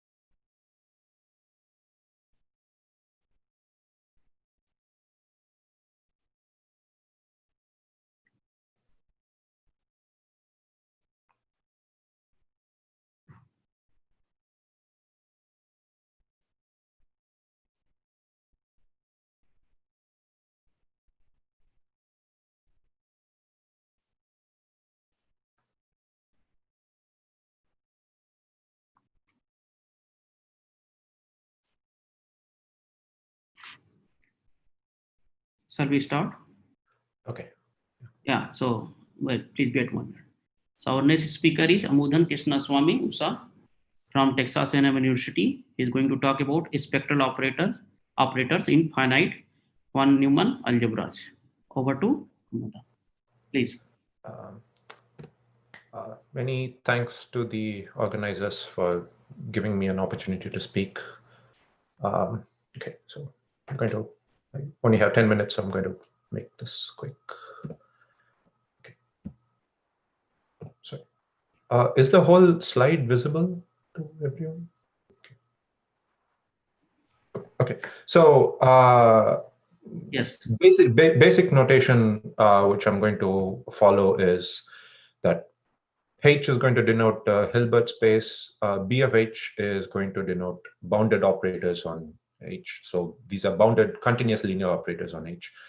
And by the spectrum, I mean the usual thing, which is that the set of scalars, so that lambda minus t is not invertible it doesn't have a bounded inverse, in other words. And for me, projection, by a projection, I mean self-adjoint bounded operator, which whose square is itself. So p square is equal to p. And an idempotent is just, without the self-adjoint condition, it's just going to be q square equal to q. So the difference is for projection, the range and the kernel are orthogonal to each other. This is not true for the not necessarily true for the idempotent. Okay, so start with something which is well known in functional analysis, which is the spectral theorem for normal operators. And one version, there are many versions. One version says that if an operator is normal, then there exists a projection valued spectral measure such that you can recover the operator by some sort of integral with respect to this projection valued measure. So what do I mean by a projection valued measure? So this is a map which sends a Borel set to a projection so that the whole space gets into one. So by one here, I mean the identity in my space. So in my space, so this is the identity operator, in other words, and the intersection is given by the product of these two things, these two projections. So in particular, these two projections commute with each other, and finally, for you have this countable additivity like you would have for a measure. So the projection corresponding to the union is given by the sum, and this sum converges in pointwise. So this is in the strong operator topology. Okay, we can weaken this a little bit and ask for an idempotent valued spectral measure. So instead of having these things be projections, you have them be idempotent. So you remove the self-adjoint condition, and everything else is the same. We do have to add one more condition, which is you want the supremum of these norms to be finite. And this is necessary because the norm of every projection is just going to be one, but this is not true for idempotence. So Dunford was back in the 1960s. He generalized this, and he said an operator is he called it a spectral operator if there exists an idempotent valued spectral measure, so that first off, EB T is T times EB. So in other words, these idempotents commute with the operator, which in particular implies that the range of these idempotents is an invariant subspace for T. And secondly, that it behaves well with respect to the spectrum. So if you restrict it, if you compute the spectrum when you restrict it to the range, that is contained inside B closure. So there's this nice, if it has these nice spectral properties, then such an operator is called a spectral operator. And it's called an operator of scalar type if all of this is holds, and you can, like in the case of a normal operator, you can recover it by this sort of integral. I'm not going to talk about what I mean by this integral, but this is very straightforward. You basically take, you ask for the convergence in the strong operator topology, and you do the sort of, say, Riemann sum, and that should work.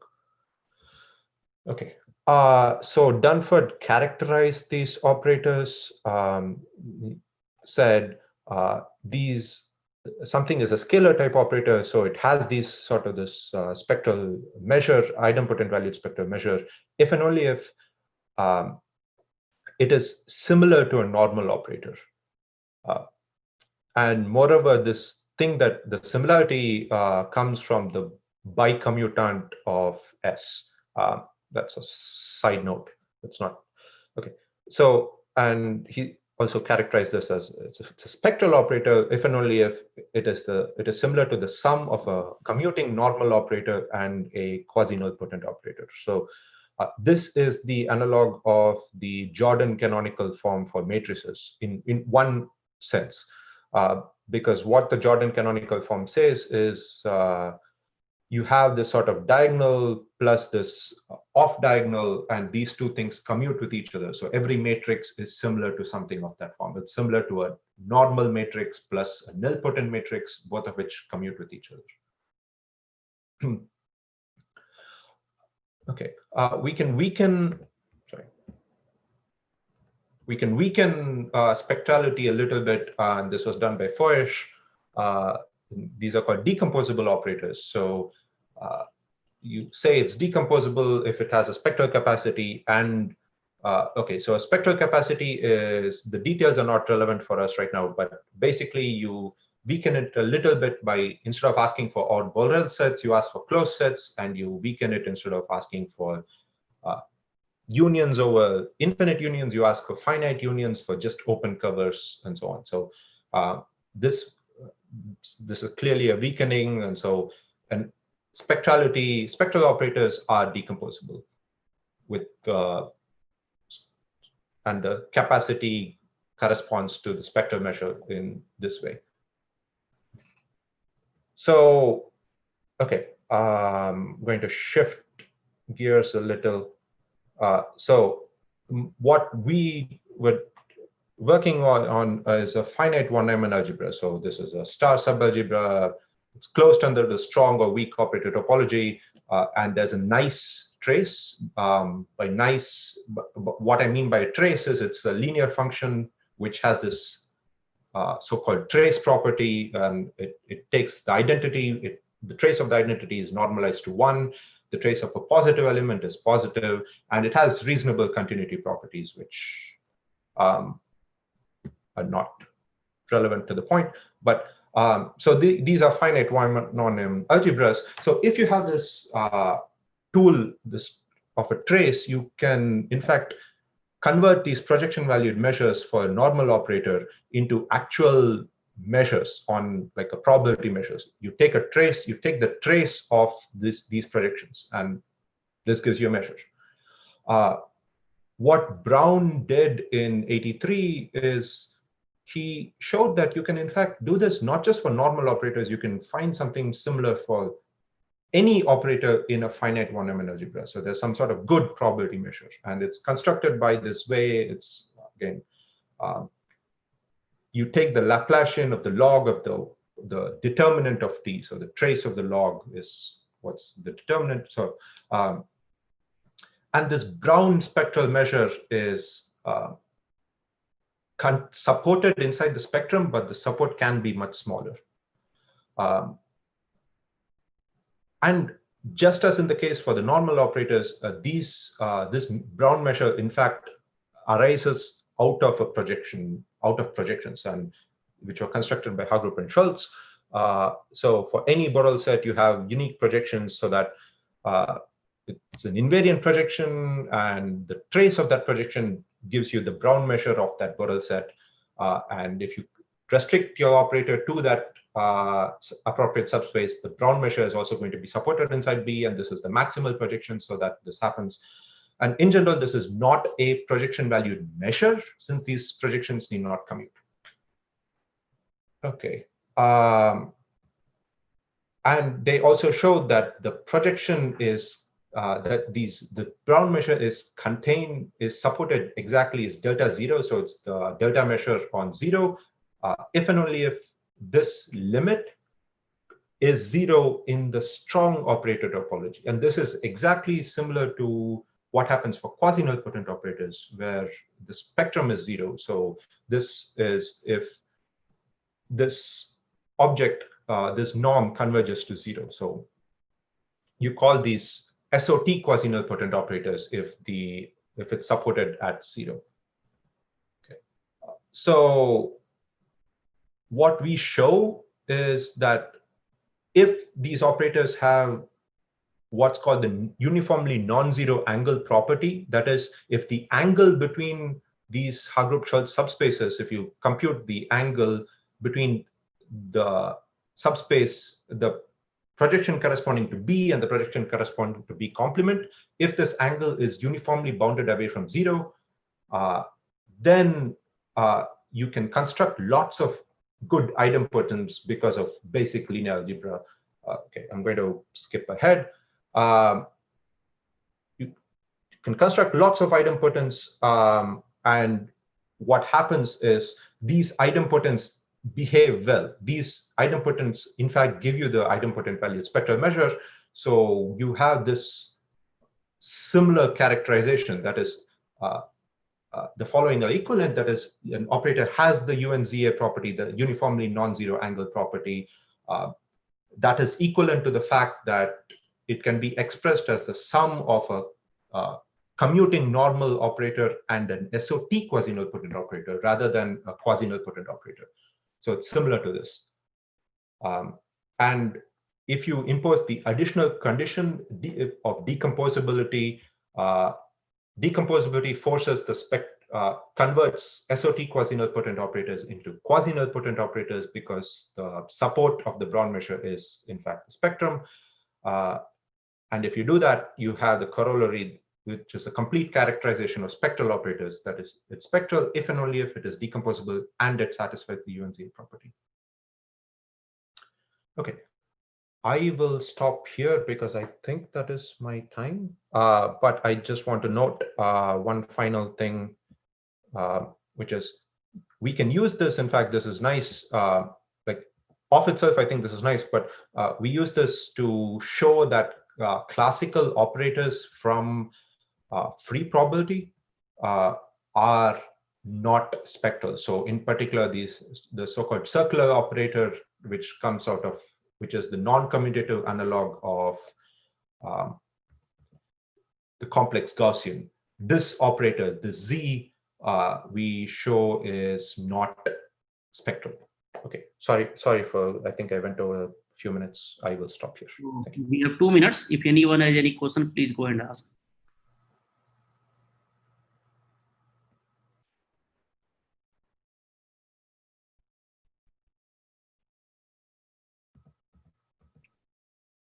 Okay, if there is no question, let's thank the speaker.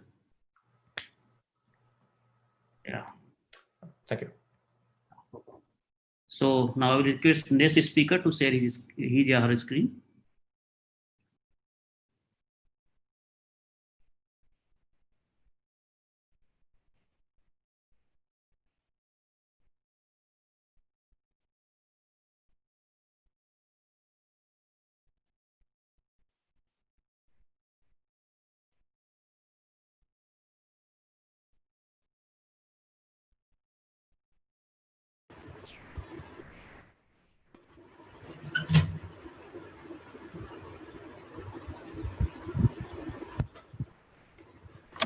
Hello.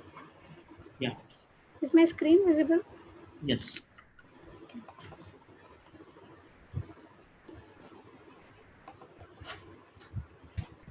So,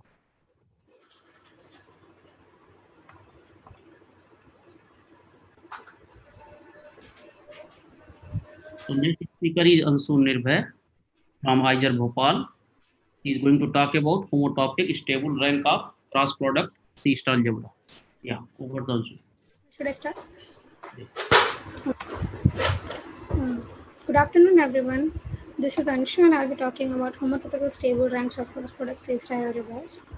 There are essentially two homotopical stable ranks for C star algebras, but I will be restricting myself towards only one stable rank, which is called general stable rank. But to define this rank, let me first recall what a C star algebra is. A C star algebra is a Banach algebra with a map star such that the following holds. That is, if you take the map star, this map star is an involution. That is, if you take any element A and you take star of A star, then you get the element back. Star is also antilinear. If you take any lambda in C and you take an element A and you take the star of lambda A, you get lambda bar A star, where this lambda bar is just the complex conjugate in the complex numbers. If you take any two elements A and B and you take AB star, we get B star A star.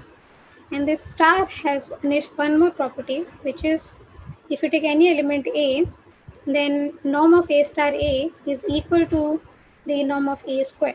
Now all of these should happen for all elements lambda in C and for all elements A and B in A. This last property is also known as C star identity. Now, if we consider the complex numbers with the usual addition, usual multiplication, usual complex conjugation, and the usual absolute value map, then C is a C star algebra. It's very easy to check. Anyone can do this. Now, if you take any Hilbert space H and you consider all the boundary linear operators on H with usual addition, multiplication, where this multiplication is just the composition map, and the adjoint operator, and if we take the operator norm, then BH becomes a C star algebra.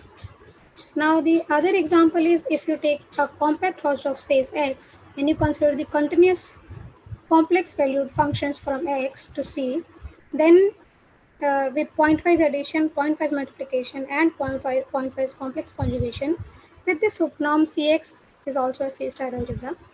In general, there are C star algebra which are non-unital also, but for my talk, I'll be talking about only unital C star algebras.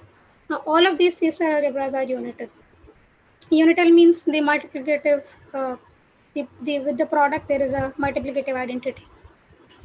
Now, to get to the definition of general stable rank, I need to see what is a projective module. A projective module is just a direct summand of this type. That is, if you take any finitely generated A module P, it is said to be projective if there is another A module Q, such that if you add P and Q, we get AN for some N. It's just a direct summand of a free module. Now we are interested in the following question. If we are given a C star algebra A, and if there is a projective module P given, such that P plus A is it's actually called stably free, which means if we add a copy of A, we get AN, then when can we conclude that P is also isomorphic to AN minus 1? This is not always true, but we want to see when does this happen. Now, let's come to the definition of general stable rank. This rank was defined by Refill in 1983, and this rank also satisfies a nice property, that is, if you take any two homotopically equivalent C star algebras, they have the same rank. Now, the general stable rank is defined as follows. Given a C star algebra A, this is the least natural number n, such that for any projective module P, if we consider the projective module P such that P plus A is AM for some M, and it implies that P is isomorphic to AM minus 1. So this should happen for all M which are bigger than this number n.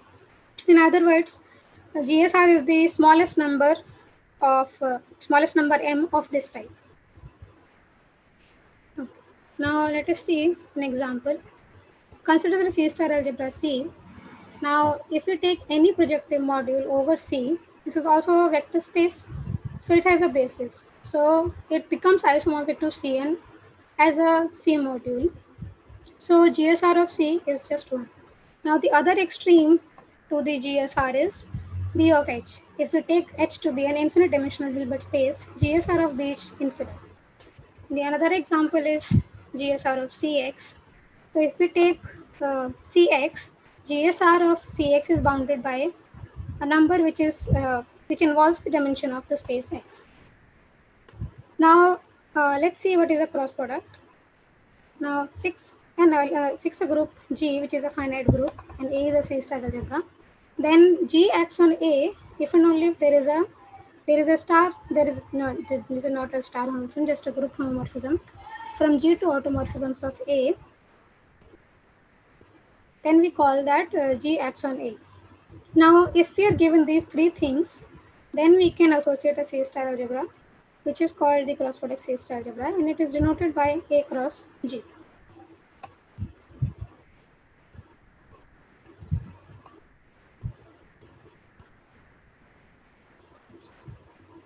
Okay.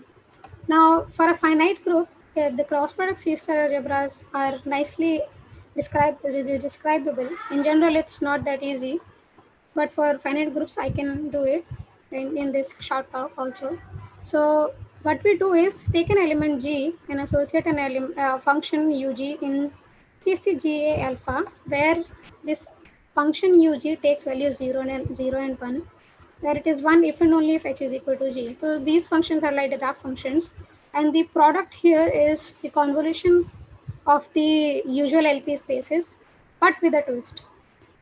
And the cross product C-star algebra is the universal C-star algebra generated by this C-star algebra A and these functions Uj, such that this relation should happen.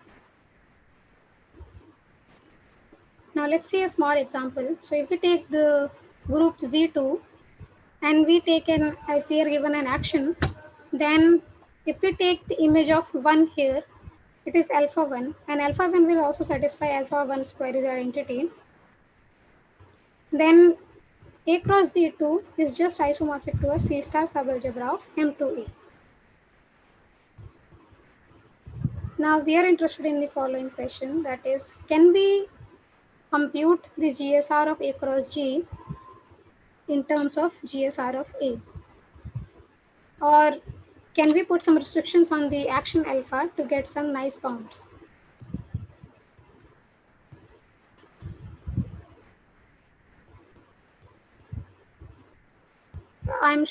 There's a message showing up here. Please move this window away from the shared application. Do I have to do something with this?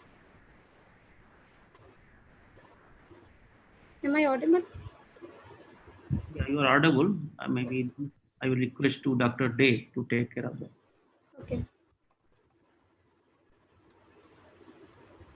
Is there something wrong with my side? Oh, I think it's just fine. It doesn't bother. I don't know how this is coming. Yeah, it happened with another speaker also, but I don't know. So I should just continue, okay? Yeah, okay. Maybe. So we put the following restriction on the action, which is called the Rocklin action. An action alpha is called a Rocklin action if it follows the following properties. My screen froze.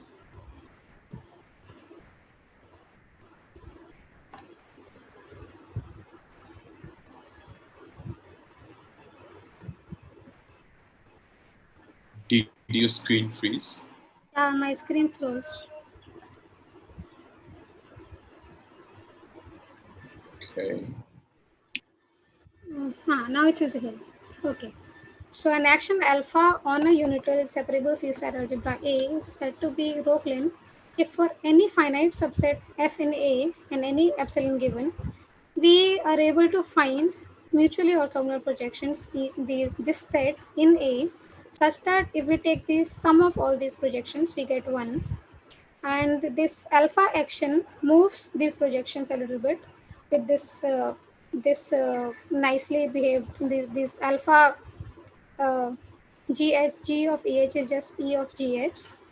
And if you take any element A from F, then it almost commutes with all these projections. Now, Rockline action, to define a Rockline action, the C-star algebra has to have a lot of projections. So we can't really talk about Rockline actions on projectionless C-star algebras.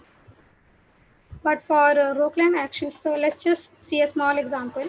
If we take a group G and we define an action of G on CG, which is defined as follows, where G takes alpha G and alpha G takes any function F2, it just takes the value f of G inverse X. This action is Rockline with the Dirac functions as projections. So we get the following result.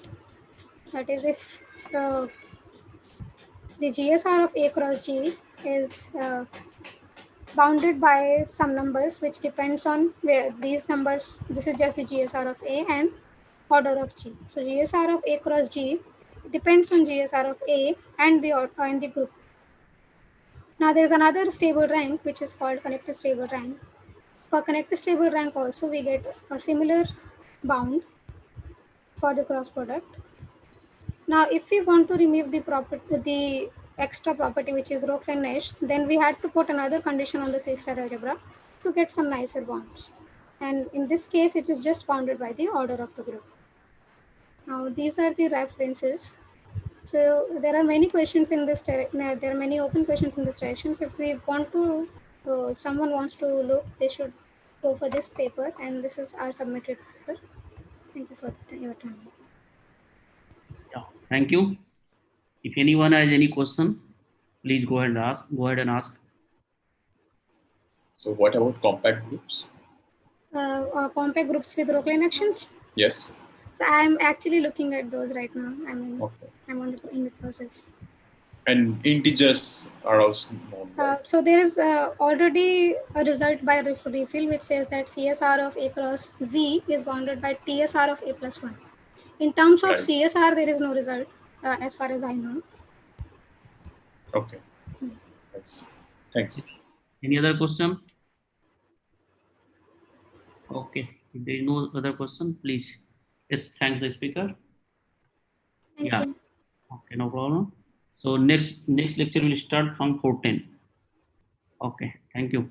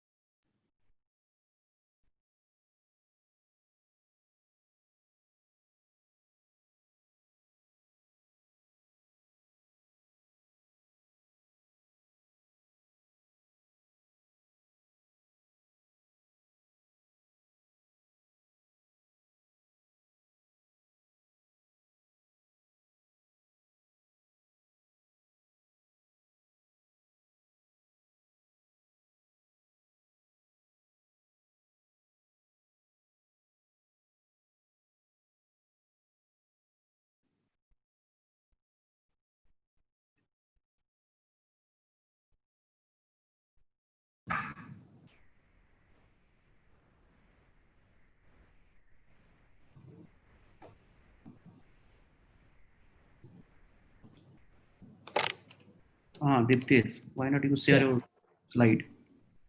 Oh, should I start? Okay. No. First you share your slide. Share my screen or? Oh, I see the screen. Huh? Yes, Share sir. my screen, right? Okay.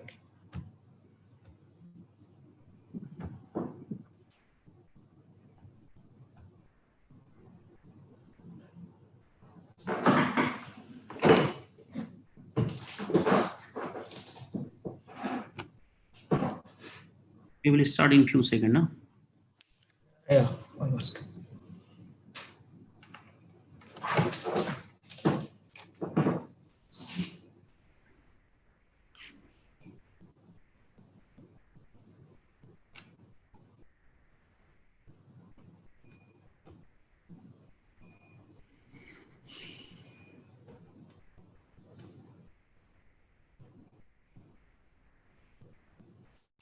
Now it's full screen? Yes, it's fine. No problem.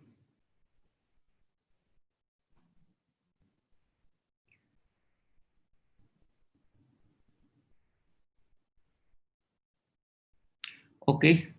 So our next speaker is Diptesh Kumar Shah from NISER Bhubaneswar. He is going to talk about von Neumann algebra associated to Young-Baxter operators. Yeah, over to Diptesh.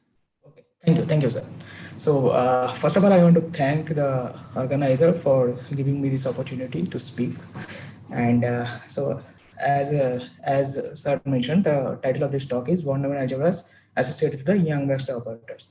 And this is a joint work with Panchu Gopal Bikram, Rahul Kumar, Rajiv Mohanta, and Kunal Mukherjee. Okay, let's get on to the talk. So the outline of my talk is like, so we are going to talk about a von Neumann algebra. So for that, first we need to define a Hilbert space on which the von Neumann algebra acts. And then we define the Young-Baxter von Neumann algebra, and we see some structural properties of some sub-algebras and the von Neumann algebra itself. So for example, we see that there are special sub-algebras which are singly generated and which are Massa, and Young-Baxter von Neumann algebra is in fact a factor with some more condition on that. So let us begin. So in this talk, the H is always a separable Hilbert space, and the inner products are always linear in the second variable. So von Neumann algebra is nothing but a unital star subalgebra, which is a subalgebra of V of H, which is SOT closed, and equivalently it is WOT closed. And by the famous bicommutant theorem, it is same as the double commutant of itself. And a von Neumann algebra is said to be a factor if its center is trivial. Okay, so now let us construct the Hilbert space on which the von Neumann algebra act. So we start with a real Hilbert space, which is denoted by HR, and we complexify it. And then we define so all these construction are due to Bojico and Spitzer in 1994. So they defined a self-adjoint strict contraction H tensor H, which satisfy a certain braid relation. So since you can see that T is a operator defined on H tensor H, so 1 tensor H and T tensor 1 are nothing but the amplification of the proper amplification on the space H tensor H. Such an operator is known as the Young-Baxter operator. Now, given a Young-Baxter operator, we are going to define an inner product on the full Fock space. So the next few slides are actually involve some technicalities. So let us skip those. So suppose now we have we all know there is a full Fock space. So full Fock space is nothing but a direct sum of Hilbert spaces, which are tensor products of a Hilbert space, and H naught is defined as a one-dimensional space, where omega is nothing but a fixed unit vector. So now we have a Fock space and a full Fock space, and we have a Young Baxter operator.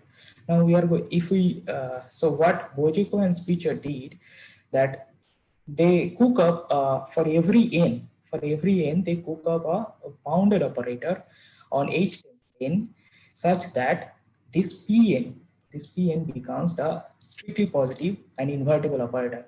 So since this operator is positive, then if one associate, because of this result, if one associate the inner products like that, so xi eta, if we define as, so when xi and eta are coming from the same particle space, then if we define the association like inner product of xi and Pn eta, then that defines a definite inner product on the inner tensor product. And as a result, they defined a inner product on the full Fock space. Now we take the completion of the full Fock space with respect to the norm generated from this inner product, and this twisted Fock space is this Fock space, this completion of this full Fock space is known as the T-deformed Fock space. So now let us go to the definition of the von Neumann algebra, or the Young-Webster von Neumann algebra. So it is it is generated by some self-adjoint operators. The full Fock space already have operators like creations and annihilations. The creation operator is defined on the full Fock space. It acts on the vacuum vector omega as L xi of omega is xi, and L xi on the simple tensor of n vectors. It just adds xi to the left. So this is the left creation, and this is the annihilation operator on the full Fock space. What does it do? It just annihilates the vacuum vector omega, and when it acts on the simple tensor psi on psi n, it just annihilates the first component of the simple tensor. Now these operators, this is creation on the full Fock space, and this is annihilation on the full Fock space. But these operators we are not going to work on. So we take the creation operator as it is on the full Fock space, which is defined on the FTH, but we twist the annihilation a bit. So this is we twist the these are called left creation and left annihilation operators. So this is, we just multiply the d star xi with the quantity. So what are TIs? TIs are the proper amplifications of T itself again. So this acts on H tensor n. So now we have a creation and annihilation operator on the T Fock space. Now what we are going to do, we are going to define. So now note that these operators are actually densely defined. So for defining the von Neumann algebra, we need bounded operators. So Bojeko and Speicher, thanks to Bojeko and Speicher in 1994, they actually proved that the creation and annihilation operators defined on the full Fock space are actually bounded, and they are adjoint to each other. So the bound is given by, for every xi, the bound is given by norm xi by root over of 1 minus lambda. The lambda is nothing but the norm of T. Now consider the self-adjoint operators S of xi, which are nothing but the sum of the creation and annihilations, and we generate the von Neumann algebra MT, and we vary the xi over the real Hilbert space. So, and this is actually the Young-Webster von Neumann algebra, and we define a state on this von Neumann algebra as omega, inner product of omega x omega. So it is clearly this is a state. If you put 1, this is nothing but the norm of omega, which is nothing but 1, which we already have assumed. So now the we have the von Neumann algebra in our hand. So and the state on it. So the one question was asked that whether this state is a trace or not. So what Bojeko and Speicher did, that the vacuum state, the defined above, is a trace if and only if it satisfies that the Young-Baxter operator T satisfies such a inner product condition. So this inner product condition looks like a bit weird, but what you can see that suppose these xi's are so if we fix a orthonormal basis of the real Hilbert space, so this condition is giving us so if I can show the next slide. suppose this is the orthonormal basis, then this Tijrs are nothing but the inner products defined in the previous slide. So what it says that the coefficient of the T satisfies a really nice condition. And what they showed that it is a trace if and only this condition is satisfied. And as a result, they showed that if this omega is a cyclic and separating vector on MT, and as a result that phi is a faithful. So what we get that the MT, FTH, and the omega is actually a GNS triple. And yeah, so GNS triple for the state phi. Okay.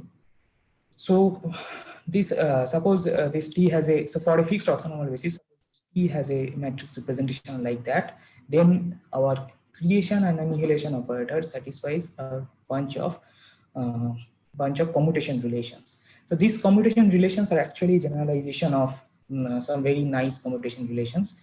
So one thing I want to mention in this slide is that in this slide also that T satisfies a weak product condition if actually, so this set is finite. This set is nothing but, so suppose for if you fix I and j, then if you see that this linear sum, this is infinite sum. So what it says that T satisfies a weak product condition when this linear sum becomes actually finite.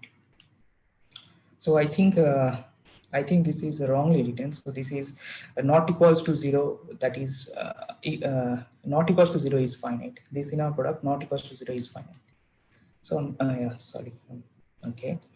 So why this Von-Neumann algebra is interesting? Actually, this T Yang-Baxter Von-Neumann algebra subsumed the cases for the free Gaussian functor due to Voiculescu, and also the Q Gaussian Von-Neumann algebras by Bojepo and Spicher. And these two Von-Neumann algebras are actually very well studied in the literature, and both of them are actually the factor when dimension of feature is actually greater than or equals to 2. Then suppose now we get some results. Suppose for a Xi nature, we define the singly. So what is a singly generated Von Neumann? It is a Von Neumann algebra generated by single element. The Sji is as defined before. Okay. So what we got that whenever this dimension of HR is finite, and if we impose the condition on this T, the special condition, if we find a vector, I mean find a eigenvector of this T of this special form corresponding to the eigenvalue Q for norm Q, mod Q is less than or equals to the norm of T, then we show that M Xi naught is actually a strongly mixing massa. As a result, it is a singular massa. So what does it mean by a massa? Massa is a maximal abelian self-adjoint subalgebra of T. That means you cannot find a proper subalgebra of MT which contains M Xi naught.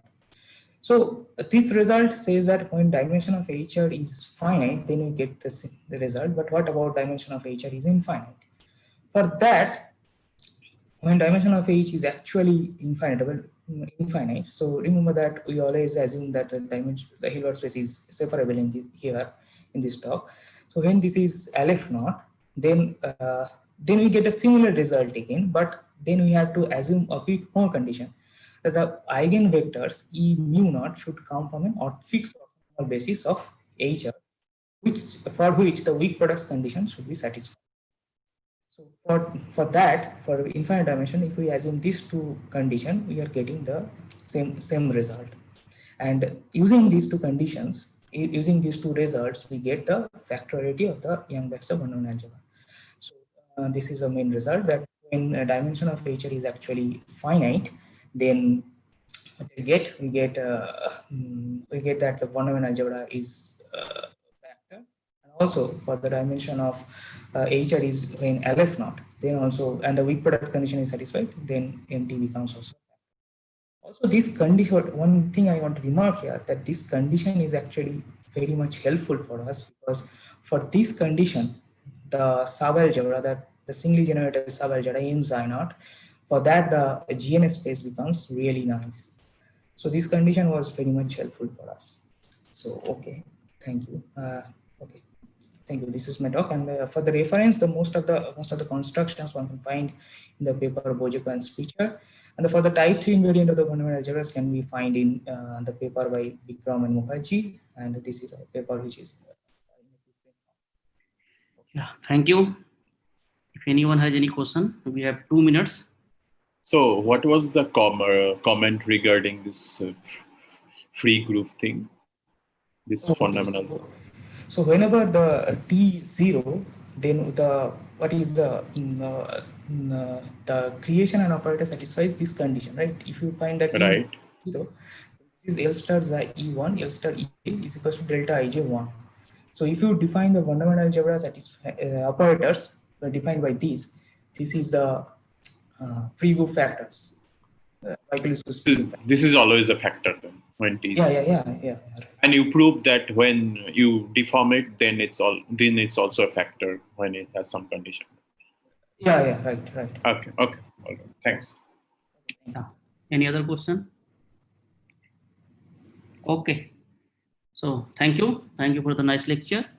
So now I will request another speaker to share her screen. Thank you, Deeptesh. Okay, thank you. So what should I do?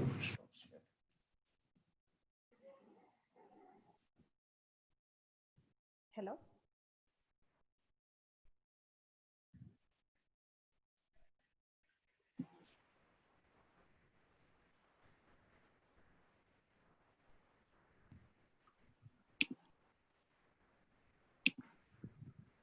Hello. Yes, we can hear you. Yeah. Can you hear me? Yes. Yeah. Okay.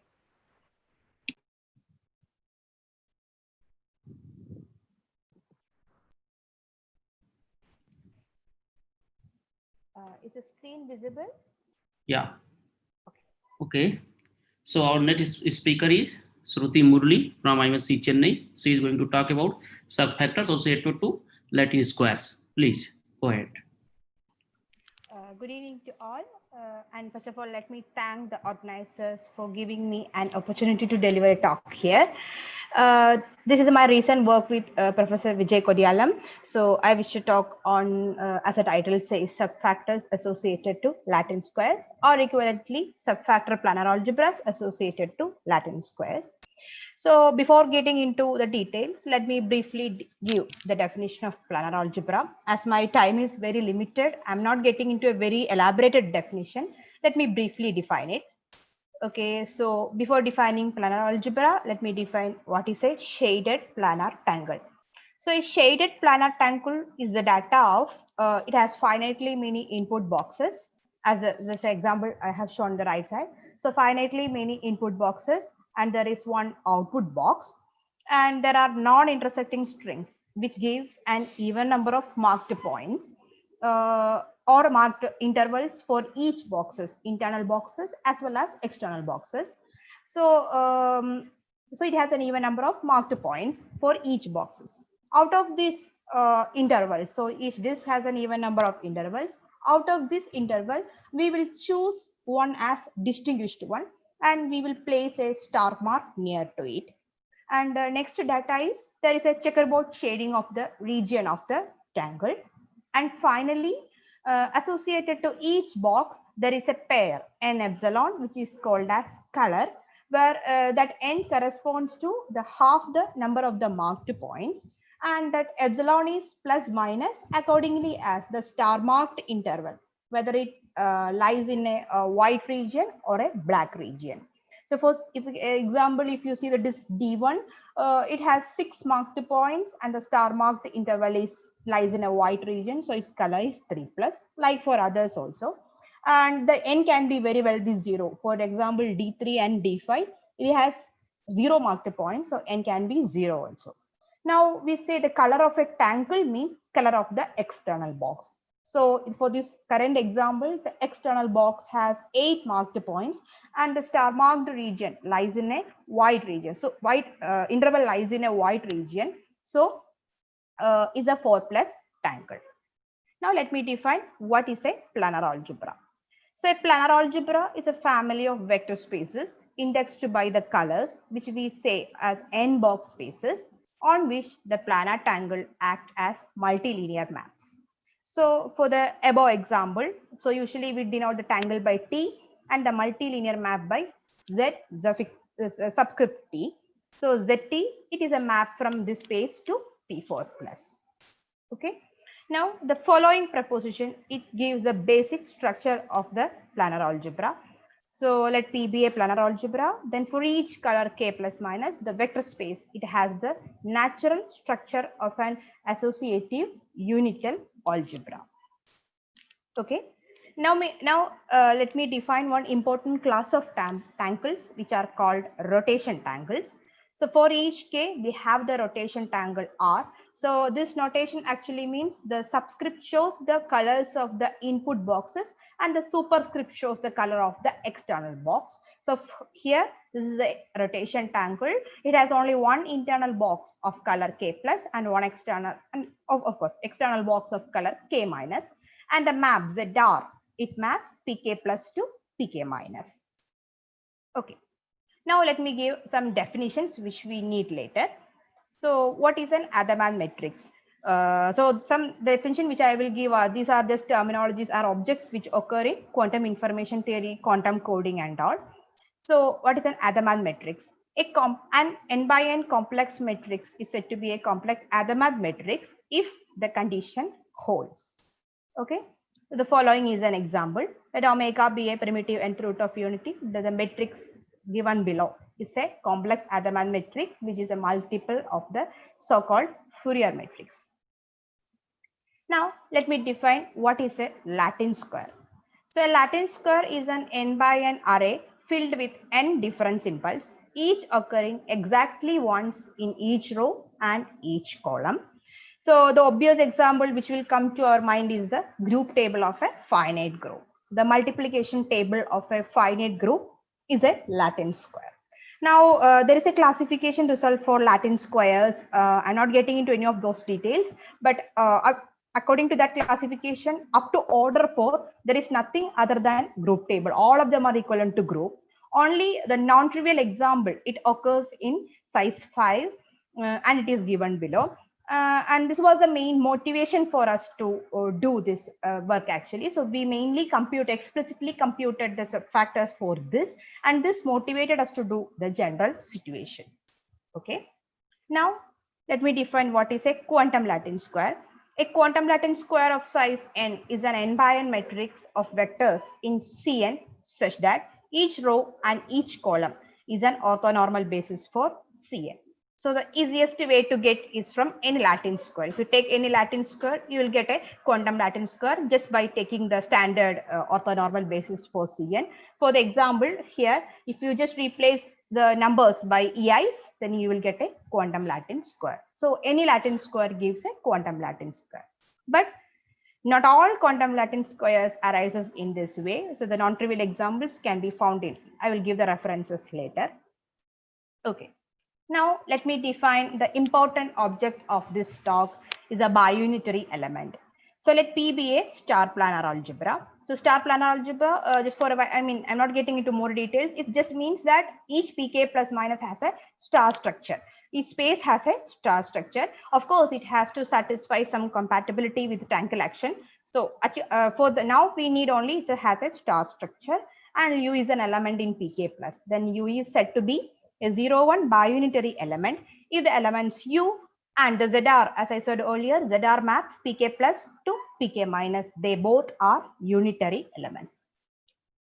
Now, let P be the well-known spin planar algebra, which is well-known from the John Pfundt's first paper on planar algebra itself, and he has shown that it's a it can be described as the planar algebra of the following bipartite graph. We don't need any of these details, so I'm not going to more details. So unless otherwise mentioned, P will always, throughout this talk, P will be spin planar algebra. Okay. So the main motivation for us to do this Latin square case was already, it was shown by Vaughan Jones in his fundamental paper on planar algebras that Adamant matrices, it corresponds to 0,1 biunitary elements in P2 plus, and there are subfactors associated to these biunitary elements, which motivated us to do the higher case too, the Latin square case. Okay, so let me have some notations. Let L be, throughout this talk, L be a Latin square, n by n Latin square. And we saw earlier that it gives a n by n quantum Latin square. So analogous to the above description, we have the correspondence for quantum Latin squares. So this is our previous work, myself, Vijay and Sundar, our previous work. And this is one among the main theorem in the paper. So this is an analogous correspondence for quantum Latin squares. There is a natural 1-1 correspondence between 0-1 binary elements in P3 plus and quantum Latin squares of size n by n. Okay. Now, so the same paper which I mentioned earlier, the main result is the construction of subfactors from biunitary elements by constructing appropriate subfactor planar algebras. Actually, in fact, we have done in a more general, not sticking to spin. It's a general setting we have done, but for our context, we need only spin case. So let P be the spin planar algebra and U belongs to Pk plus Ba01 biunitary element. Then corresponding to U, there is a subfactor planar algebra, subalgebra, Q of P. So we can construct, using this U, we can construct a planar subalgebra Q of P. So this construction, it surprisingly yields plenty of subfactor planar algebras from the spin, even though spin is not a subfactor planar algebra. Okay. So we are in the following situation. So we have given any Latin square, I mentioned earlier, we will get a quantum Latin square. Using a quantum Latin square, you will get a 0-1 biunitary element. And given a 0-1 biunitary element, you can construct a subfactor planar algebra, which is the sub of the spin planar algebra. This planar algebra, this planar algebra, we are trying to analyze. And our main result of this paper, it shows that the subfactor planar algebra associated to a Latin square. It is the subgroup group planar algebra. So this is from Wade's paper on subgroup group planar algebra associated to the subfactor Rg in Rh, where the main content is that this subgroup group pair H and G is calculated from the Latin square. Explicitly, you can calculate the pair H and G from the Latin square, and it is just an algebraic calculations. Okay. Let me state the theorem more precisely.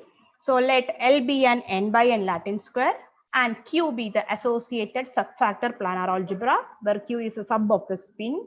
Then there is a subgroup group pair H and G of the symmetric group Sn, such that the index of H in G is n and Q is isomorphic. Not even isomorphic, it is in fact equal, because the Wade's paper on which I cited here, the main result of that paper is that the subgroup group planar algebra associated to this subfactor Rg in Rh, it is the invariant planar algebra for the action of G on the spin. So that also comes as a sub of the spin, and our construction of this Q, that is also a sub of the spin, and we have shown that they are in fact equal. Yeah, that's all. Thank you. Thank you for such a nice lecture. Yeah. If anyone has any question, please go ahead and ask. Is there references?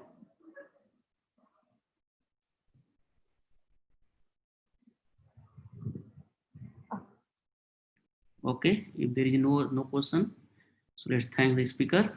Thank you so much. Yeah, no problem. So now it's over to Dr. Day. Yeah, thank you, Dr. Keshari, for chairing this session. Thanks for joining us. No problem. Yeah, we close here for today's session. So we'll meet in the plenary talk by Dr. Bhadali, Gautam Bhadali. Okay. Okay, bye. Bye. Thank you. To break your record of not going to the doctor for the last maybe 20 years, right? Yeah. Well, you see, that record hasn't broken. It hasn't broken, right? Well, I mean, I did have to go to a dentist because I had this very bizarre problem in that I had a healthy tooth, but for some reason it had fractured down the middle. Okay. So I mean, the teeth were damn healthy, but they were cleaved down the middle. Did you bite something very hard, or how did it happen? It's the dentist's conjecture that it had to be some breaking. I see.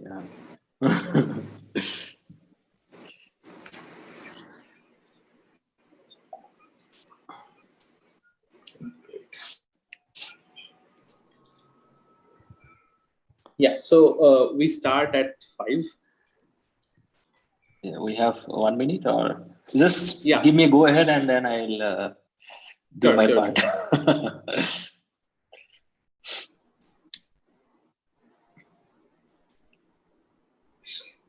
So just 1 minute, okay? Sure.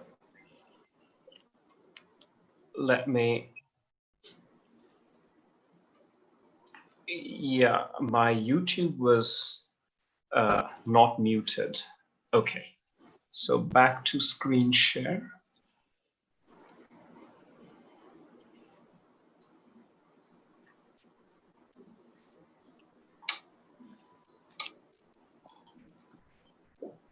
Okay, so do you see my screen okay? All right. And what is the time like? Yeah, it's time, right? Yes. Okay, so welcome everyone. We are here for the plenary talk on the 4th day of our conference, Virtual Maths Fest 2020. We have with us Professor Diganta Bora from IISER Pune. He will be the chair for this session. Yeah, over to you, sir. Okay, thank you. So good afternoon, everyone, and welcome to today's plenary session of the Virtual Math Fest. My name is Diganta, and I am from IISER Pune. It is my great pleasure to chair this session and introduce the speaker, Professor Gautam Bharali. Professor Bharali is from Indian Institute of Science, Bangalore. He works in complex analysis, more specifically several complex variables. Which is in simple words means that the study of holomorphic functions defined on domains in higher dimensional complex Euclidean spaces. Professor Bharali completed his undergraduate studies from IIT Kanpur and received PhD from the University of Wisconsin-Madison. He is a very sound mathematician and eminent teacher. Today, he is going to tell us about behavior of proper holomorphic maps in several complex variables. Gautam, we are very proud to have you here, and I now request you to deliver the talk. Thank you, Diganta. Thanks for the introduction. A quick question, am I audible? Yes. Okay, excellent. So I'd like to begin by thanking the organizers for giving me an opportunity to speak at this virtual Math Fest. And as a matter of fact, I should congratulate them. This is probably the first virtual conference in India at this scale, virtual conference for a general math audience. So congratulations for pulling this off successfully at this scale, at this large scale, right? So that said, let's proceed. Yes, here we go. Right. I begin with the aim of this talk right up on the screen. But before I dive into the aim, I'd actually like to say that this talk is really an excuse to say a few words about how complex analysis in 2 or more variables is a completely different discipline from complex analysis in 1 variable. This is the flavor of complex analysis that a large number of you in the audience are familiar with. It is also an excuse to talk about maybe just 1 or 2 results in complex analysis in 1 variable that many people know, but whose proofs may not be equally well known. And also to present an aspect in this rather vast discipline called several complex variables, where the techniques involved, the techniques for proving results involve both analysis and geometry, right? So that said, you can see up on your screens the aim of this talk, which is to survey various instances of the following phenomenon. Let D1 and D2 be two bounded domains in Cn. And I'm going to insist that unless otherwise mentioned for the purposes of this talk, the dimension n is greater than or equal to 2. So you're given these two bounded domains and their boundaries are reasonably nice.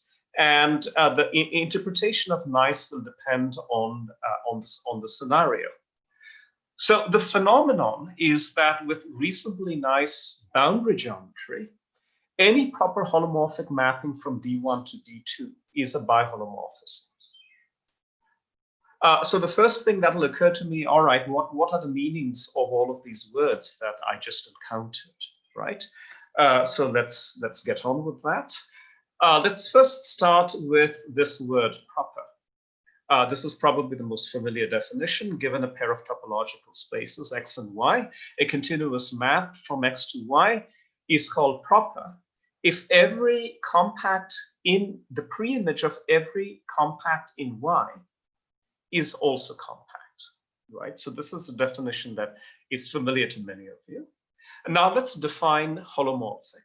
So holomorphic is synonymous with the word complex analytic. So complex analytic, holomorphic, these are synonyms. But what I want to define is this notion in several variables.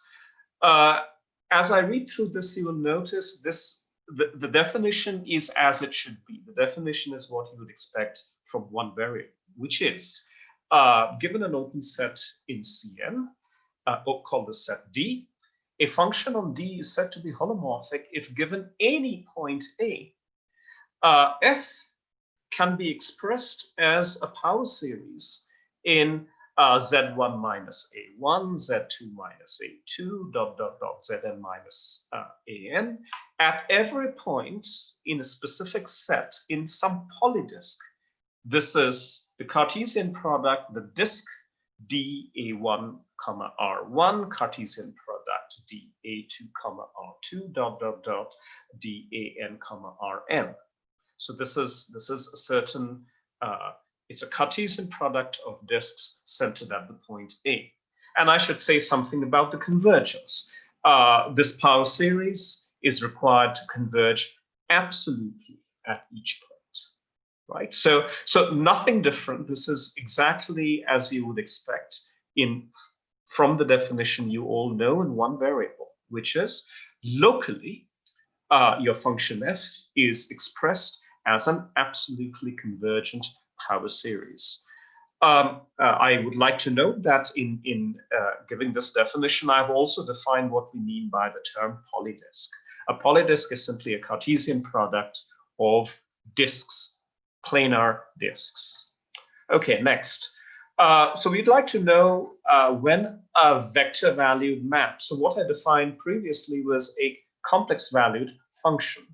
A vector valued map, capital F, from the same open set D, this time into Cm, is holomorphic if every coordinate function is holomorphic. And lastly, there was in the first slide this word biholomorphism. So let's define that. A holomorphic map from a domain D1 to a domain D2 is a biholomorphism if F, this map capital F, is bijective, and the subtheoretic inverse, this is now a map from D2 to D1, is also holomorphic. So in other words, a biholomorphism is for those of you who are familiar with this language, it is an isomorphism for this category, which is the category of domains and holomorphic mappings between them. All right, so all of these definitions, they appear to be obvious generalizations of familiar one variable definitions. But the point I want to make is that I said right at the beginning that complex analysis in two or more variables is a fundamentally different discipline from complex analysis in one variable. Of course, they do have overlaps, but many results in one dimension do not extend to higher dimensions. And then there are results in the higher dimensional setting that have no analogs in one variable. All right, so let's look at an example.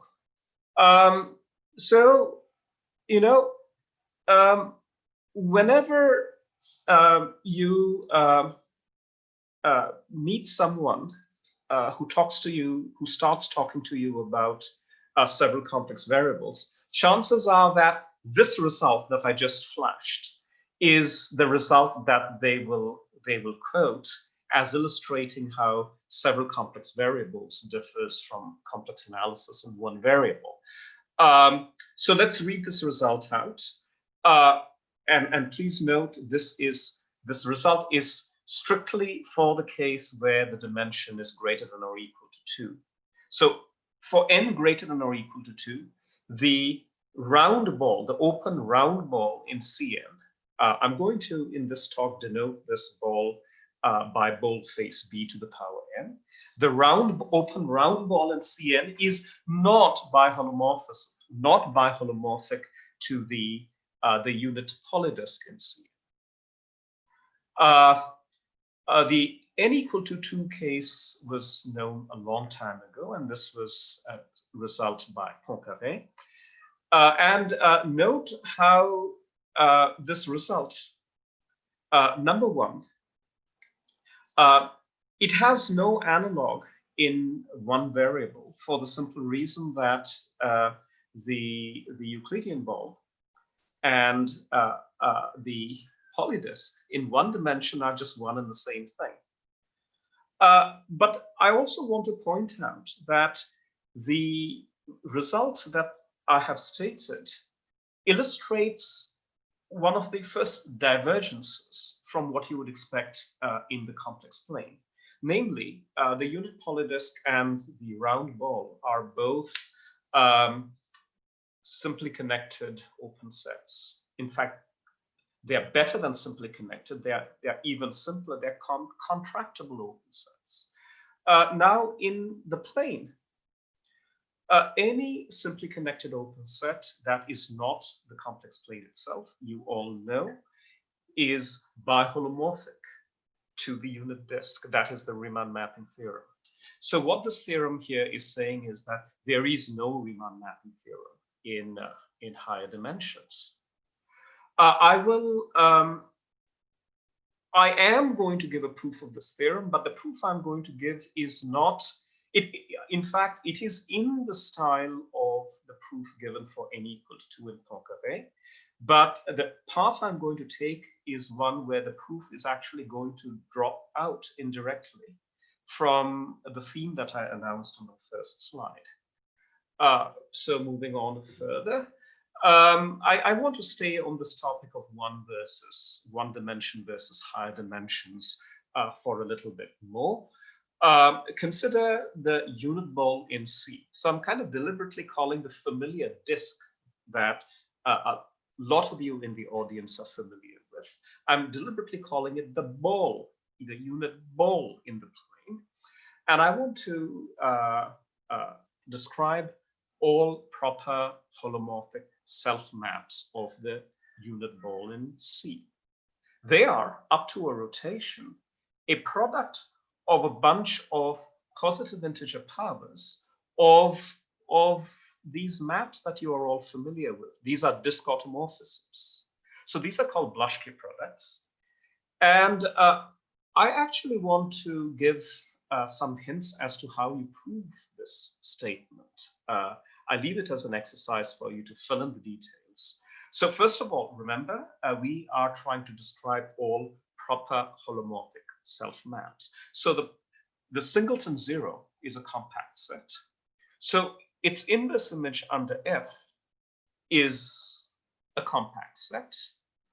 But it is also, remember, this is a property of holomorphic functions. It also has to be a discrete set. So this, in this image, is a finite set called the set A1 through AN. These are distinct points.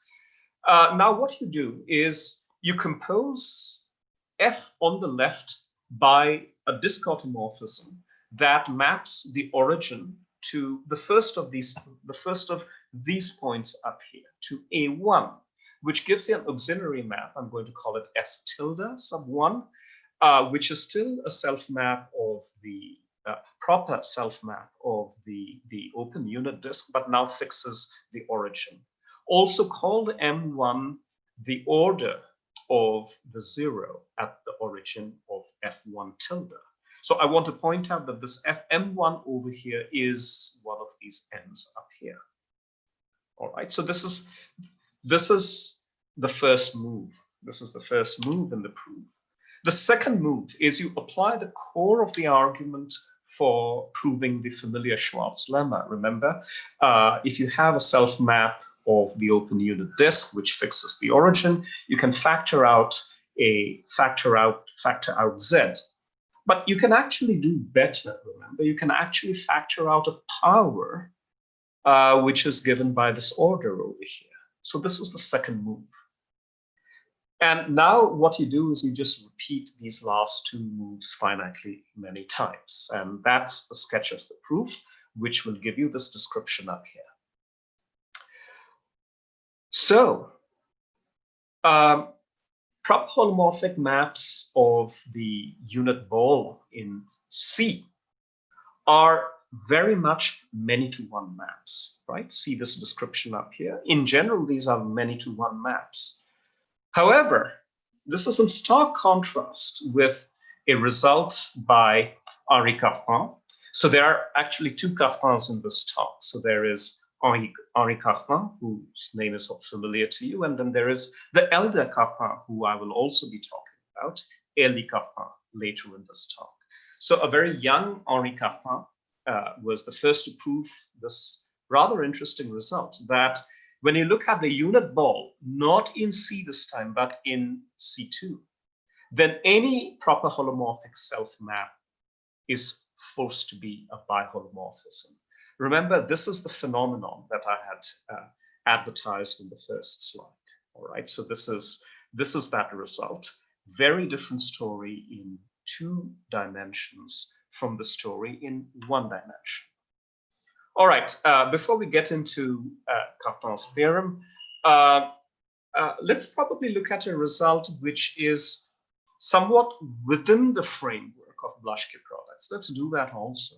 Okay, so for completeness sake, I want to mention a result which is an important result in this area. This is by Remmert and Stein. So for the analysts in the audience who would have heard of Elias Stein, may probably have read his books. This is Stein. This is an older mathematician, Carl Stein.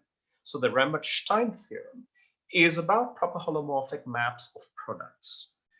So consider a bunch of bounded domains, dj and omega j, sitting in complex Euclidean space. I'm calling this Cnj, j running from 1 through k. If you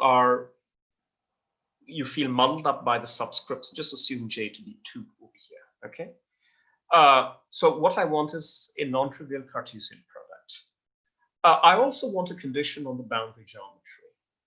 And this is a boundary geometry for these target guys, for these omega j's. Assume that the boundary of omega j does not contain any, well, I was about to say, does not contain any analytic varieties of positive dimension. What I simply mean is that the boundary is such that that it does not contain merely germs of non-trivial analytic varieties, okay? So planar domains would satisfy this condition up here. Now consider a proper holomorphic map from the Cartesian product of the dj's to the Cartesian product of the omega j's, all right? then I'm now going to give you a complete description of such a proper holomorphic map. There exists a permutation on K letters. So K is this parameter up here. And there are holomorphic maps G sub J on the Cartesian factor D sub sigma J, where G sub J maps D sub sigma J to omega sub J. The dimensions n sub J and n sub sigma J line up, and this map G sub J is proper. Okay, so these are your protagonists. And the proper holomorphic map Fz has this particular form. It is a vector of these mappings G sub 1 through G sub K, which, as you can see, do not depend entirely on the vector Z, but depend on a sublist of these variables. So that's the structure, general structure of a proper holomorphic map between Cartesian products. And then probably more illustrative than this theorem is this example that consider the unit polydisk. Any proper holomorphic self-map of the unit polydisk of dimension 2 or more is of this form. There exist n univariate Blaschke products such that f of z1 dot dot dot zn is the Blaschke product B1 acting on some one of these variables, comma, the Blaschke product B2 that depends on another one of these variables, and so on. Okay, so you see there is, as you can see, a certain rigidity in the structure of a proper holomorphic map from the unit polydisk to itself. But be that as it may, this example does not exhibit an analog of Cartan's theorem, because please note, remember the definition of a Blaschke product. This capital F is still in general a many-to-one map. Okay, so please keep that thought in mind. Okay, so now I want to move closer towards that statement, that vague statement I had in my first slide, which I had labeled as a phenomenon. Okay, so that result about balls, two-dimensional round balls, was an illustration of that phenomenon. So that assertion, it arises from a certain heuristic. So by a heuristic, I mean a collection of, on the face of it, somewhat imprecise principles, which can be made precise and which lead to proofs of the phenomenon that I want to talk about. And to do that, for the purposes of this talk, I want to, at least for the purposes of about one half of this talk, I want to put up certain blanket hypotheses. Okay, for the next, I don't know, for the next 20 odd minutes, I'm going to be within the ambit of these blanket hypotheses. So what are they? First of all, I'm going to say that D1 is equal to D2. Now, if you cast your mind back at the phenomenon, because I haven't defined what I mean by a biholomorphism, I did not make the comment which I should have made, but alert people would have noticed, that in fact, when I say that a proper holomorphic map from D1 to D2 automatically turns out to be a biholomorphism, what this is also saying that if I have a D1 and a D2 in complex Euclidean space of the same dimension, whenever this phenomenon holds true, and whenever there is a proper holomorphic map from D1 to D2, it actually is the case that D1 and D2 are biholomorphs. Okay? So for the purposes of discussing heuristics, for the phenomenon that this talk focuses on, I actually don't lose anything in assuming D1 is equal to D2. although I will have more to say about this going forward, and I'm making this blanket assumption largely to avoid burning up your time and my time in talking about inessential technicalities going forward, all right? So this is the first blanket assumption. The second assumption I'm going to make is that the boundary of, so I've assumed that D1 and D2 are one and the same domain, let's call it D. The next blanket assumption is that this boundary is a C infinity smooth manifold. Okay, now I kind of need some condition on the boundary, right? Because remember what the Remmelstein theorem shows is that the Cartan phenomenon will not arise when I'm looking at product domains in general, right? But then remember, product domains do not have smooth boundary. There's also a deeper reason. When the boundary of D is just C1 smooth, one actually has counterexamples, and their existence is on par with theorems in standard real differential topology that people in the audience might be familiar with, theorems about manifolds with boundary that fail in the real C1 smooth category.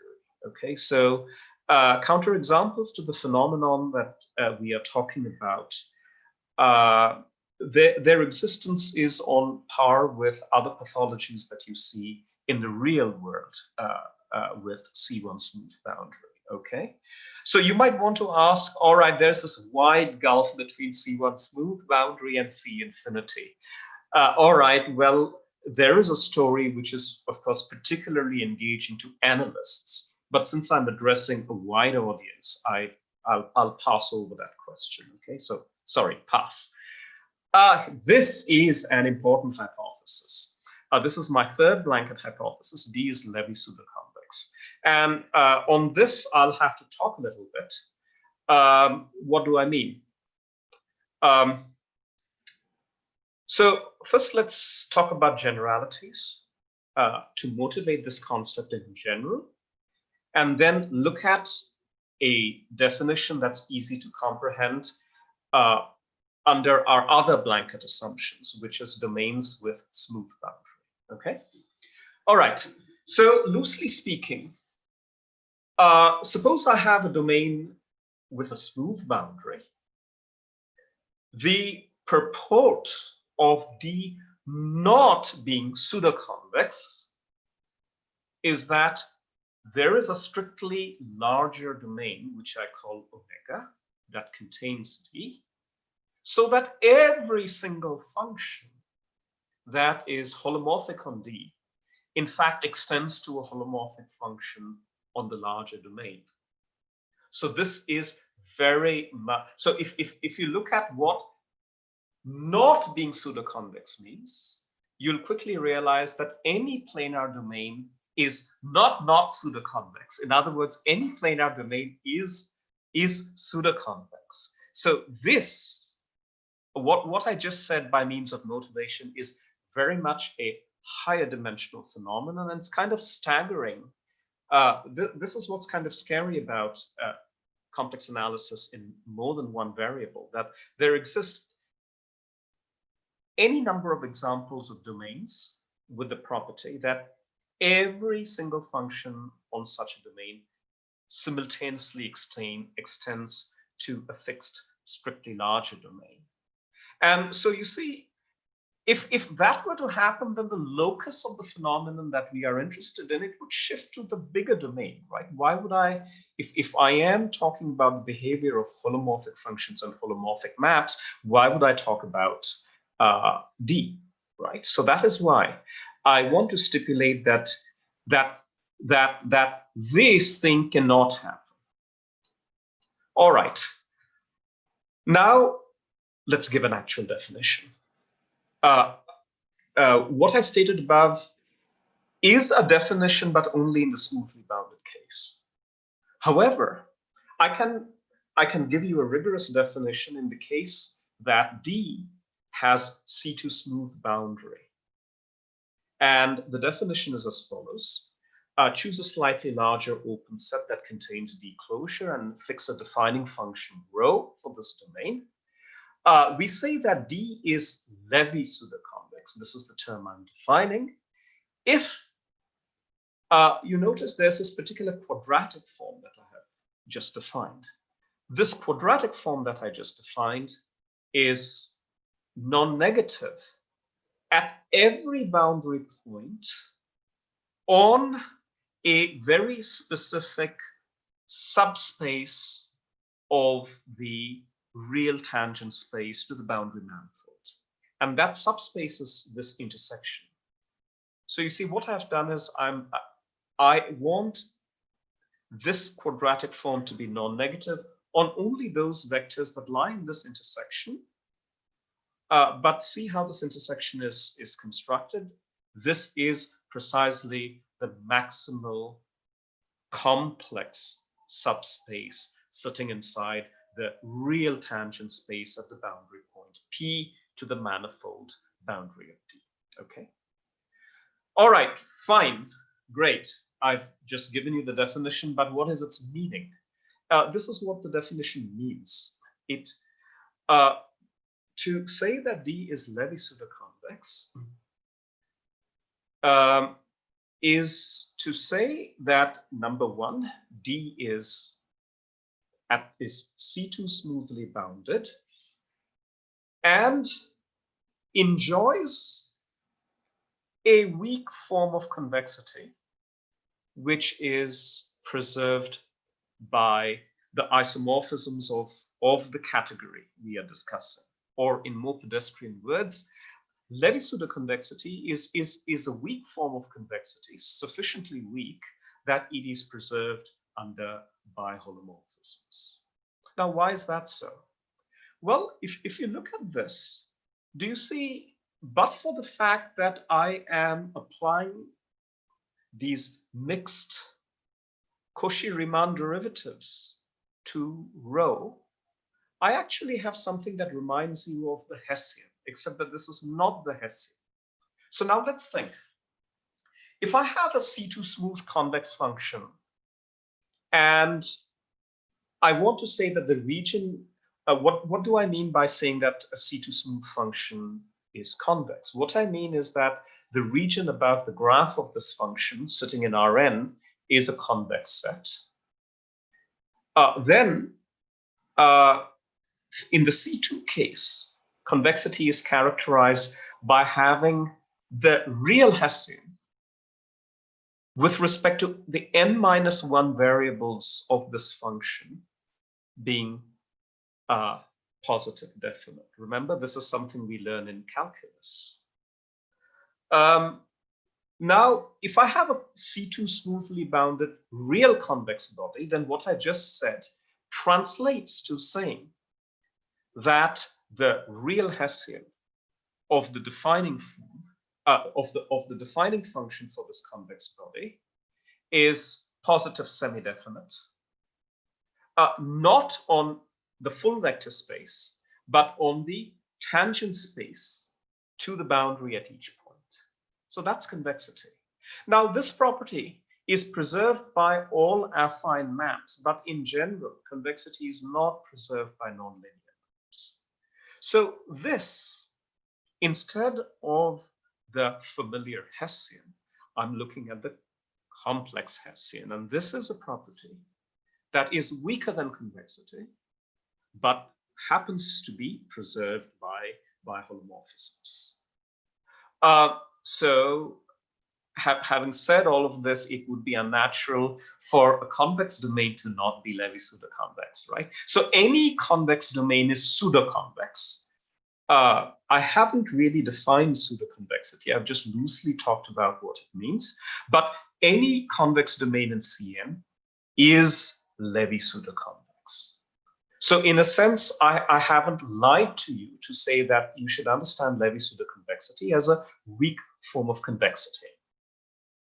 So this is my third blanket assumption, okay? All right.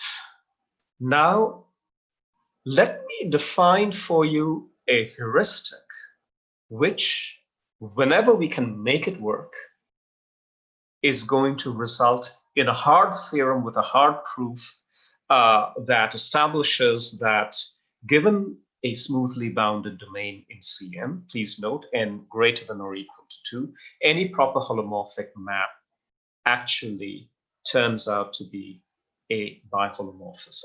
Okay, so this is the heuristic.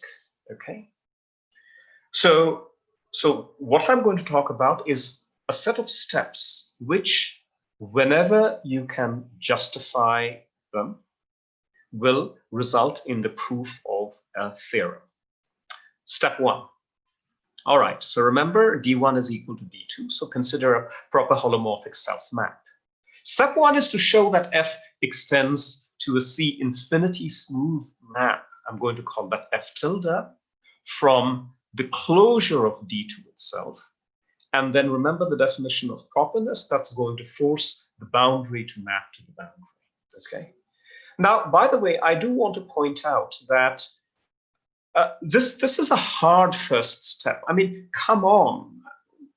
This is really, I'm demanding something really significant, right? Because in general, why would you even expect such a map to extend even continuously to the boundary? But I am in fact saying, let step 1 be to show smooth extension. But paradoxically, while the circumstances in which one can prove step 1 seem very challenging, there are numerous approaches and numerous results in this area. The first, I've got to mention this, the first result of this kind was for D being strictly pseudoconvex. I haven't defined what I mean by strictly pseudoconvex. I'll come back and give you the definition so as not to interrupt the flow of thought. The first instance of step 1 was this really famous result by Charles Pfefferman, which essentially triggered off an absolute frenzy in establishing results of this kind. C infinity smooth extension to the boundary of proper holomorphic maps. Okay, so there are numerous ways in which I can carry out step 1. As for that result for the ball in C2, Cartan had used a 2-variable analog of the Schwarz reflection principle. Step 2. So this is not something that you need to prove. Well, I mean, what I'm about to say requires a proof, but this is really soft. This is an easy statement. Assume that F is branched, by which I mean that the complex Jacobian of this F vanishes somewhere. That's precisely what I said. I'm going to call that set of all points where the complex Jacobian vanishes. I'm going to call that E sub F. Assume that this set is non-empty. Then it turns out that for dimension 2 and higher, this set is going to be non-compact. And when one looks at the closure of this set in the ambient Cn, then all the limit points that E sub F picks up that are not already in E sub F lie in the boundary. I see someone raised their hand. I had a hand raised. Sohinipal, do you have a question? Is that a question? No? Okay. So let's move on. So step 2 says that when I look at the set where F is branched, and I look at its closure in the ambient Cn, then all of the limit points that E sub F has that are not already in E sub F are actually boundary points. Now, this absolutely is not the case in one dimension. This is very much a higher dimensional phenomenon. Okay, so in fact, step 2, you could say that what is implicated in the results, like Cartan's theorem, is what step 2 is telling you. Okay. All right. Now, here's a simple observation. I need that to make sense of the next step, which is that properness is a good behavior constraint, so that if I look at if rho is a defining function for D, then the function rho composed with F is also a defining function. Okay, it remains a defining function. So this is some type of a Hopf lemma. All right. So this is not hard. The meat of what I want to say is now the next step in my heuristic. Okay. So I stated as step 1, proving instances of the phenomenon that I stated in the very first slide. One way of proving theorems of this kind is to first establish step 1. Step 2 is a general statement. Okay. Now let's look at step 3. Step 3. You fix a point on the boundary of D. Remember, now D is a manifold, is a smooth manifold. So remember, those of you who have a baby introduction to differential geometry will know, if I ask you, as a thing, what is a tangent vector to a manifold? You would say that as a thing, a tangent vector is a partial differential operator, or is a derivation, right? This is what you learn in probably the very first chapter of the first course in differential topology.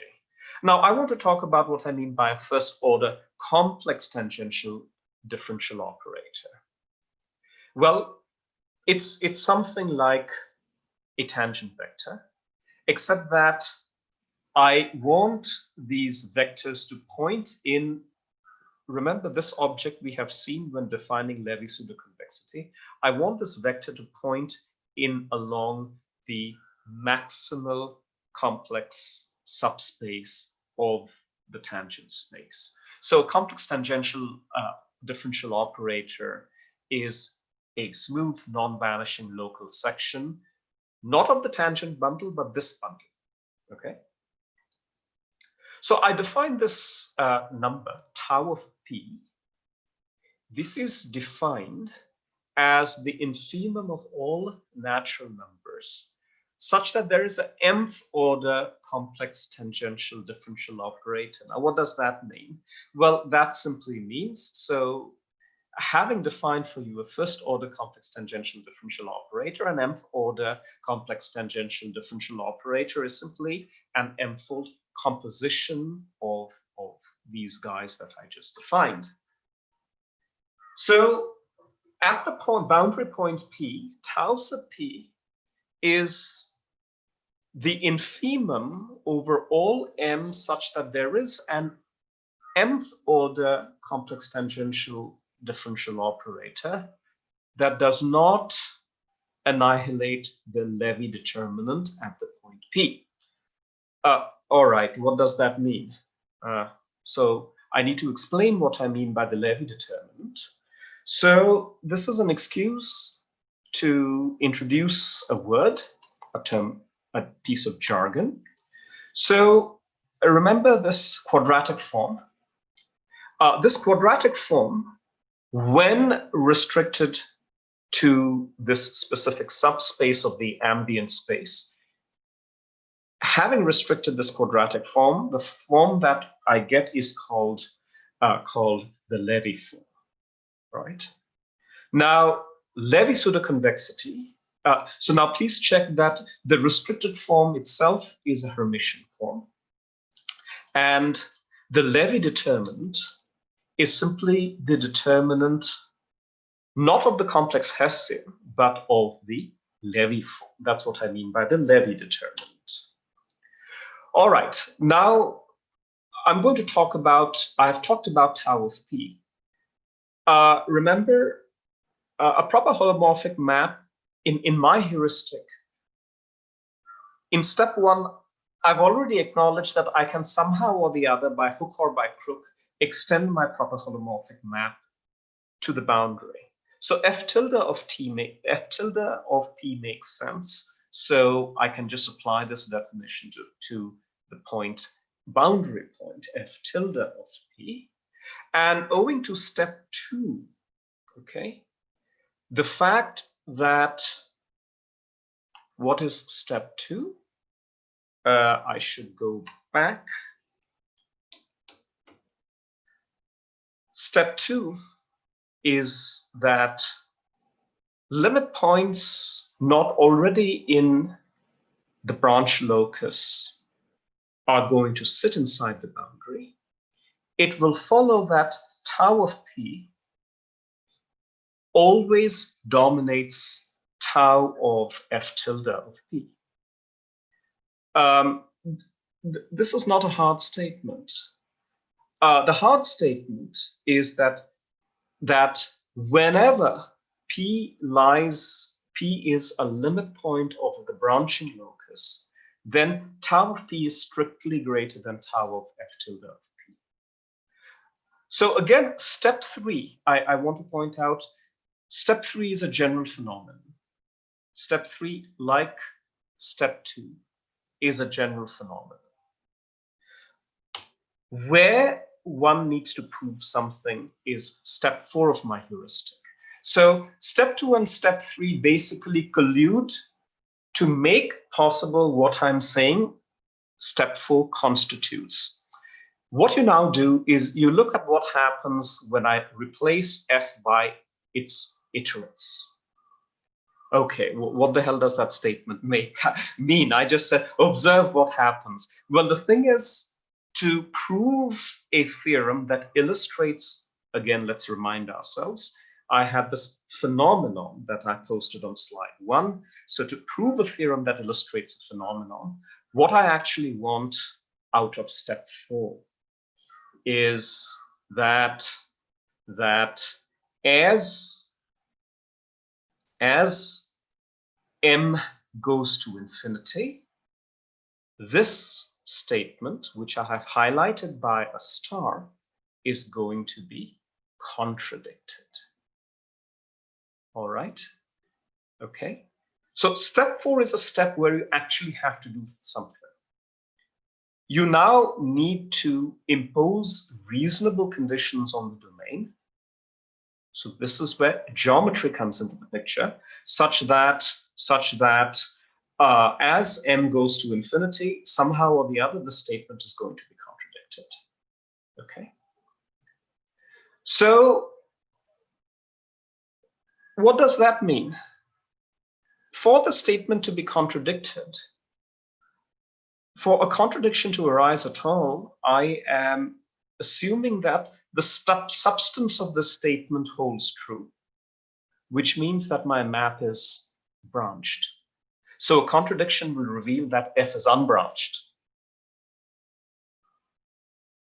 which will not really deliver the result that you want. It will simply have proved. So remember, this is the complex. So to say that f is unbranched means to say that E sub f is empty, which means by the complex analog of the inverse function theorem, all you would have proven is that f is locally invertible. This is not quite the result that we want, right?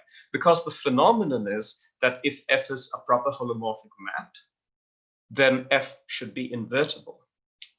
But the blanket hypotheses that I took some time to describe are actually enough, it turns out, are enough to establish that, in fact, if you have that contradiction in step 4, which means that f is unbranched, then f is invertible.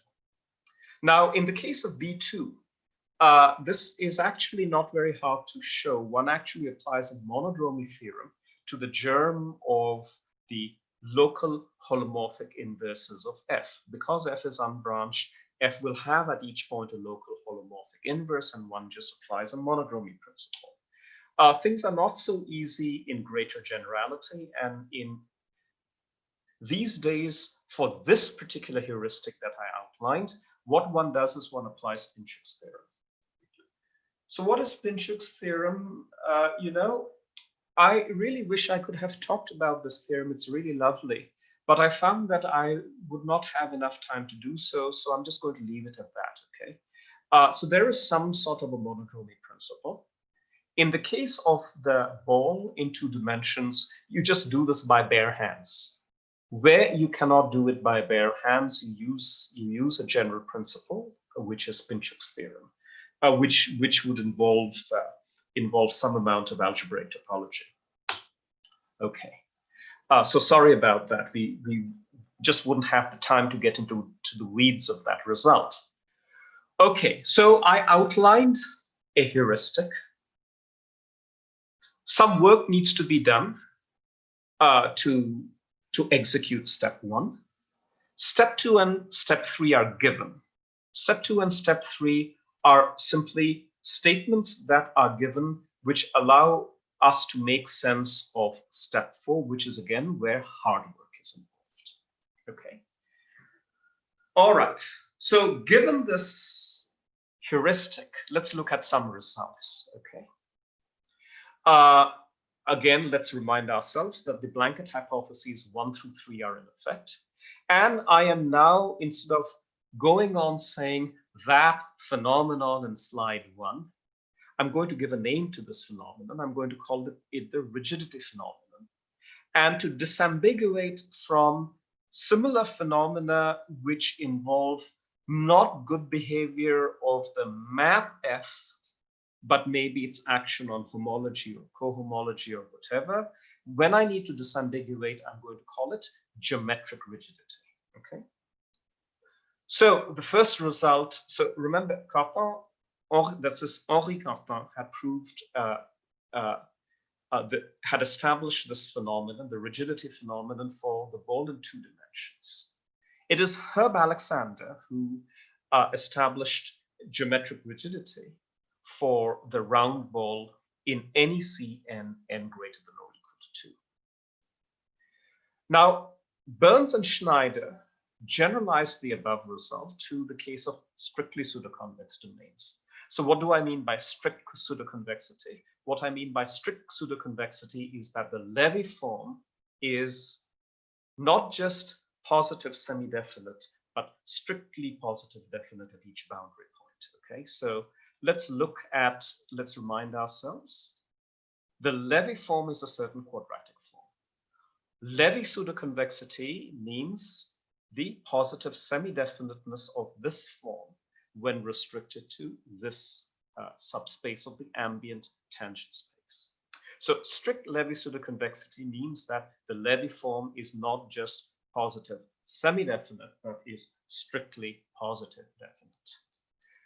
So now you see it's kind of easy to see why the Burns-Schneider result would be true by appealing to our heuristic. Because I have already told you that when D is strictly pseudoconvex, there's this really landmark result by Pfefferman which establishes step 1. But now let's look at star.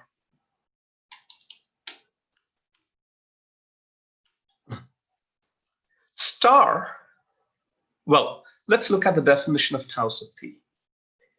You see our Levy determinant right on the nose by strict pseudoconvexity, right on the nose. Our Levy determinant is non-vanishing. So this tau sub p is going to be 0. So if my map were branched, then I would get a contradiction to the strict inequality because neither side can be anything but 0. Yes, and yet if my map were branched, I should have this strict inequality. Get that? That is the contradiction. And so for really basic reasons, following my heuristic, this is Burns-Schneider result done. Now, Bedford and Bell prove this without the strict pseudoconvexity hypothesis, but things get really hairy at this point because the rank of the Levy form could change from point to point on the boundary. That's really the explanation of the difficulty. And so the way to finesse the difficulty is by assuming that the boundary of D is not just a smooth manifold, but a real analytic manifold. Okay. I do want to clarify, by the way, that I am not saying that each of these three results strictly follows the heuristic that I outlined. These proofs may be a little, may diverge in their specifics from the heuristic that I outlined. But what I want to say is that one can reprove all of these three results following the heuristic that I outlined. Okay. So now let's prove something. You know, they keep saying that a talk should have at least one proof. So given the data that you have in this slide, we should be able to prove we will be able to prove the inequivalence of the ball, the round ball in Cn, and the unit polydisk in Cn when n is greater than or equal to 2. And this is how the proof goes. So please note that the set of all proper holomorphic self-maps, either for the ball or for the unit polydisk, they are semigroups with respect to composition. So you see, if there were a biholomorphism between these two guys, then this biholomorphism would introduce an isomorphism of semigroups. And I can actually write down this isomorphism by hand. If there were a biholomorphism phi, then this mapping theta that carries a proper holomorphic map, proper holomorphic self-map of the ball to a proper holomorphic self-map of the unit polydisk would simply be given by conjugacy. Okay. But you see, these two semigroups. So if there were a biholomorphism, this conjugacy would give me a semigroup isomorphism, but these semigroups are non-isomorphic because remember, we computed the semigroup of proper holomorphic self-maps of the unit polydisk. And in general, this semigroup has a lot of maps that are non-invertible. Whereas the semigroup of proper holomorphic maps of the ball by Alexander's theorem, in fact, has the structure of the group. So they cannot be isomorphic, hence a contradiction. By the way, in its guts, Cartan's proof really had the same idea. One needs to prove that two algebraic objects are non-isomorphic. But Cartan's proof actually involved a by-hand calculation of the group of automorphisms of B2 and the group of automorphisms of the unit bidisk. So he actually performed a computation and had an actual computation of these two semigroups, and they proved to be non-isomorphic. So that was Cartan's proof. Okay. Let me actually skip this slide because I'm not doing so well on time. Okay. I want to actually talk about some other contexts, partly because the advisors, the organizers told me to have a talk which embraces both geometry and analysis. Now, unfortunately, I'm not a geometer, although you cannot actually do away with some amount of analysis, even when looking at the rigidity phenomenon, where the manifolds are simply domains in Euclidean space. But in fact, if I go to a different realm, if I actually look at abstract complex manifolds, if I'm not looking at domains in Cn, if I'm looking at a more general universe, then I want to point out that in the setting of complex manifolds, this geometric rigidity was established well ahead of their non-compact counterparts. And let's just look at a couple of examples. I choose to mention these examples simply because these happen to be geometry results that I, as an analyst, happen to understand and have used in my work. So this is a result by Kobayashi and Ochiai. So our protagonists are compact complex manifolds of the same dimension where the compact manifold Y is of general type. So I'm not going to get into a definition of what general type means, but X and for those who in the audience who understand, X and Y, for Y to be of general type, Y is a projective manifold. And the adjective general type is meant to indicate a generic projective manifold in some very specific sense. So Y is a generic projective manifold. Now, please note that since X and Y are compact manifolds, in fact, any continuous map between them would automatically be proper. So I don't need to actually say proper. But the Kobayashi-Ochiai theorem, or at least a baby version of it, says that there are only finitely many surjective holomorphic maps from X to Y. Okay. This doesn't look like a rigidity phenomenon, but bear with me for a moment. As a corollary, we have this result. Let X be a compact complex manifold of general type, and let X and let F be a surjective holomorphic self-map of X. Then any generic point in X has exactly one pre-image under F. Proof is really easy if you are willing to take the Kobayashi-Ochiai theorem on faith, and it goes as follows. So please note I'm in the complex category. So these are all oriented manifolds. So the topological degree of F is in fact the generic cardinality of pre-images of points. Okay. So suppose the topological degree is strictly greater than 1. Now the topological degree is multiplicative. So if the topological degree were 1, then by multiplicativity of the topological degree, every iterate would have as topological degree the nth power of this guy. So this collection would be infinite, which contradicts the Kobayashi-Ochiai theorem. Okay, hence the proof.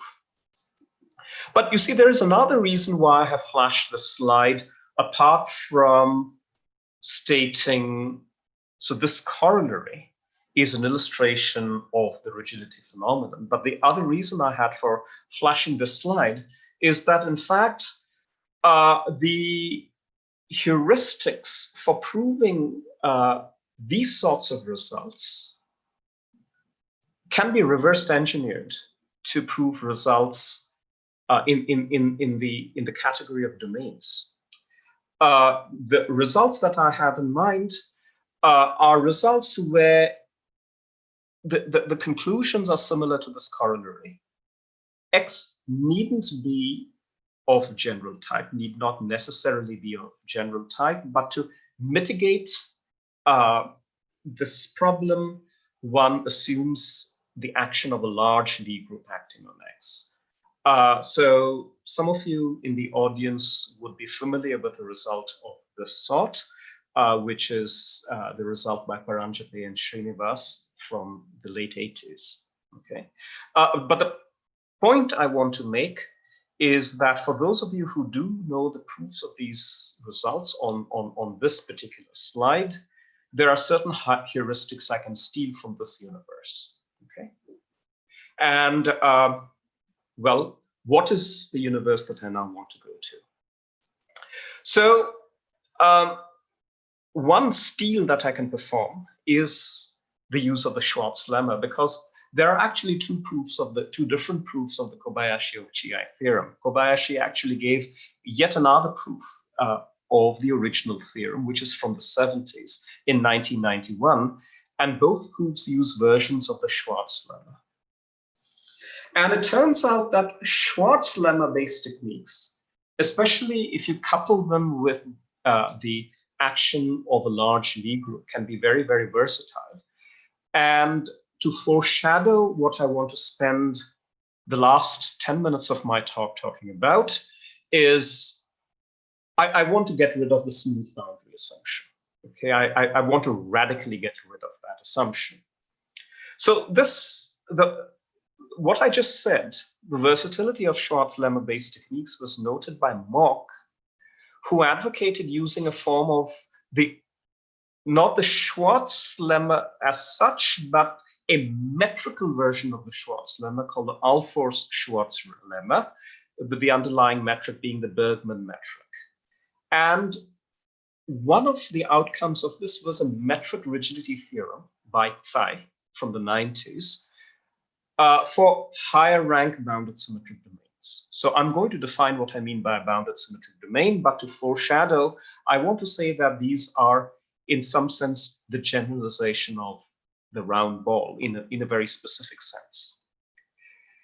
Okay, so now since bounded symmetric domains are homogeneous spaces, one can, from Tsai's theorem, which is a metric rigidity theorem, go to a geometric rigidity theorem. Okay, so some of my blanket hypotheses remain intact.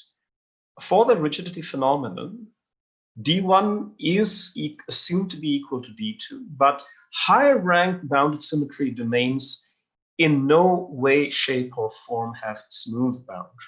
Okay, but the passage from metric rigidity to geometric rigidity uses ideas. So because bounded symmetric domains are homogeneous spaces, one actually uses ideas, the proof of geometric rigidity mainly uses ideas coming from the representation theory of Lie groups. Okay, but I now want to talk about a result which has geometric rigidity for the higher rank case and the geometric rigidity of Alexander's theorem. I want to talk about a proof that in sort of a unified framework addresses both of these and more. Okay. But first I need some definitions, right? So what is a bounded symmetric domain? So a bounded domain in Cn is called a bounded symmetric domain if each point admits a symmetry. What do I mean by symmetry? I mean a holomorphic automorphism that, first of all, fixes A, but there is more. I don't merely want A to be fixed by this holomorphic automorphism, but I want A to be an isolated fixed point, and I want this automorphism to be an involution. So a bounded domain that admits a symmetry, in other words, a holomorphic automorphism with these two properties at every point A is called a bounded symmetric domain. Okay. Now, symmetry, the presence of a symmetry at each point allows us to prove that D has a large automorphism group. How large?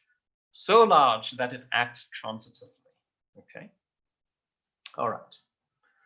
Okay. Now, this is a very classical result that if D is bound, because D is bounded, the automorphism group of D has the structure of a real Lie group. And in fact, D is in fact the quotient of the automorphism group of D, which is a real Lie group, by the isotropy subgroup. This is the subgroup of aught of D that fixes Z. And I don't need to care what Z is because aught of D acts transitively. So every isotropy subgroup is isomorphic to every other. So using this, Élie Cartan, so this is the other Cartan in our talk. This is Cartan the Elder. Élie Cartan gave a complete classification, well, in the sense of mathematics, which is as a classification up to by holomorphic equivalence. So I'm not going to go through this table. I just want you to stare at this while I make a comment about rank, because I'm not going to have the time to define rank. But it turns out that bounded symmetric domains fall into 4 families and 2 individual exceptional domains, which are based on the exceptional Lie groups E6 and E7. But I'm not going to have the time to define rank, but I want you to look at this class on the first row. This is the class of P by Q matrices. All right. So you see, if I take 1 cross Q matrices and I work out what this means, that the identity, so what I do is I take Q to be equal to 1 and I take P to be some positive integer. Then let's parse what this statement means. Remember, Q is equal to 1. This, to say that 1 minus m star of m is positive, simply gives me the unit Euclidean ball. See that? So the rank of the unit Euclidean ball is the minimum of the numbers p, and remember, Q is equal to 1. So the round ball is a bounded symmetric domain of rank 1. Okay. Included in the class of bounded symmetric domains are matricial domains that satisfy this property. And those of you who work on modular forms, you might recognize these two families as Siegel domains. Okay. All right. So now I want to start foreshadowing the result, which I'm going to spend probably no more than 3 or 4 minutes towards the end of the talk. So let's quickly go through the slide. So I want to finish by talking about a result joined with my PhD student, Jayakrishnan Janardhanan, who is now an assistant professor at IIT Palakkad. I'm first going to talk about the mechanism of our result, and then I'm going to state our result. So our result does not use this description of the bounded symmetric domains, but uses an alternative description, which is due to Harish Chandra. The Harish Chandra realization is a realization of an n-dimensional bounded symmetric domain as the unit ball in Cn with respect to some associated complex norm. And this complex norm is called the spectral norm. So now here is the key lemma that delivers the whole the result that I'm going to come to in a moment. So this is an analytic lemma. This is really a result about the behavior of certain kinds of norms. So consider a domain D, which is the unit ball for a spectral norm. Now, for any non-zero point inside of this unit ball, delta sub D is simply the complex line generated spanned by Z. That's part of the complex line generated by Z that sits inside D. Now, here's where things get hairy, but don't worry. I'm going to conclude this talk with a picture that illustrates what this is saying. Let's suppose W1 and W2 are 2 regions in D, so that both of these regions contain the origin. And let's assume that F is a holomorphic self-map of D that fixes the origin. Now, if F biholomorphically maps W1 onto W2, and this second condition is sort of a condition, a bigness condition for the sets W1 and W2.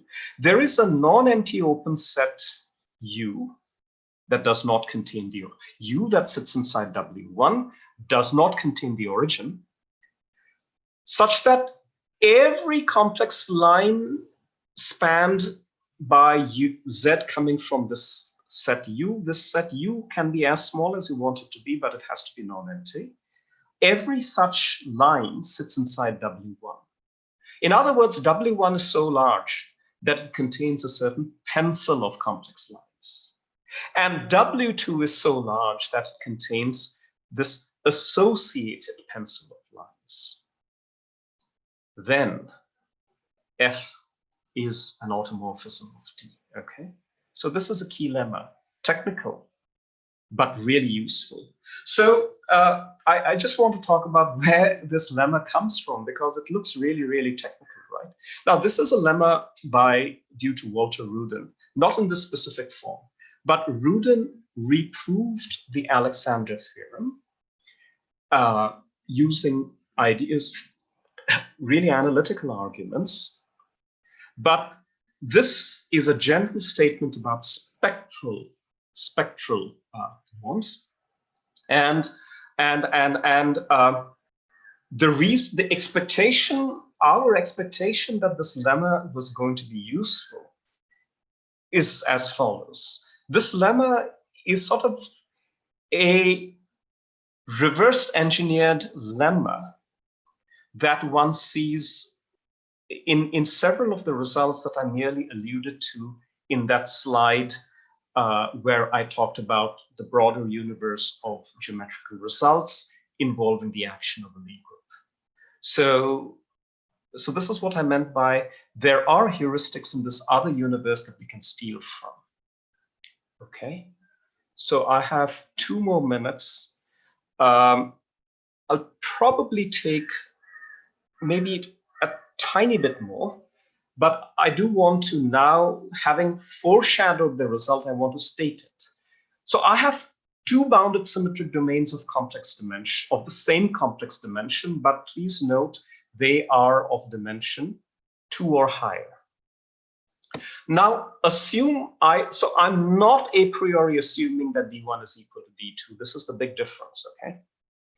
Assume also that either D1 or D2 is irreducible.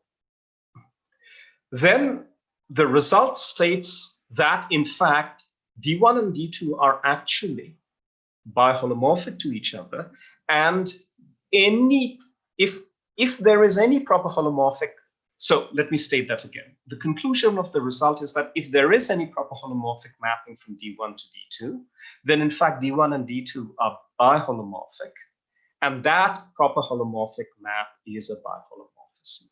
Okay, so this is a result, as I said, joint with my former student Jay Krishnan. So the step 1 is actually step 1 of my old heuristic, except that now please note that I'm considering bounded symmetric domains.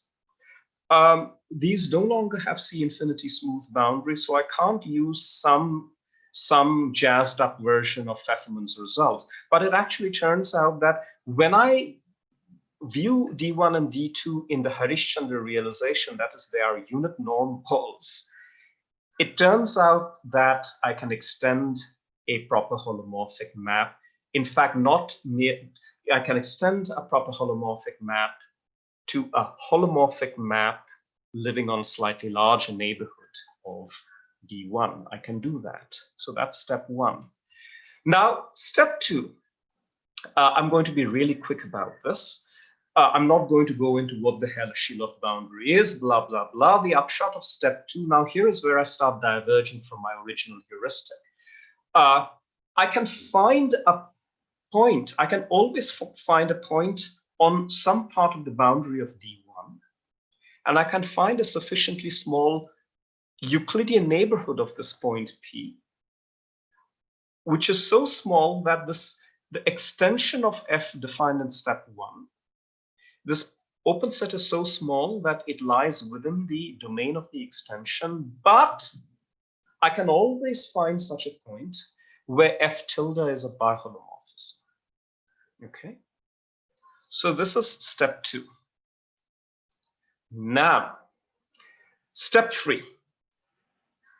I actually don't need the full force of D1 and D2 being bounded symmetric domains at this juncture. All I need is that aught of D1 and aught of D2 should act transitively. And what I have is an old argument by Henri Cartan, which gives us a pair of sequences. I have phi1 superscript, phi1 subscript k, and phi2 subscript k. So phi superscript 1 are maps of the form phi superscript 1 are the maps that belong to aught of D1, and phi superscript 2 are maps that belong to aught of D2. And what they do is that that there is such a sequence such that phi1 superscript k maps the origin into this. Remember, this open set V is really, really small and somewhere way out near the boundary, but I can map 0 into this V. And I can find a sequence of automorphisms on D2 such that I can map 0 into f of D1 intersect B. And I can find a sequence such that the sequence of phi upper 1s converges to a constant map, and the sequence of phi upper 2s converges to a constant map as well. Okay. So now now remember these W's. These W's should be reminiscent. There's a whole family of W's, and these should be reminiscent of the W's that I talked about in that key lemma. Now, note what is happening. Remember, each phi upper 1k, because the sequence of phi upper 1k's converges to a constant.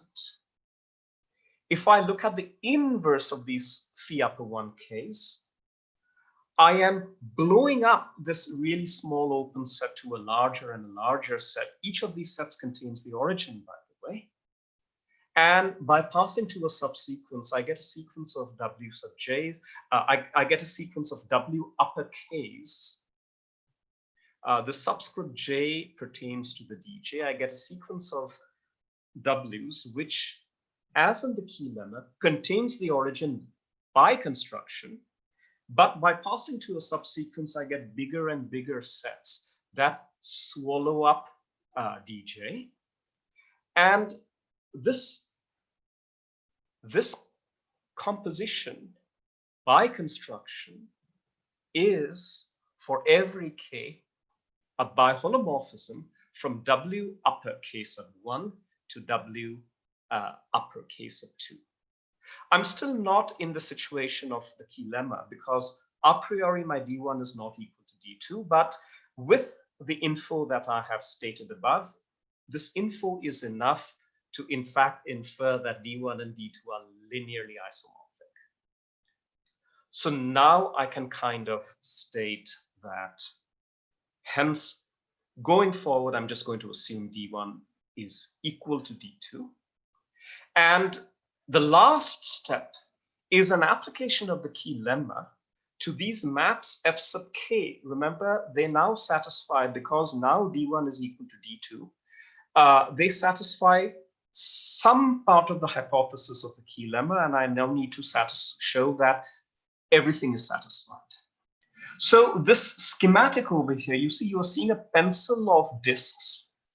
This pencil of disks is meant to depict either the delta z's, where z comes from that small open set U stated in that key lemma, or it plays the role of the delta f of z's in the key lemma, okay? Now, you see, what I want is I want both W1 and W2 to contain this pencil. So now let's look at what's happening. By step 4, I have the sequence of domains that is increasing and gradually swallowing up my domain D. The issue is, you see, I could have either one of these pictures. The info I have in step 3 is not enough to infer that at some stage, some W1 upper k is going to be large enough to swallow up this pencil of disks, and the corresponding W2 is also going to swallow up the associated pencil of disks delta sub fz. The info I have, it doesn't preclude this picture number 2, where at no finite stage is there any W1 or W2 that swallows up this pencil of analytic disks. So you see, the theorem our theorem would follow if I had some sufficiently large K so that the left-hand picture occurs, okay? And I'm going to just finish at this point of time. I think I have taken 2-3 minutes beyond the time I was, the organizers told me to take. So I'm going to stop at this point and say that what allows picture 1 to be the picture that we obtain is the irreducibility property. Okay, so this part of the proof is fundamentally Jayakrishnan's idea. How to go from the somewhat weak information that we have in step 3 to preclude the picture number 2 and say, yes, what I have is picture number 1. All right, so at this point I stop. Thank you so much.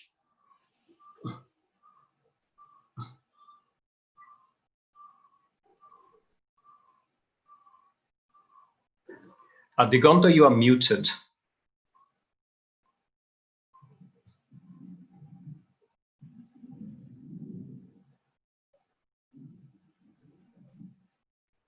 Yes, great. So I was unable to unmute myself. So you are the host, right? Or someone else is the host? Now it's fine, okay. Okay, Gautam, thanks a lot for this very nice talk. We probably have a couple, probably can take a couple of questions. I'm not very sure how it goes. If the organizers are also here. So are the questions in the chat box? So there are some questions in the chat box. You can address. Okay, too many. So I can't see my chat box. That's the issue I'm having. But Diganta, Okay. can you see the chat box? You could just read out the questions. Yes, I can see. Maybe I'll look at the last questions because there I can see it's too many. All right. Okay, let's go from the last one. Question in the YouTube. Okay. What is the idea of proof of extension of a proper holomorphic map of pseudo-convex domains to the boundary in step 1? Is pseudo-convexity used to cook fluoresubharmonic absorption functions near the boundary? So the Pfefferman idea, who actually worked in the category of C-infinity smooth strictly pseudo-convex domains, was simply a gigantic calculation where what he did was he looked at the Bergman distance rather than looking at the Euclidean distance of a strictly pseudo-convex, smoothly bounded strictly pseudo-convex domain. He looked at an intrinsic distance called the Bergman distance, and the behavior of a proper holomorphic map with respect to the Bergman distance is such that any sequence going to the boundary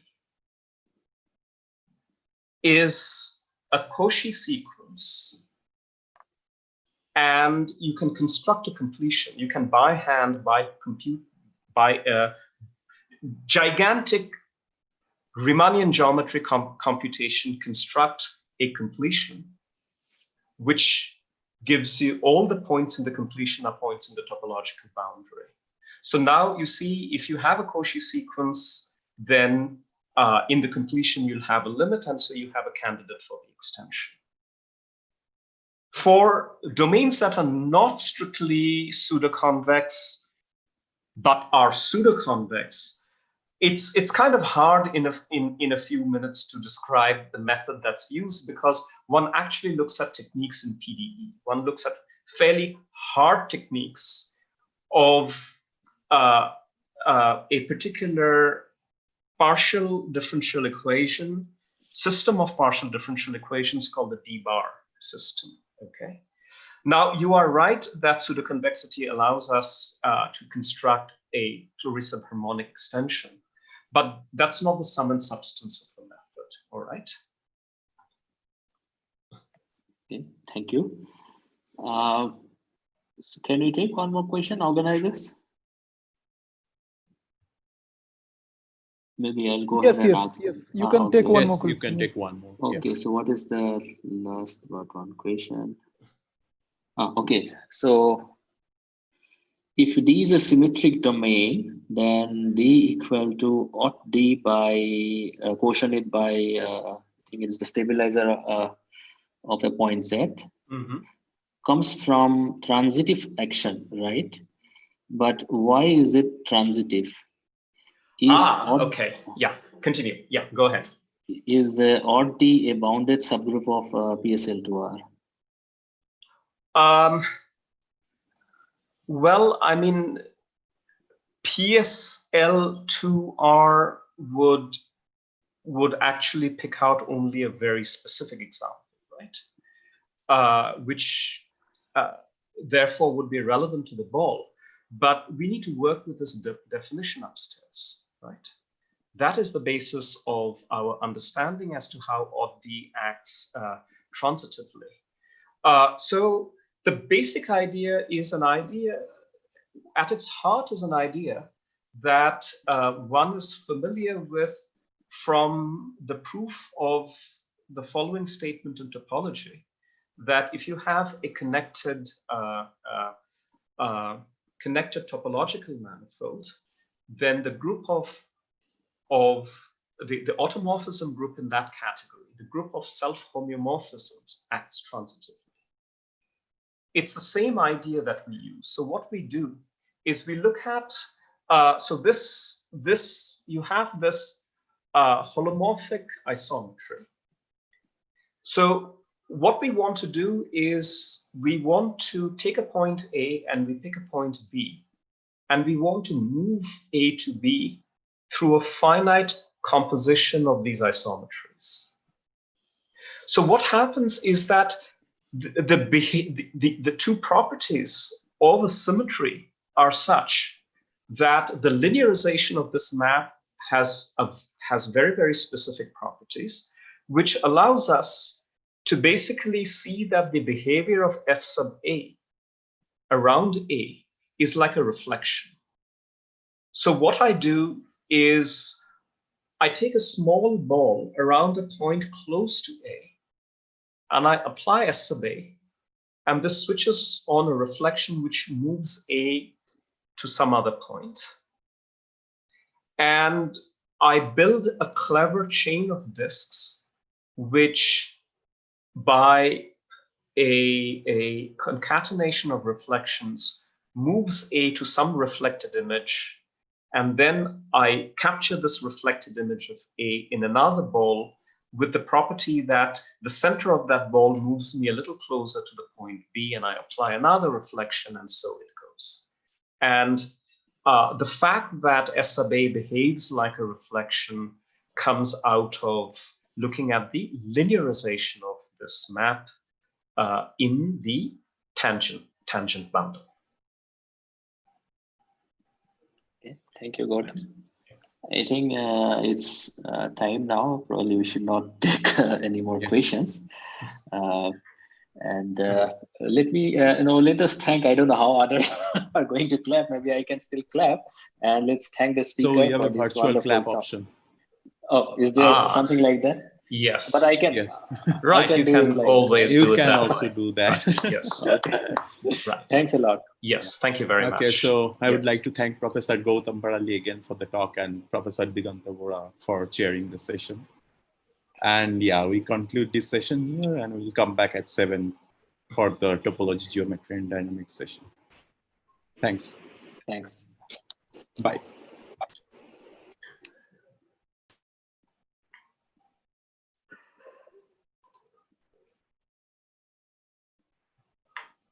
So for the following session, it's a different link, correct? Yes, yes, right. Okay, great.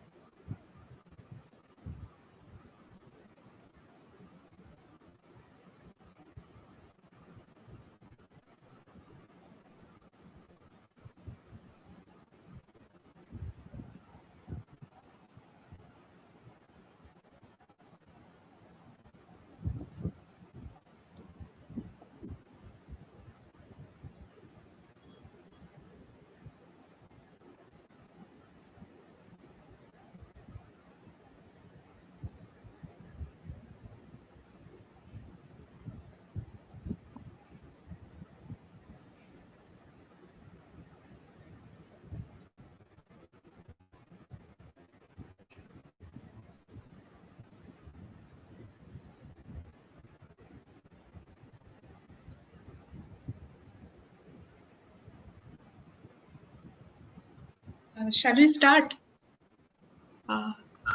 Yeah, so welcome everyone for the evening session of Symposium on Topology, Geometry and Dynamics.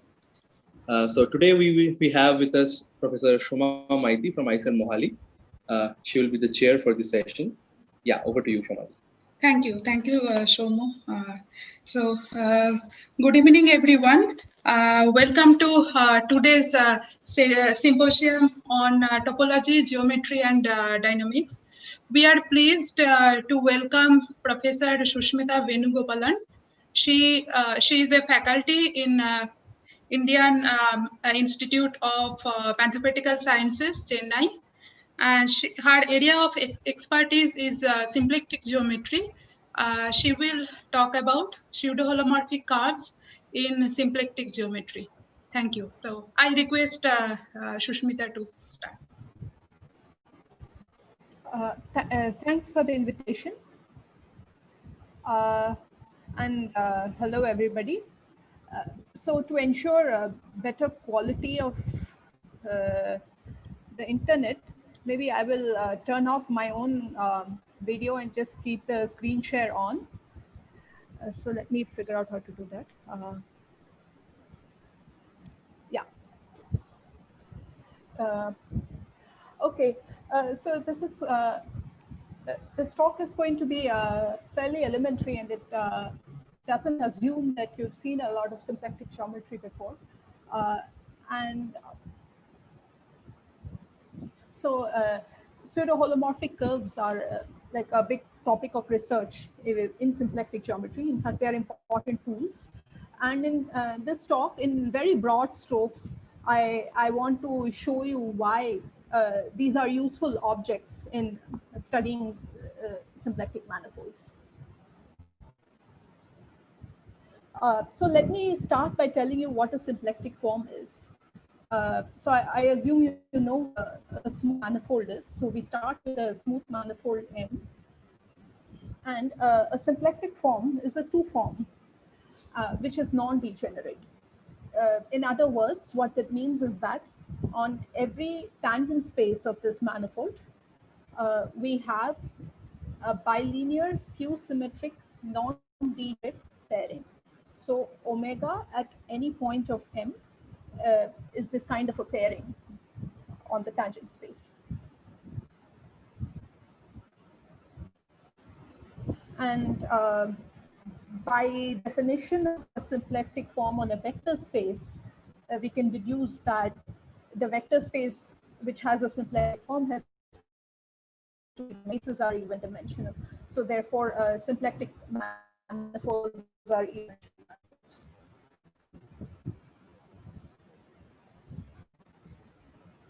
And if you think about it geometrically, the picture for a two-form is it can take as input a surface embedded or immersed in your manifold and outputs its area. So I call it an omega area because it's not any kind of honest area, as you will see.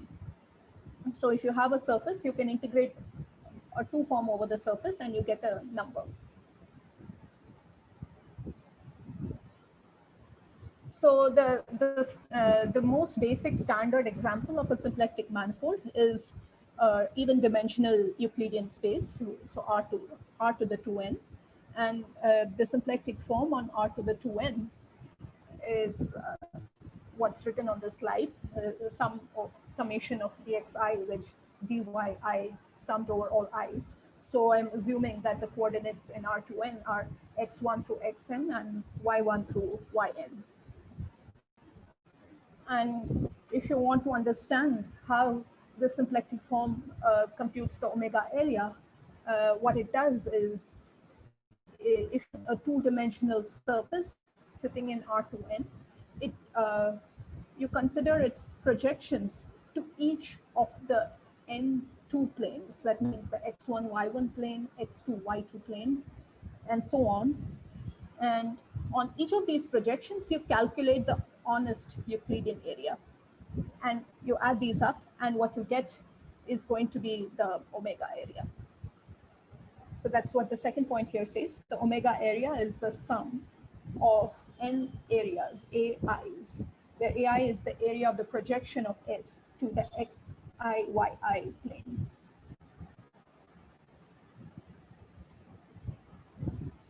And some common examples of symplectic manifolds are cotangent bundles. So in a cotangent bundle, so in R2N, we saw that we pair an xi with an yi. In a cotangent bundle, we, if you consider a coordinate chart going from x1 through xn, then the xi direction would be paired with the corresponding cotangent fiber direction. And complex projective spaces, they have something called the Fubini study form, which is compatible with the complex structure. And therefore, the symplectic form is also called a Kähler form. And as a result, what happens is, since you have this kind of a symplectic form on Pn, if you take any complex submanifold of Pn, the symplectic form restricts to symplectic forms on these smaller submanifolds also. So therefore, any non-singular projective variety is also a symplectic manifold.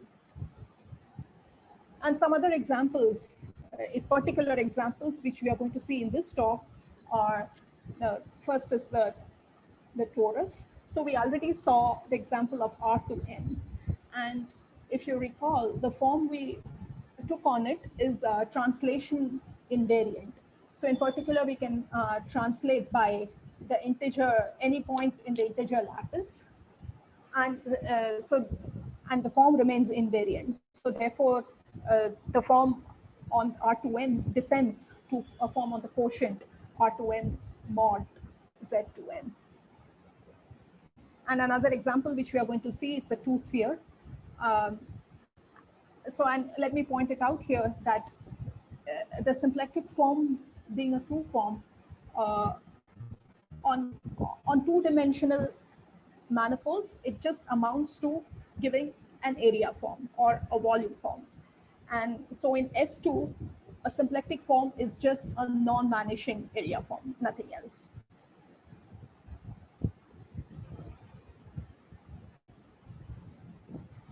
And one of the first theorems you learn in symplectic geometry is that the neighborhood of any point looks exactly like any other point. So the only, for a manifold in the same dimension. So dimension is the only local invariant in a symplectic manifold. So in particular, if you're given a point in a 2n dimensional symplectic manifold, a neighborhood in the, of that point is looks exactly like R2n with the standard symplectic form. So this is called the Gabou's theorem. And this is in contrast with Riemannian manifolds. So Riemannian manifolds are manifolds which are equipped with a metric at every point. So rather a metric on the tangent space of any point. So, so therefore, on a Riemannian manifold, one can measure things like length, angle, surface area, and volume. And in particular, at any point, one can associate a curvature of the manifold. And so that is a pointwise invariant, and that is something that is absent in symplectic geometry. And this is kind of brought out by this picture over here. So this green ball, I'm thinking of it as S2 embedded in the Euclidean 3 space R3. So both these balls, the ordinary ball and the squished ball on the right, they inherit an area form and a Riemannian metric from the ambient Euclidean space. But these two balls are the same if you think of it as a symplectic manifold. So you can basically construct an isomorphism between these two balls, which preserves the symplectic form. But it's easily seen that they are not the same as Riemannian manifolds. So for example, there are points on the right side wall which have negative curvature, whereas in the left side wall, all points have a positive curvature. So you can't give a map from the left to the right, which preserves the Riemann inversion. So yeah, so inadvertently, when I was talking about it, when I said two symplectic manifolds are the same, there is a notion of isomorphism that we are using in this category of symplectic manifolds. And that isomorphism is called a symplectomorphism. And it's a diffeomorphism between two symplectic manifolds, which preserves the symplectic form. So in particular, if you were to think of R2n, it's an invertible map, which preserves the symplectic area. And what it does to any surface, if you were to take any surface in R2n and you apply a symplectomorphism to it, it keeps the omega area unchanged. And some examples of symplectomorphisms in R2n are as follows. So in the first example over here, we are multiplying the first coordinate by 2 and multiplying the conjugate coordinate by half. So therefore, when we evaluate the form on it, it remains unchanged. And in the next example, I'm taking a pair of conjugate coordinates P1 and Q1 and switching it with another pair of conjugate coordinates Q2 and P2. And again, that's a transformation that leaves the symplectic area unchanged.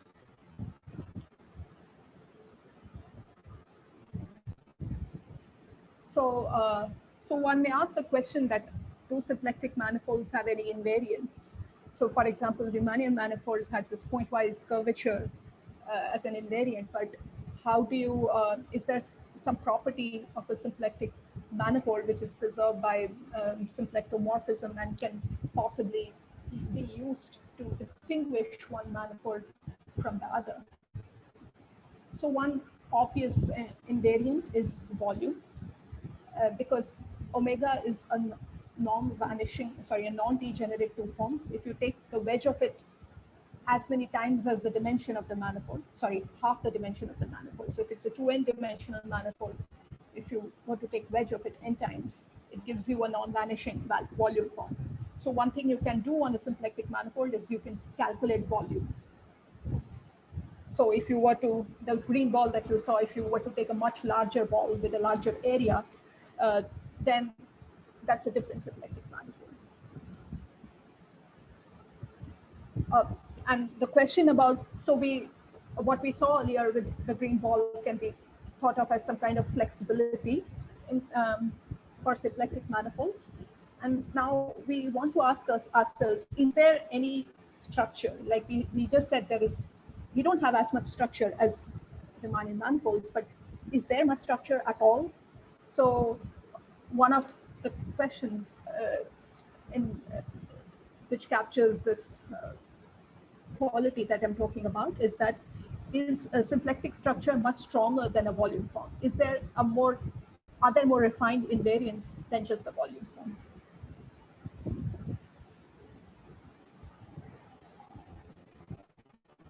So another version of the rigidity question is that can any volume preserving map be approximated by symplectomorphisms? Because if any volume, if this is true, then that really shows that there is not much there going on in symplectic manifolds besides the volume form. And the answer to this question is no, as is captured by this theorem proved by Gromov in 1985, it's a very classic theorem. And, you know, if you were to attend an introductory talk in symplectic geometry, this is just going to be there. And so what this theorem says is that a unit ball in the symplectic vector space cannot be mapped by a symplectomorphism into a cylinder whose radius is smaller than 1.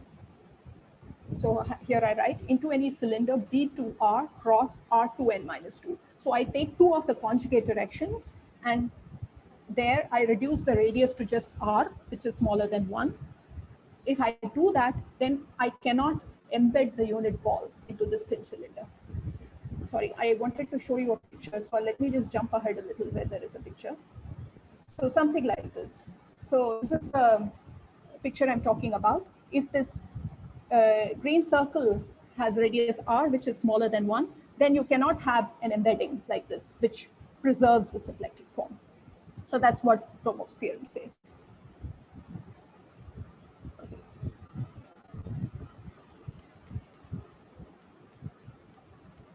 Okay, and another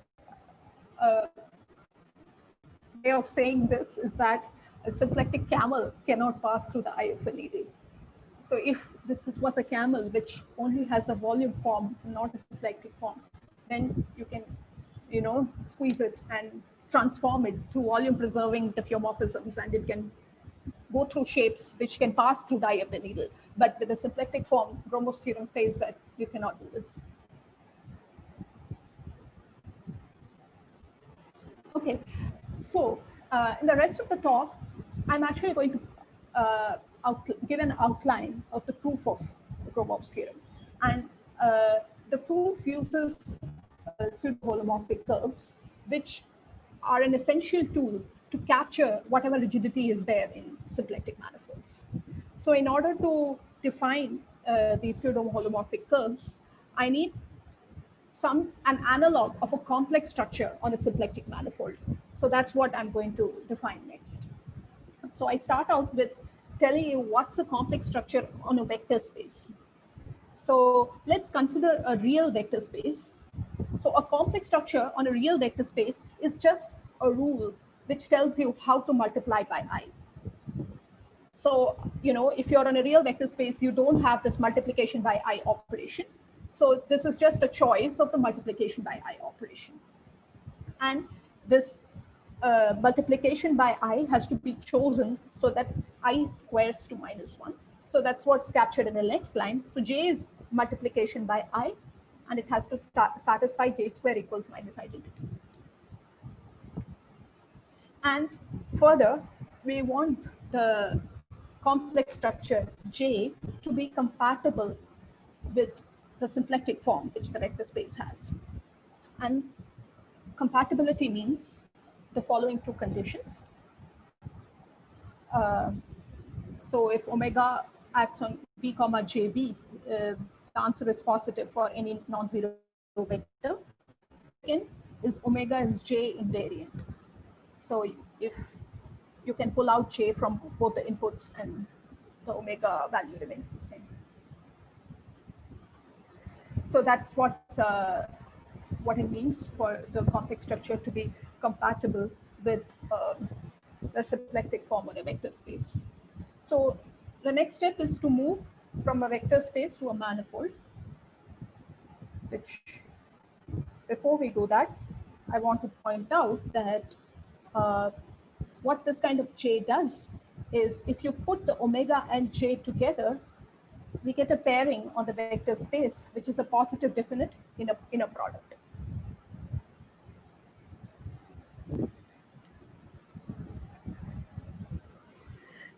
And the easiest example and the standard example that you should have in mind is that of a complex structure on R2n with the standard symplectic form. So recall that the standard symplectic form pairs dxi and dyi. So there, the standard complex structure takes xi to yi and yi to minus xi. And with this choice of standard J, you can see that the tameness condition is satisfied. That is, if you take the input partial xi comma j naught partial xi and you act upon it with omega naught, that changes to omega naught applied on partial xi comma partial yi, and that's positive.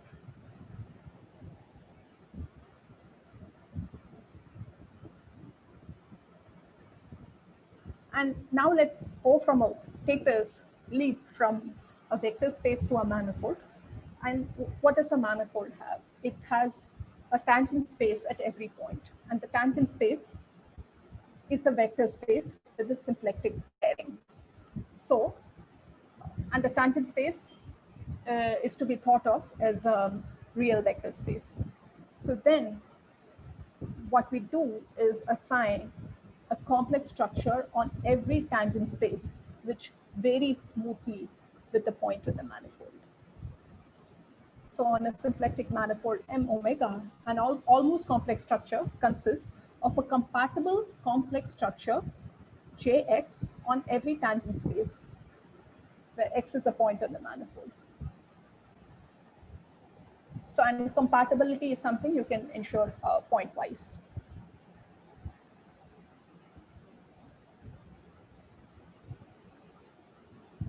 Yes, and what happens all of a sudden is you started out with a symplectic manifold which didn't have any local invariance. And if you choose a J, then suddenly your manifold becomes a Riemannian manifold, because omega and J taken together form a Riemannian metric. As we pointed out earlier in the case of vector spaces, so this is the pairing we are talking about. V comma W is mapped to omega of V comma J W. So you can do this at every point on a manifold. So you get a positive non-degenerate pairing of the tangent space at any point on the manifold, and that's precisely a Riemannian metric. So what's happened is choosing a J makes a symplectic manifold rigid, because we were earlier saying that Riemannian manifolds are rigid. But wait, there are many choices for a compatible almost complex structure. There's no one unique God-given one. So there are many ways of making the symplectic manifold rigid. But then the space of omega compatible almost complex structures is connected. So if you choose two different ways of making this manifold rigid by choosing two different almost complex structures, J0 and J1, then since the space is connected, you can always connect J0 and J1 by a path of compatible almost complex structures. So which means that what's going on in the manifold with J0 can be maybe smoothly deformed to the manifold with J1. So there is some expectation that this rigid, one choice of rigid manifold might be related to this other choice of rigid manifold.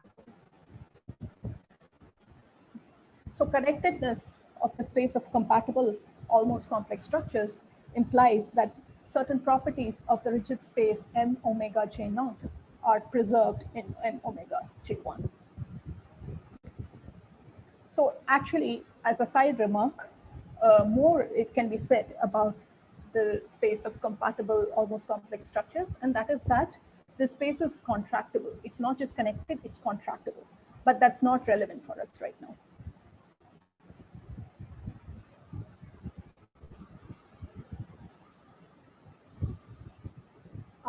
Any questions? Anybody wants to ask me a question? So, hello. Hello? Yes, I want to ask a question that you are talking about the compatibility of the vector space. Sorry, can you introduce yourself? I don't know who you are speaking. I am Ankur Sarkar. Sorry? Ankur. My name is Ankur. Okay. So for compatibility of vector space, you introduced two condition. Mm-hmm. The first, what do you mean by the first condition? And another question is that. We can do one question at a time. 1 second. Let's go there. So the first condition. So the first condition is kind of what guarantees that the pairing is positive. Do you see that? Because in this Riemannian pairing, in the third point, if you take V and W to be equal, so if you take V comma V, so I mean here, okay, here. So if I take V equals W, then what I get on this side is omega applied on V comma JV. And that's positive. So that ensures that this it's a positive pairing. So that's the effect of the first condition. One more question is that does for all symplectic manifold almost complex structure exist? Yes, yes, that's right. Yeah. And another one is that you are taking, basically you are differentiating two almost complex structure by that by the linear map J, right? Means you are saying that two almost complex structure are different if the mapping J which you are taking is different. Yeah, exactly. Yeah. Yeah. So J is the almost complex structure. Okay. Thank you. Yeah. Okay. Any other questions? Okay. There is a question in the chat box. I don't chat box. Let's see. Is there any cohomological obstruction on a manifold to have a symplectic and almost complex structure? So as Ankur pointed out, if you have a symplectic structure, almost complex structures are guaranteed to exist. So the question I need to answer is cohomological obstructions for the existence of a symplectic form.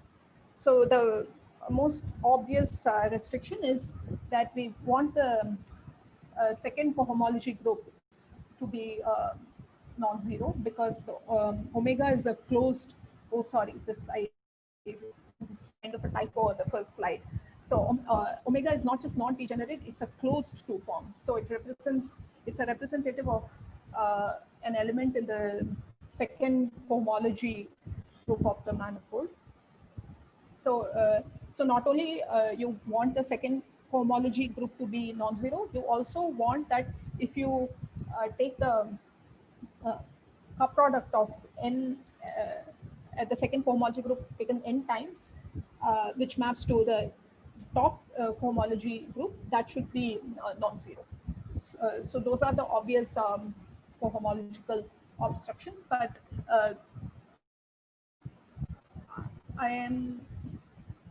I have a feeling that's probably not enough.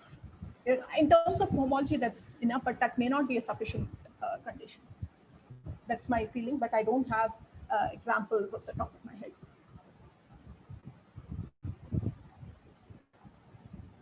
So there's another question in the chat box. What properties are expected to be preserved between compatible almost which are path connected? Yes, I think that's what we are going to talk about in the rest of the talk.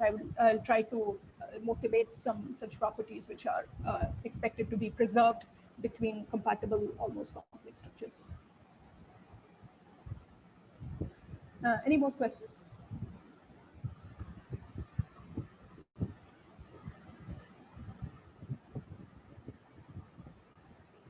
Okay, so let's move on. So our goal today is to prove Gromov's non-squeezing theorem, and tool we have at our disposal are J holomorphic curves. By that, what I mean is that you would have studied holomorphic maps in your complex analysis class, which means that a map is holomorphic if its derivative is complex linear. So here, we don't have a complex structure on a manifold N, but we do have an almost complex structure. So, it's possible to define a notion of holomorphicity. So I take a little bit of a shortcut and don't define it as a holomorphic curve as a map, but rather just define it as a submanifold sitting inside our symplectic manifold. So if we start with a symplectic manifold with a compatible almost complex structure, I just define my J holomorphic curve to be an immersed submanifold for which the tangent space is J invariant. So for example, if you were to take the, sorry, this should have been clarified here itself, but this is called a curve because it's a complex curve. This immersed submanifold is actually two-dimensional. It has two real dimensions, but it's called curve because it's like a complex curve. And one of the examples you can think of using what the basic examples we have at our disposal, if you look at R2N, so if you look at the two planes spanned by X1 and Y1, that is holomorphic with respect to the standard J0, which we defined in our earlier slides. Okay. So this is kind of a motivational result which tells you what property is preserved when you go from J0 to J1. So if you have two compatible almost complex structures, what exactly is preserved? So this is kind of a motivational result. It's roughly stated. I don't state a lot of the hypotheses which are required. So suppose J0 is a compatible almost complex structure on a compact symplectic manifold for which there is a fibration. So we are considering a very special situation where M has, so by a fibration, I just mean that pi is pi over here. Sorry, I'm not able to highlight it. Pi is a submersion. So which means that all of its fibers are the same, and the fibers are J0 holomorphic curves. Okay, so if you have this kind of a fibration, it's then, so this is a very special situation which is going on here, that the manifold can be fibered by J0 holomorphic curves. So if you can do that under some hypothesis, you can also do it for any other almost complex structure.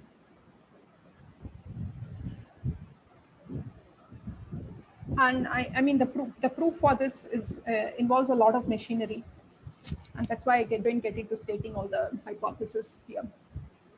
Sorry, Suma here. So is this curve compact? You are taking compact surfaces?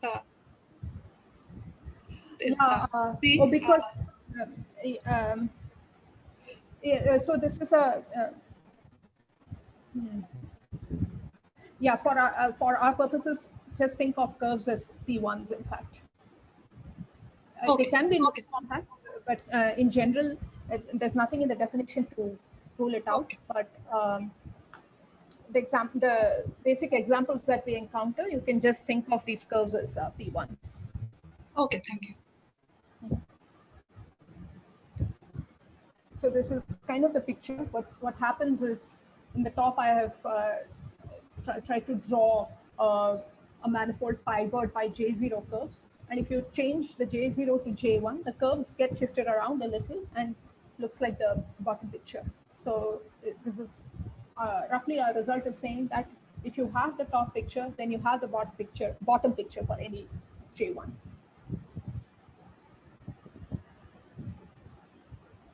And what we are looking at here is, one could say the first example of a Gromov-Witten invariant.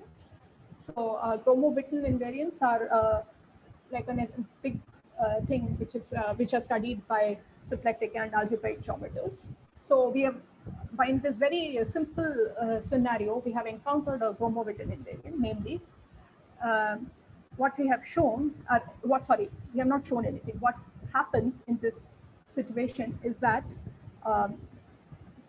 if you fix a point P, there is one J curve passing through the point P of the homology class as the fibers.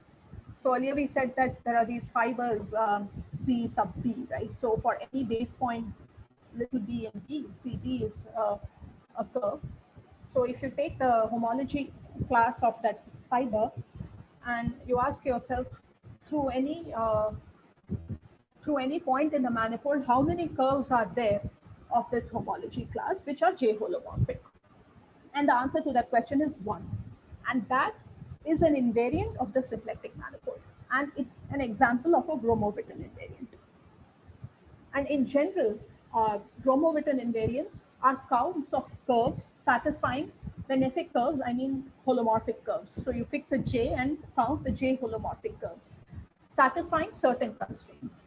So in this case, the constraint it satisfied was that it should pass through a fixed point P. So in general, your constraint could consist of the curve having to pass through a point or through a cycle, something like that. Yeah, and because of the fact that we have that any two almost complex structures can be connected by a path, the Gromov-Witten invariant is supposed to be independent of the choice of J. So whenever it's the invariant is, the theory is properly defined, you'll be able to show that the invariant is independent of the choice of J, and that's proved using the fact that any two J's can be connected by paths of compatible almost complex structures.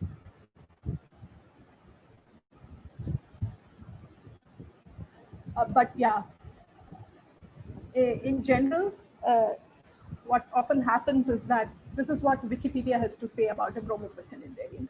So Gromov-Witten invariants are rational numbers that in certain situations count pseudo-holomorphic curves meeting prescribed conditions in a given symplectic manifold. So the point is that it's hard to define these invariants in full generality. So then you have to come up with a theory which extends whatever there are some cases where these invariants can be defined, but you want to extend it to all possible symplectic manifolds, then you have to extend the theory in a consistent way. But in those extensions, it's not even fair to say that they are actually counts of pseudo-holomorphic curves. So that's why they use this language that these invariants are rational numbers. Notice, rational numbers, not integers. That in certain situations count pseudo-holomorphic curves. Okay. Yeah, but those are not the complexities that we are going to talk about today. So I'm kind of the interest in these invariants started out with one of these initial results by Kontsevich, who produced a recursive formula for the number of degree D curves in P2, complex projective space P2, passing through 3D minus 1 fixed generic points. So this number 3D minus 1 is important so that you get isolated curves instead of families so that they can be counted. So that's Gromov-Witten invariant, which Kontsevich computed. Okay, so now let me get back to the proof of Gromov's non-squeezing theorem. So let's before we start proving the result, let's just recall the statement which says that a unit ball in a symplectic space cannot be mapped by a symplectomorphism into a cylinder which is narrower than the ball. In particular, you cannot have this picture if R is less than 1.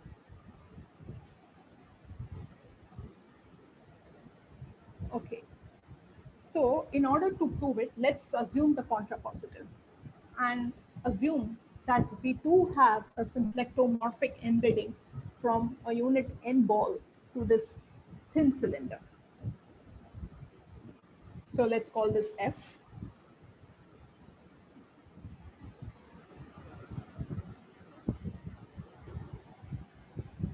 So in order to be able to apply any of those results from Gromov-Witten theory, we need to be on compact manifolds.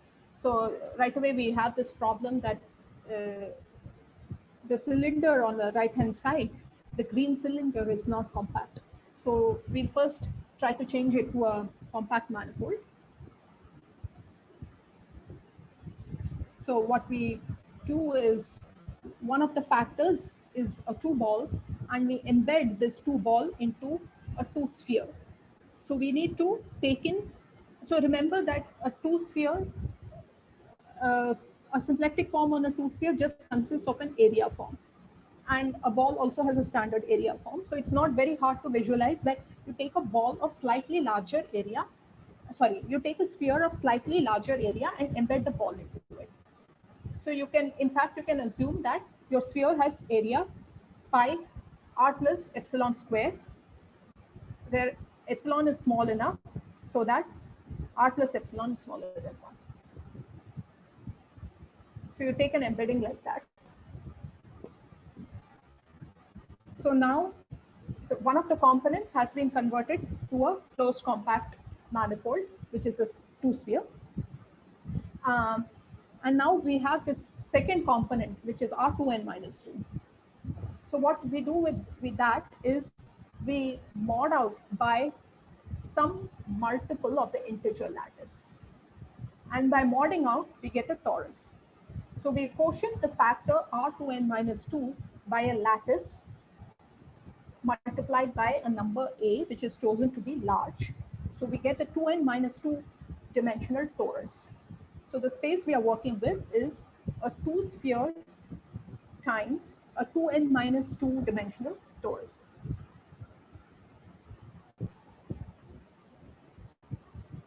Okay, and remember that we had embedded our unit 1 ball into the cylinder.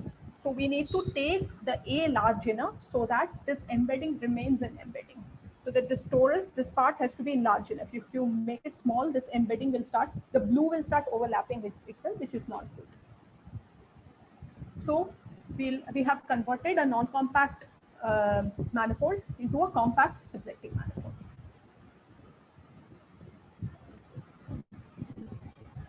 Now let's start staring at this new compact target space that we have created. So we take the easiest possible compatible almost complex structure, which is the product almost complex structure. So that consists of a J on S2 and a J on T2n minus 2. There is a typo over here. Sorry about that. So this is wrong. This should have been 2n minus 2. So this is a product, and put J's on each of them separately. And then if you put it together, you have a J on the total space, which is a product. So if you take this product almost complex structure, what we notice straight away that we have a fibration that we talked about earlier. So this is indeed one of those special cases where the manifold fibers into J curves, where the J is the standard J. So indeed, the fibers of these fibrations are just one of the factors of the product. So one of the factors is an S2. So the product factors and the fibers are S2. So this is a trivial fibration. And the S2s, because of our choice of almost complex structure, are holomorphic under this J standard. So any questions about this picture?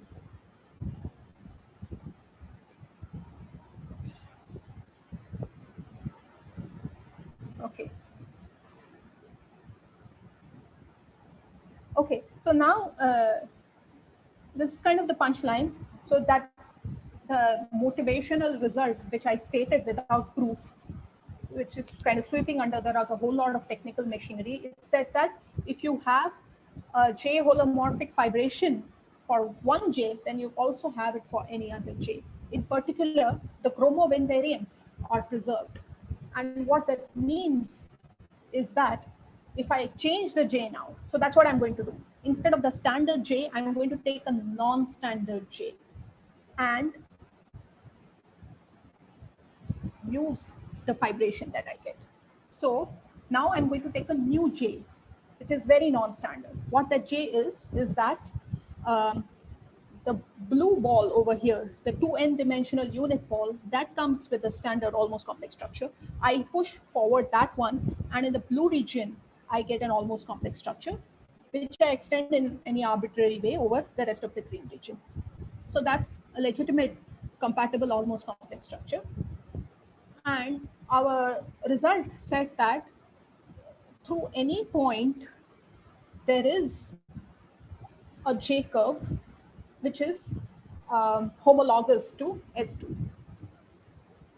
So by our earlier result, for any compatible almost complex structure J, there is a J curve C of homology class S2 cross point through the point FP. And FP, notice what it is. I take P to be the origin of the ball, and FP is the image of the origin. So I take the J curve through the image of the origin. And our machinery tells us that such a curve indeed exists.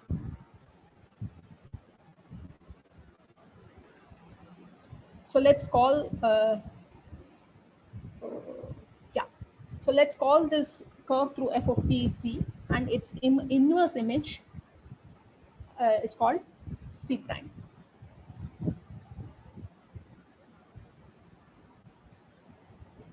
Okay, and so now if you look at C prime, it's a J naught holomorphic curve. Note, so this is something we need to notice. The way we constructed the new J was that it is same as J naught in the blue part.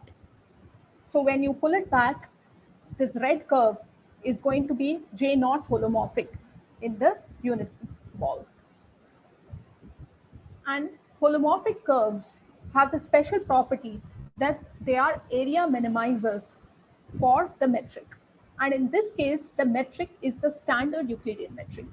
Thus, C prime is a minimal surface in the Euclidean ball. And by the theory of minimal surfaces, the least area surface in the ball, whose boundary lies in the boundary of the ball and which contains the origin, is the flat plane.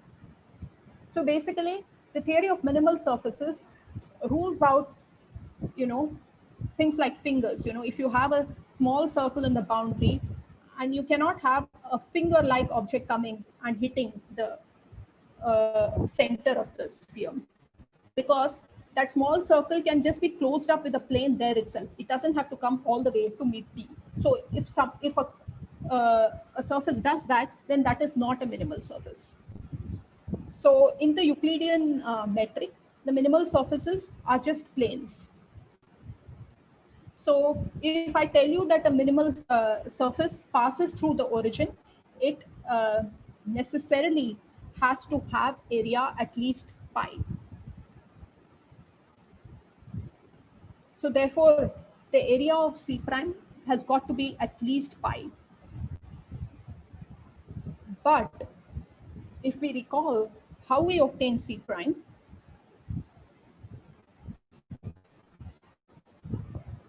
C prime is homologous to this S2, which has an area of R plus epsilon. So the C cannot have area more than R plus epsilon. Sorry, pi times R plus epsilon square. So, and so therefore we have arrived at a contradiction here. So basically the basic idea is that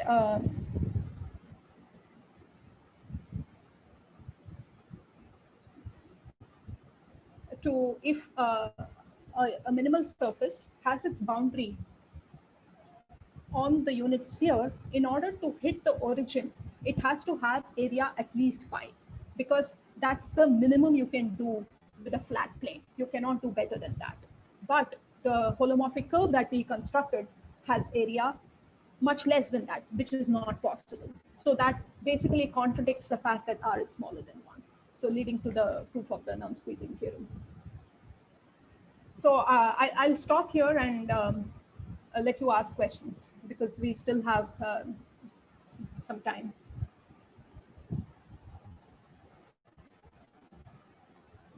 Is there any question? Hello. This is hello. Hello. I'm Manav. Is this audible? Yeah, it is. Yeah. So you've said that holomorphic curves are area minimizers for a given metric, right? So yeah, not for and the metric is given by the omega and j that you are considering. Yeah. So this is a area minimizer under what class of curves? Like it minimizes So actually, if you look at the theory of minimal surfaces, it's kind of a pointwise differential equation that it has to satisfy. Okay. So, yeah. Oh, okay. It comes out as the like minimizing in the sense of the critical point for differential equation, that sort of. Yeah, it's something like that, right? Okay. Yeah. Okay. Yeah. Yeah. Okay. Thank you. Yeah.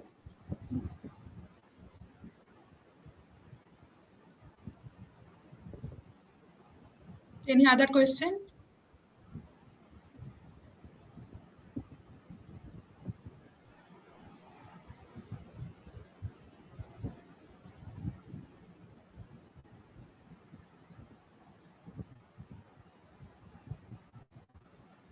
Okay, if there is no other question, let's thank the speaker. And so the next talk, I think at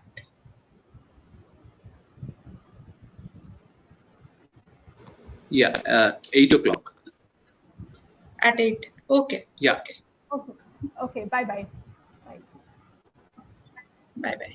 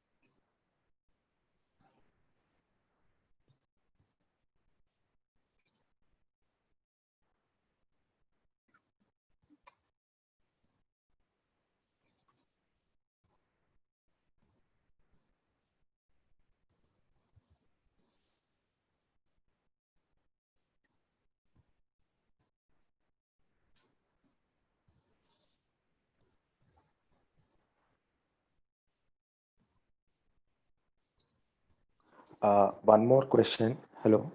Oh. Okay, I think this if speaker is available, I mean you can. I don't know. Okay, you can. You. Let me check. No, she. I think she left. I can't see her. Sure. Okay. Okay. Yeah. Okay. Okay.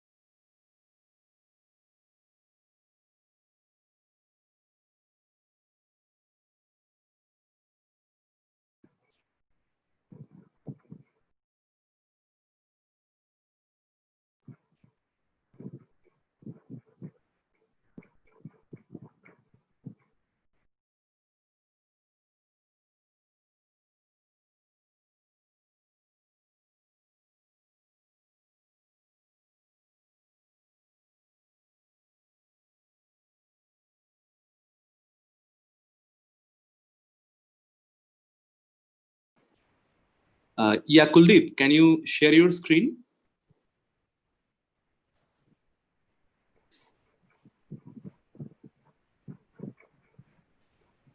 Kuldeep, are you here? Yeah.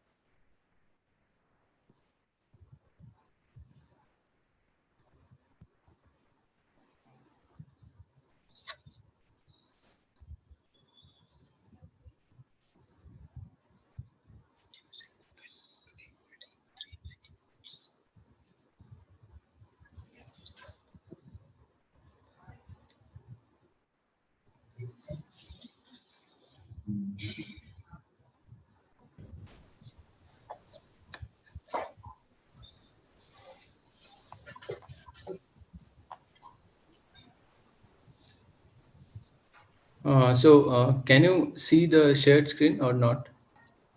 Yeah, yeah. Yes, we can see. Okay.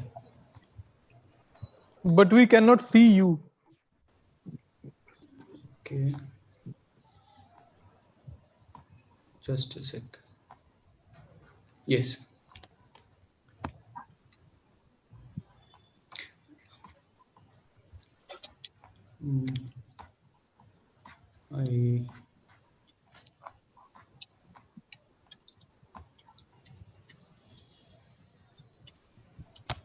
Yes, hi. Hi, hi.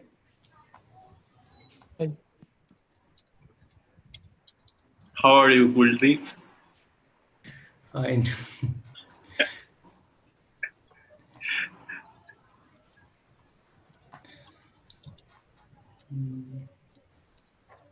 Are you in Bhopal now?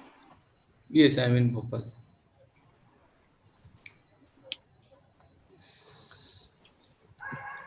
So little while ago, he was still confused whether his stock is on 8 or 820. Yes, I just saw the message. Yeah.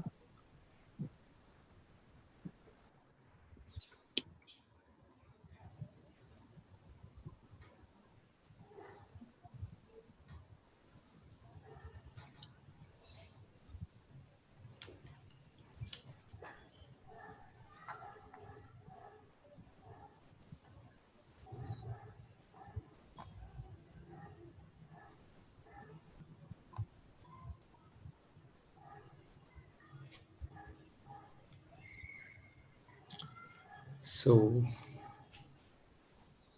shall we start now or? Just 1 minute. Okay. Okay. Where are you from? I don't know. So. I'm from Aizer, Bhopal. Okay. Are you a PhD student or postdoc? There? So I'm postdoc there. Okay. Okay. Thanks.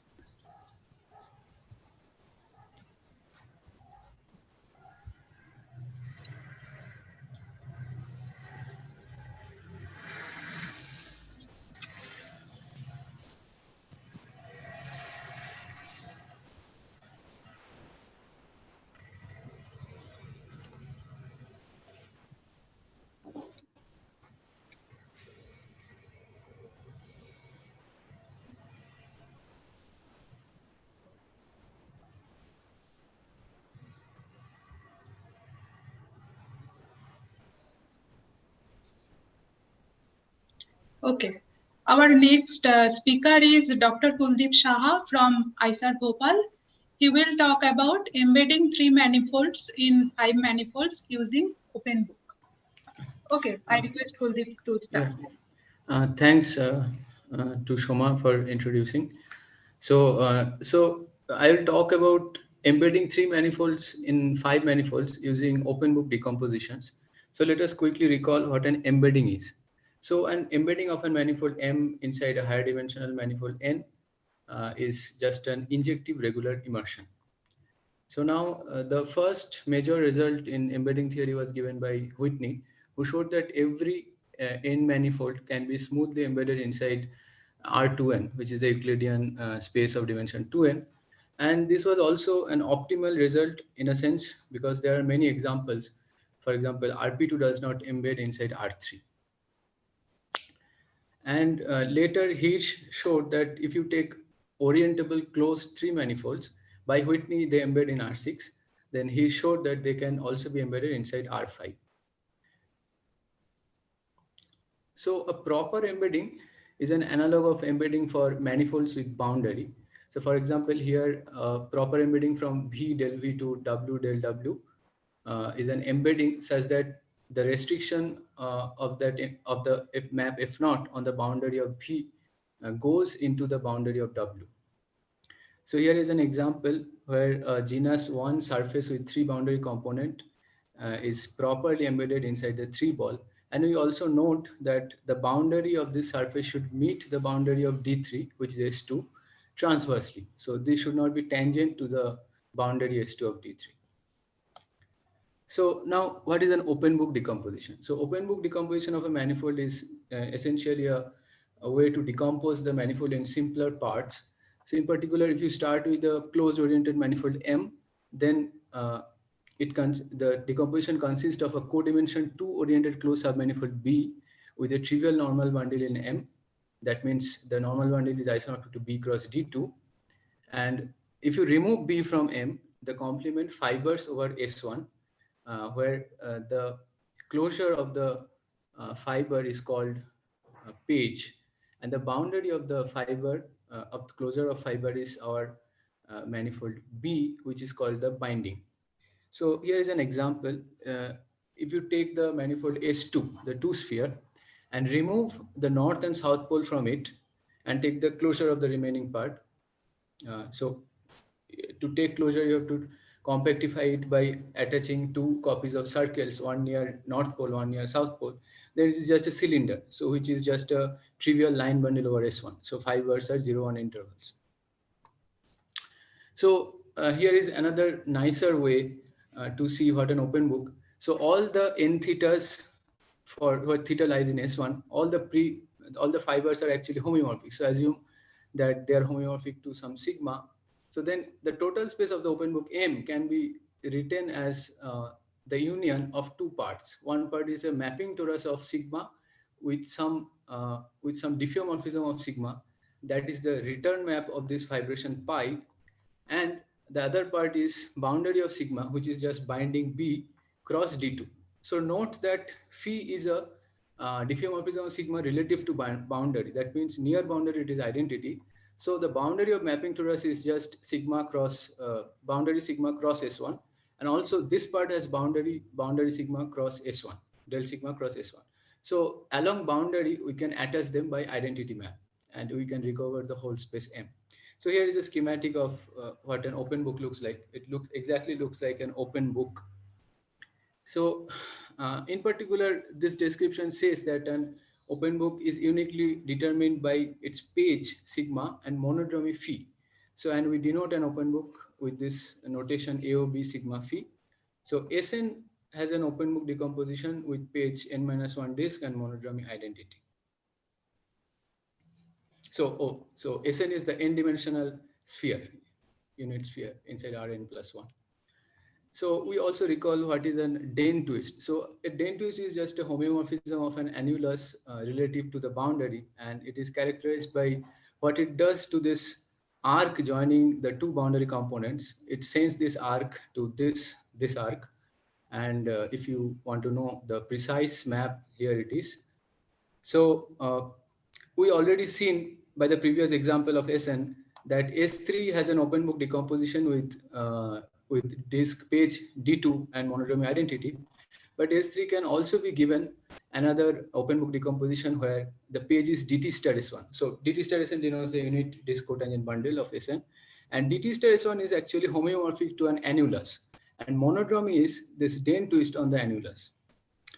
And in higher dimension, we have one more example. S2 cross S3 has an open book decomposition with page the cotangent bundle of S2 and monodromy identity.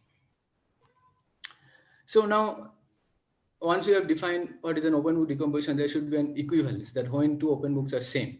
So two open books, sigma 1 phi 1 and sigma 2 phi 2 AOB, they are same if there exists a diffeomorphism H that takes sigma 1 to sigma 2 and such that this diagram commutes.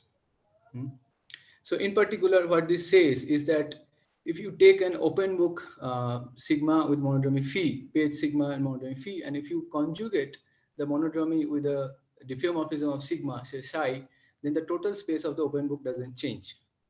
And also note that the isotopy class of phi uniquely determines the total space M of the open book up to diffeomorphism. So next we come to the notion of embedding for open book decompositions. So we say Mn open book embeds inside V capital N if there exists an open book AOB sigma M phi M for M and another open book AOB sigma V phi B for B, such that there exists a proper embedding of sigma M inside sigma B, and this commutativity relation holds. So all this relation is saying that if you embed sigma M inside sigma B and then apply sigma phi B, it restricts to phi M on the embedded page. So a straightforward example is that Sn with page Dn-1 and identity monodromy open book embeds inside S capital N with page D capital N-1 and identity monodromy. Capital N is greater than N, small n. So the question here we ask is that does there exist a fixed open book of dimension 5 where all open books of a closed tree manifold admit open book embedding? So this was the initial question, and then we answered that yes, it happens. And in fact, we could show that we could show two such 5-dimensional manifolds. So one is S2 cross S3, which is the boundary of S2 cross D4. So which is a 4-disk bundle over S2. And there exists another 4-disk bundle over S2, which is called the twisted 4-disk bundle over S2. And it has boundary, which is denoted by this twisted product of S2 and S3. So for S2 cross S3, you can take as page any disk bundle over S2, which has Euler number even. And for this twisted bundle, you can take as page any disk bundle over S2, which has Euler number odd. And in both cases, you take monodromy as identity.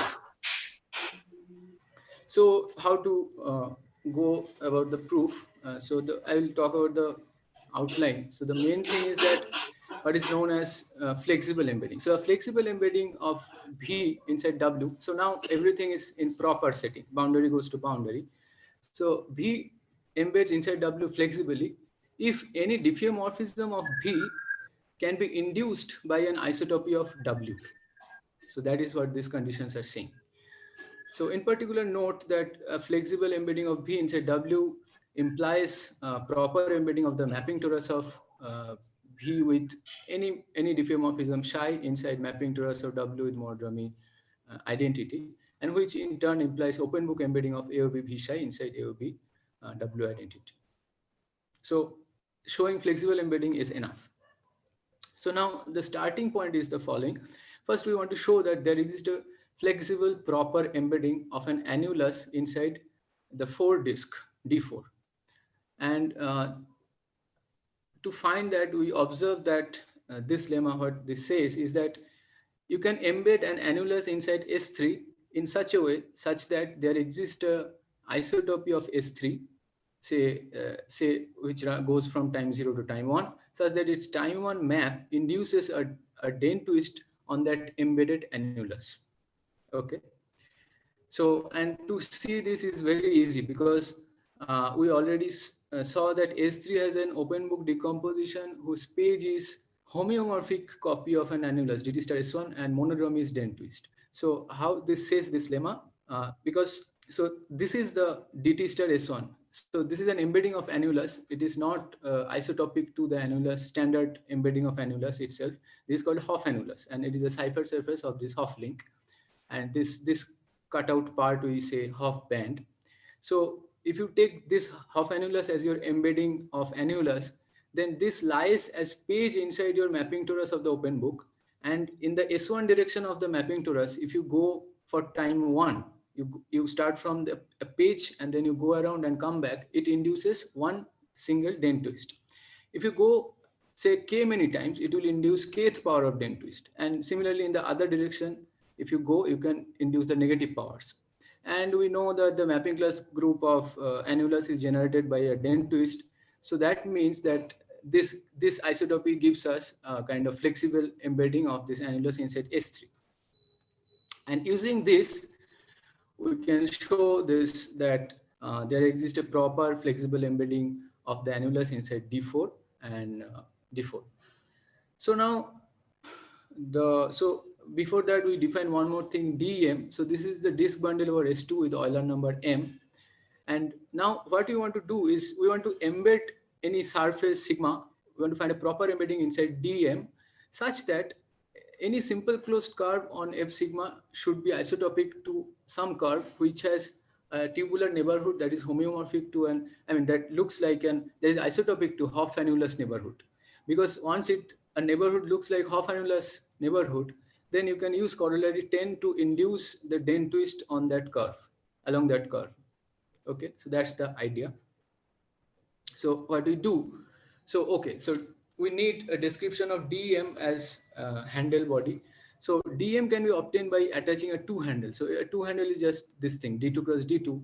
And it is written in this fashion because the attaching region is del D2 cross D2, which is just a solid torus.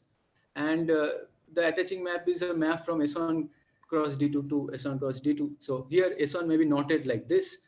And if you take a point on the boundary of D2, it may not go parallelly. It may go like, it may link the core circle multiple times. And if it links it M times, we say that the framing of handle attachment is M. So one can see that DEM can be obtained from D4 by attaching a two handle along the unknot on the boundary of D4, that is S3, with framing M.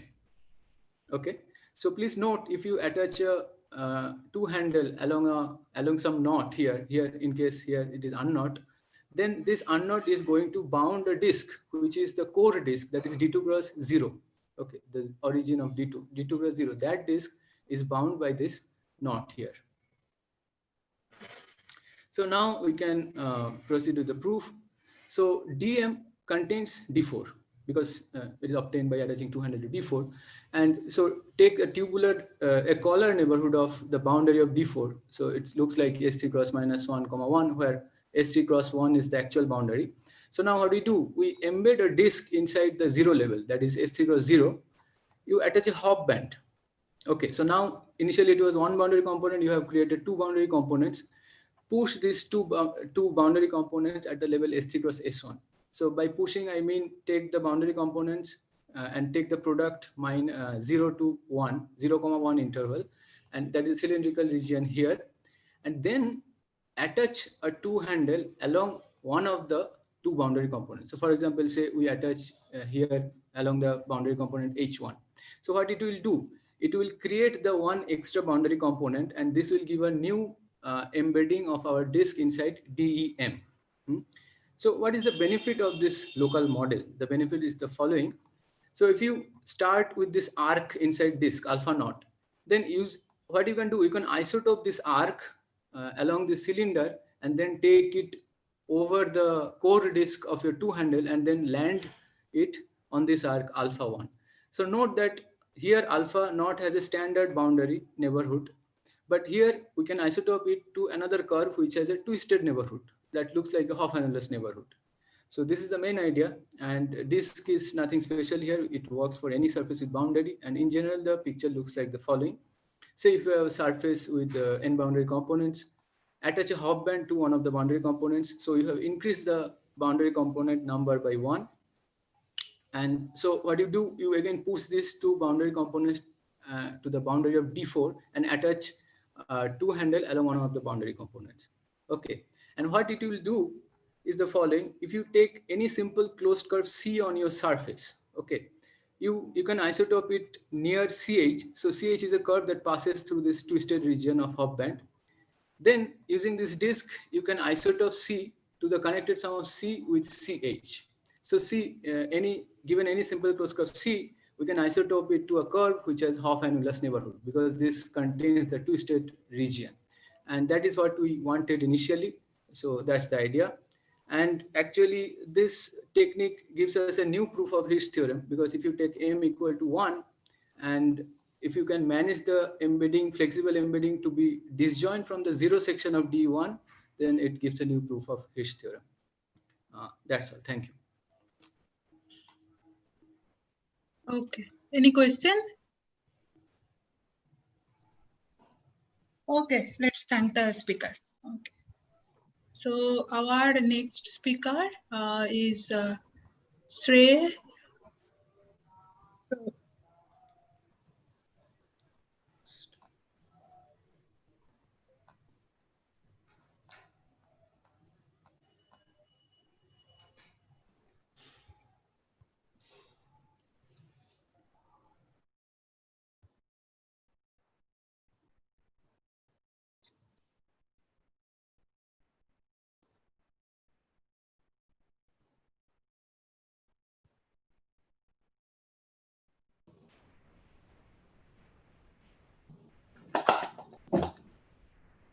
Okay.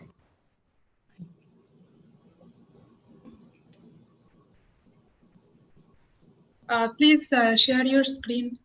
Yes, that's I'm okay.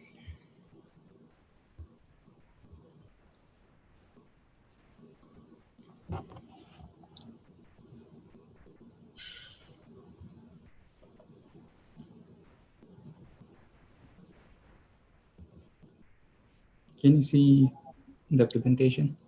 Yes, yes. Okay, thank you.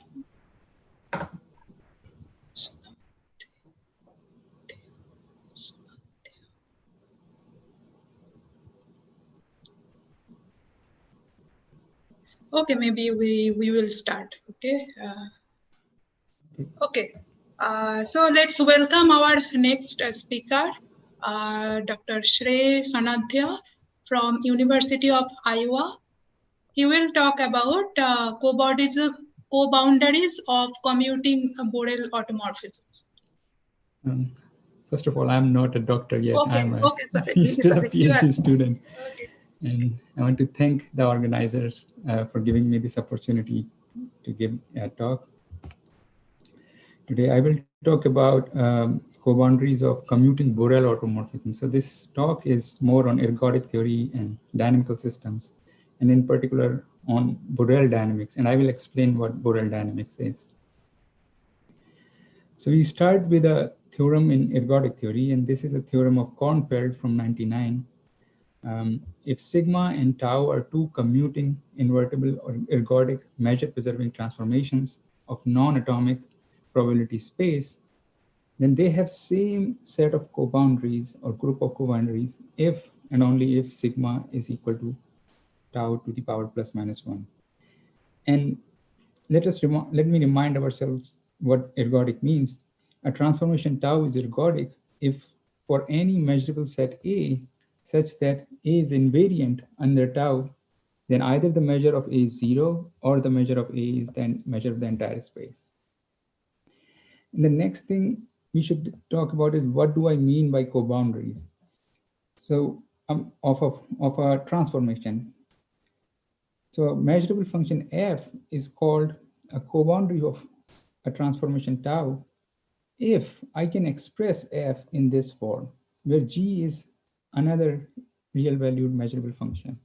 If I can do this, if I can write f like this, then I'll call f a co-boundary of tau. So I should mention that co-boundaries of a dynamical system are extremely important group of functions, and they have been extensively studied. And their property, they describe the property of the transformation. For example, if my transformation is measure preserving, then its co-boundary has integration 0. And for example, a constant function can never be a co-boundary except if it is 0 function. And the definition of co-boundary that I give here is in context with dynamical systems, but there is a relation to the cohomology that we study from algebraic topology. And if I have time later on, I can probably talk a little bit about the relation between this definition, which comes from dynamical systems, and the definitions of cohomology as we study in algebraic topology. So coming back to this theorem now, so it's a if and only if statement, and this direction, the backward direction is pretty obvious, and here I explain it. It's if I assume that sigma is tau inverse, and f is a coboundary of tau, then easily I can prove that f is also, I can write it like this, f is also a coboundary of sigma. So this direction, the forward direction, is the most important one, and that's what Kornfeld proved. Okay. So there is a similar theorem in Cantor dynamics, and this theorem is from 2000 by Nicholas Orms.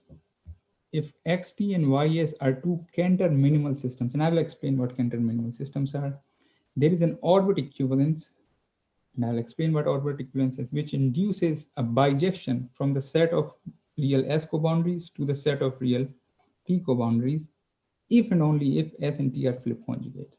So these are the four things that I underlined. I will explain what they are.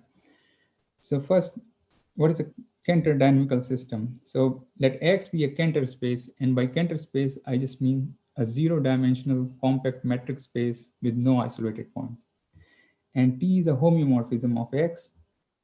Then we call xt a Cantor system.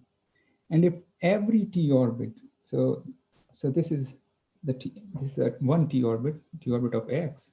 If every T orbit is dense in X, then we call T to be minimal. Now the definition of orbit equivalence, if two Cantor systems xt and ys, we call them orbit equivalent if there exists a homeomorphism which takes the X orbit, the T orbit of X to the S orbit of HX. The other thing in the theorem is the bijection between the set of coboundaries. So how does that work is, if G is a coboundary of S and H is the orbit equivalence that we just talked about, then the push forward of G is a coboundary. If the push forward of G is the coboundary of T, and this map is a bijection, then we say that this H is inducing a bijection between the set of two coboundaries. The last thing in the theorem was conjugacy, flip conjugacy. So conjugacy is pretty straightforward. It's if X, T, and Ys are two systems, we say that they're conjugate if we can find a homeomorphism such that H of Tx is equal to S of Hx. And I should mention that conjugacy implies orbit equivalence, but the other way around is not true.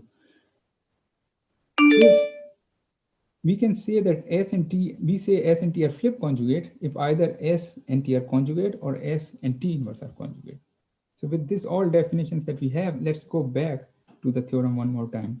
So what does this theorem say? This theorem says, we know that flip conjugacy always implies orbit equivalence. This theorem gives us a criterion when orbit equivalence implies flip conjugacy. And the criterion is that this orbit equivalence should induce a bijection between the set of S coboundaries and the set of T coboundaries. Okay. So the question is, can we have a similar result in Borel dynamics? And I'll explain what Borel dynamics is. So the answer is yes. And that's my main theorem. Before I explain what Borel dynamics is, let me explain one result, which is a very important result in measurable dynamics, and it's called Rocklin lemma, or sometimes Rocklin-Kakutani lemma, Kakutani-Rocklin lemma. Let T be a aperiodic, and by aperiodic I mean that the set of periodic points have measure 0. Let T be an aperiodic measure-preserving transformation of a probability space. Then for every natural number n and every epsilon greater than 0, I can find a measurable set A such that all these iterations of A are disjoint, are pairwise disjoint, and their union is almost the entire space X. In 72, Kohns and Carlston Weiss gave a ZD version of this Rocklin lemma. And here I have written just a Z2 version, just so that it's easy to write it down. So this G is a Z2 action, which is generated by these two commuting aperiodic measure preserving transformations of probability space. Then for every pair, like here we were working with just one natural number, here for a pair NM, and for every epsilon greater than 0, I can find a measurable set A such that all these sets where I vary from 0 to n-1, J vary from 0 to m-1, the union is almost the entire space X. And why I am mentioning this theorem the reason is that Kornfeld used the Z2 Rocklin lemma to prove his theorem, the theorem that I just discussed. So when I was trying to do this in Borel dynamics, I was thinking, can we find a Z2 Rocklin lemma or a ZD Rocklin lemma for Borel actions? And the answer is a partial yes. Partial yes. And I've explained, that's my second theorem. So now let me explain what Borel dynamics is. So in Borel dynamics, we work with a complete and separable metric space, X. This space is also sometimes called Polish space. And the pair XB is called a standard Borel space, where B is the sigma algebra generated by open sets. Let tau be, or let T be a one-to-one onto Borel map, then we call T a Borel automorphism of XB. And by aut XB, I denote the group of all Borel automorphisms of XB. And here we will only work with countable subgroups of aut XB. So I should mention, the next 2 points are very, very important. Borel dynamics is very different from measurable dynamics because we do not work with a reference measure. So if you remember, in measurable dynamics or in ergodic theory, we have X, mu, and T, where we always have a reference measure and we work up to that measure or almost everywhere. Here, our maps are defined everywhere rather than almost everywhere. So this is a step further than ergodic theory. And I should mention that a very nice introduction to Borel dynamics is given in a book by Professor Nadkarni. His book is called Basic Ergodic Theory, and it has a very good introduction to Borel dynamics. So let me describe one more definition, and then I can proceed to the theorems. A Borel complete section for a group gamma is a Borel set B such that when I act on B with gamma, I get the entire space. In other words, the saturation of B with respect to gamma gives me the entire space X. So my first theorem is that if S and T are two aperiodic, and here aperiodic means that every orbit is countable. We cannot have finite orbits. If S and T are two aperiodic commuting Borel automorphisms of a standard Borel just space. a question. So orbits, so every orbit is countable, but do they have limit points or they are discrete set? No, they're discrete. I mean, we are working with Z action. Okay. Okay. Right.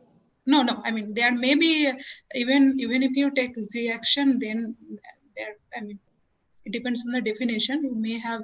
I mean, so you are considering only discrete action. Yes. Commuting Borel. So we have S and T, two aperiodic commuting Borel automorphisms of our standard Borel space. Then S and T have same set of Borel coboundaries, if and only if S is equal to T to the power plus minus 1. And here I should mention that these coboundaries are just Borel maps and they are defined everywhere, not almost everywhere, unlike in ergodic theory. The second theorem that I have is a weaker Rocklin lemma and for ZD actions. So I have D. So these are finite number of aperiodic commuting Borel automorphisms, and gamma is the group generated by these automorphisms. So it's a ZD action. And we also assume that gamma acts freely. What does that mean? That just means that if for any x, gamma I x is equal to x, this implies that gamma I is identity.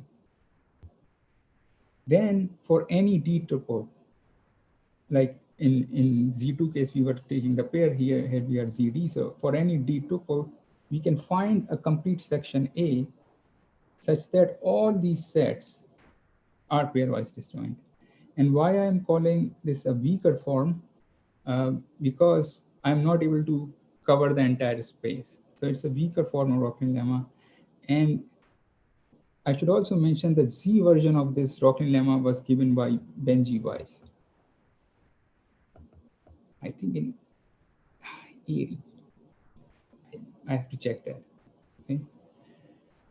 So in the rest of the time, I think I have like 3 minutes. I'll try to give a sketch of the proof of theorem 1. So if you remember, this direction was obvious. So this is the only direction that we care about.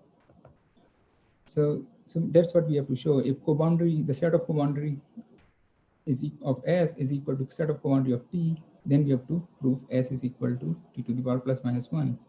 And it's enough to show, you can check real quick that it's enough to show this. Now, we will prove this by contrapositive. So I assume that S is not a power of T to T, and we will find a function F such that F is a coboundary of S and but F is not a coboundary of T. So the whole, in this whole proof, I just have to find this function F. F should have following two properties. The first property is that if the composition of F with power of S and the absolute value of it should be bounded above. And if you recall, people who do dynamical system recall that this is Gauss-Check-Headland theorem. This is the version of Gauss-Check-Headland theorem. So this A will give me that F is a coboundary of S. And we are kind of using the reverse of Gauss-Check-Headland theorem. And we will say that if the absolute value of this F with the powers of T is bounded below, then it will imply that F is not a coboundary of T. So A will give me that F is a coboundary of S, and B will give me that F is not a coboundary of T. I should mention that I'm using this mu here, and this mu is gamma quasi-invariant. By quasi-invariant, I mean that it preserves the zero measure sets. So the whole theorem, whole proof is now focused on finding this F with these two properties. And that's where I will use the Rocklin lemma, which is the theorem 2 that I proved. And we will work with Rocklin towers, chi-r, which is generated by the Z2 actions of S and T. So this is a Z2 tower, and this direction is S, and this direction is T. And what I mean by that, this direction is S, I mean, if this is the set AR, then this is S of AR, this is S square of AR, and so forth. And this is T of AR, this is T square of AR, this is ST of AR, this is S square T of AR, and so forth. Okay? And I have defined FR to be 0 outside this tower. So this tower is of size NR times MR. So this size is NR, this size is MR. And I've defined FR to be 0 outside, and inside the tower, these are the values of FR. So in this block, the value is 1.25 AR, and then it alternates to minus 1.25 alpha R, and so forth. And here it's 0.75 alpha R, then minus 0.75 alpha R.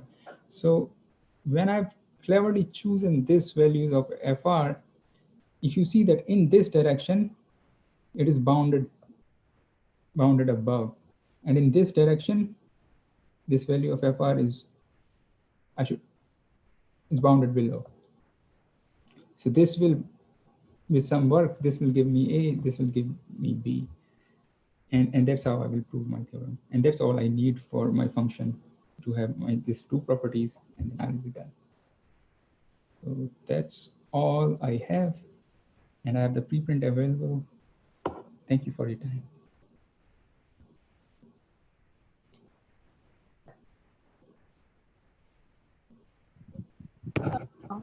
Can I ask a question? Sure. Yeah, this is Riddhi Shah. I just wanted to know, when you took this cross section, Borel cross section, that B, B, those are not disjoint sets, right? This B. Those are not required. And B is just a Borel set, not open or anything. It's just a Borel set, and it's not even a transversal. So it's a set in which every orbit has to pass at least once. But then you could also just have B equal to X, right? I mean. Yes. Yeah. Yeah. So you have to basically choose B, which will help you, is it? Yes. I also wanted to. Sorry. Go ahead. So they exist. For example, pick one point from every orbit. Okay, you have a set, and now just make this set thick enough so that it's a Borel set. Okay. And you have a complete section. And in case, for example, if you study substitutional dynamical systems, then every cylinder set, if you look from this perspective, is a Borel complete section. So I want to ask you one more question. You know, when you say discrete, did you mean every orbit is discrete, or what did you mean discrete in that sense? I just mean that they do not tend to just one point, and they do not like stop somewhere. The orbit has to be no, but even if it is infinite. Even if it is infinite, it could still have a limit point, right? Yeah, I don't think we need. That's all I need. I need that the orbit they are is just countable. countably infinite. That's all you That's need. all I so need. orbit is infinite. That's all. But limit points could That's be there, so that is not a problem. Okay. So it's not Okay. discrete really. Okay, thank you. Very nice talk. Okay. I have a question. Sure. Yeah. So one of the kind of a naive question. So if two things has the same co-boundaries, what are the implications that we can have about those? So having equal co-boundaries give you some extra information. What kind of extra information do we get? That's exactly what we have proved. If you look at the theorem, the first theorem of Kornfeld. Yeah, exactly. If these two sigma and tau have same set of co-boundaries, then they are completely determined. We know everything about them. Yeah, okay. So they can either be equal or inverse of each other. Yeah, but you also have kind of a assumption starts with a commuting pair, right? Yes. So that's what my question is. Yes. Can I have some extra information if they're non-commuting? No. Okay. Like I wanted to try this work in non-commuting, and I was not able to proceed. It was maybe you can start with some examples and see how it goes, because to get same co-boundary is not easy, I think. So yes. I'm just guessing. Can I ask? Sure. What is the role of non-atomic here? Oh, we just want to want to yeah, but I mean, where do you use non-atomicity? So my theorem is in Borel context. I do not even need any measure. Oh, I see. Because if you want to know atomic measures whose range is an interval, there are many. See this theorem this theorem, which Kornfeld proved, is in measurable dynamics. So he is concerned about measures. I am Now, total not measure concerned. is 1, that is fine. But the values that the measures take on the Borel algebra, those values form an interval for many atomic measures also. I do not And know. I can tell you binary sequence 1 by 2 raised to n sitting at n, its range is an interval. If you take discrete space, okay? Its range is an interval. And there are many sequences, they are called interval filling sequences. I do not know much about But I'm telling you, this is okay.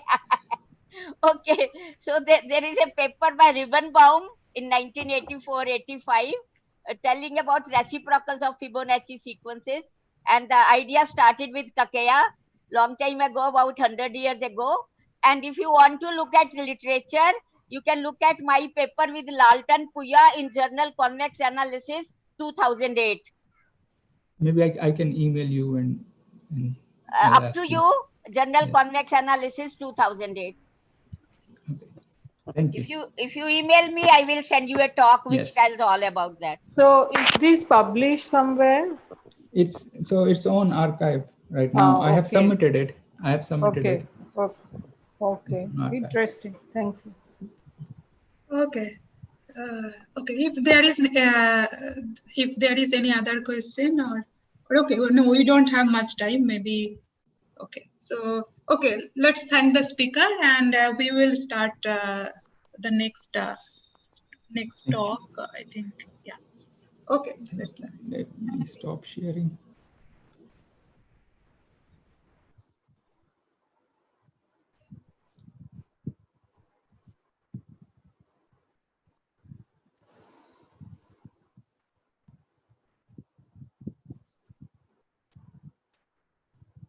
Is it clear?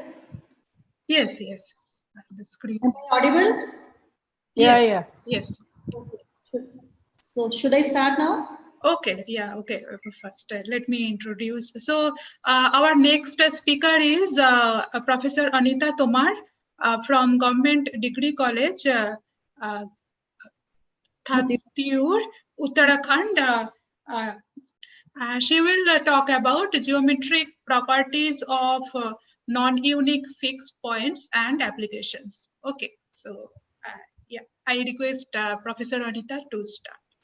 So thank you so much. So today I'm going to talk on geometric properties of non-unique fixed points and applications.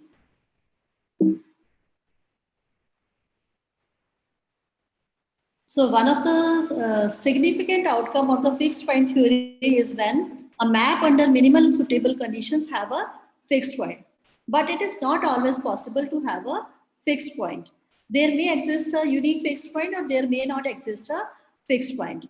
But if a fixed point is non-unique, then the set of non-unique fixed points may form a circle, a disk, or an ellipse and have several applications in biology, neural networks, economics, and artificial intelligence. So actually, ellipses emerge naturally in numerous areas, for example, planetary orbits. And we know that ellipse is the locus of a point, which is the sum of Euclidean distances from the two foci is constant. And we may also look ellipses as the flattened circles. So in this talk, first of all, we familiarize fixed ellipse, and then we discuss the geometric properties of the set of non-unique fixed points of a discontinuous self-map in reference to fixed circle problems. So first of all, we will discuss some shapes of the ellipses with different lengths of semi-major axis and different foci and in different metric spaces. So the ellipse having focus at C1 and C2 and length of semi-major axis at A is defined as set of all the points W belonging to the metric space MD such that its sum of its distance from the two focus is equal to 2A, where A is nothing but a positive real number. And the midpoint of C1 and this all we know that midpoint of the line C1, C2 is the center of the ellipse. And the line joining C1 and C2 is the major axis, and the line perpendicular to it is the minor axis. And the distance between the two focus is the linear eccentricity of the ellipse. And sin f upon sin a is the numerical eccentricity. So we can see circles as the ellipses of vanishing eccentricity, in which both the focal points are same. So if we define a usual metric on the set of real numbers, and if we take one focus at -2, another focus at 2, and we take the length of semi-major axis as 5, then we see that with reference to this metric, the ellipse is equal to the set of points -5 and 5. But if we consider a two-dimensional real space and define a metric as under root w1 minus v1 square plus w2 minus v2 square, and if we consider one focus at 2, 0, another focus at 0, 2, and if we take the major axis, length of semi-major axis as 2, then the equation of ellipse centered at 1, 1 is nothing but under root 2 minus w1 square plus w2 square plus under root w1 square plus 2 minus w2 square equal to 4. But if we define the metric as modulus of w1 minus v1 plus w2 minus v2, and we take the same center and same focus as in the previous examples, then the equation of ellipse is modulus of 2 minus w1 plus modulus of w2 plus modulus of w1 plus modulus of 2 minus w2 equal to 4. And if we draw the diagram of these examples, then we see that this blue line is the ellipse corresponding to the metric under root w1 minus v1 whole square plus w2 minus v2 whole square. And if this green line is the ellipse corresponding to the metric w1 modulus of w1 minus v1 plus w2 minus v2. And this orange line is the ellipse corresponding to the metric maximum of w1 minus v1 modulus w2 minus v2, and center of these ellipses are at 1, 1, and one focus is at 0, 2, another focus is at 2, 0.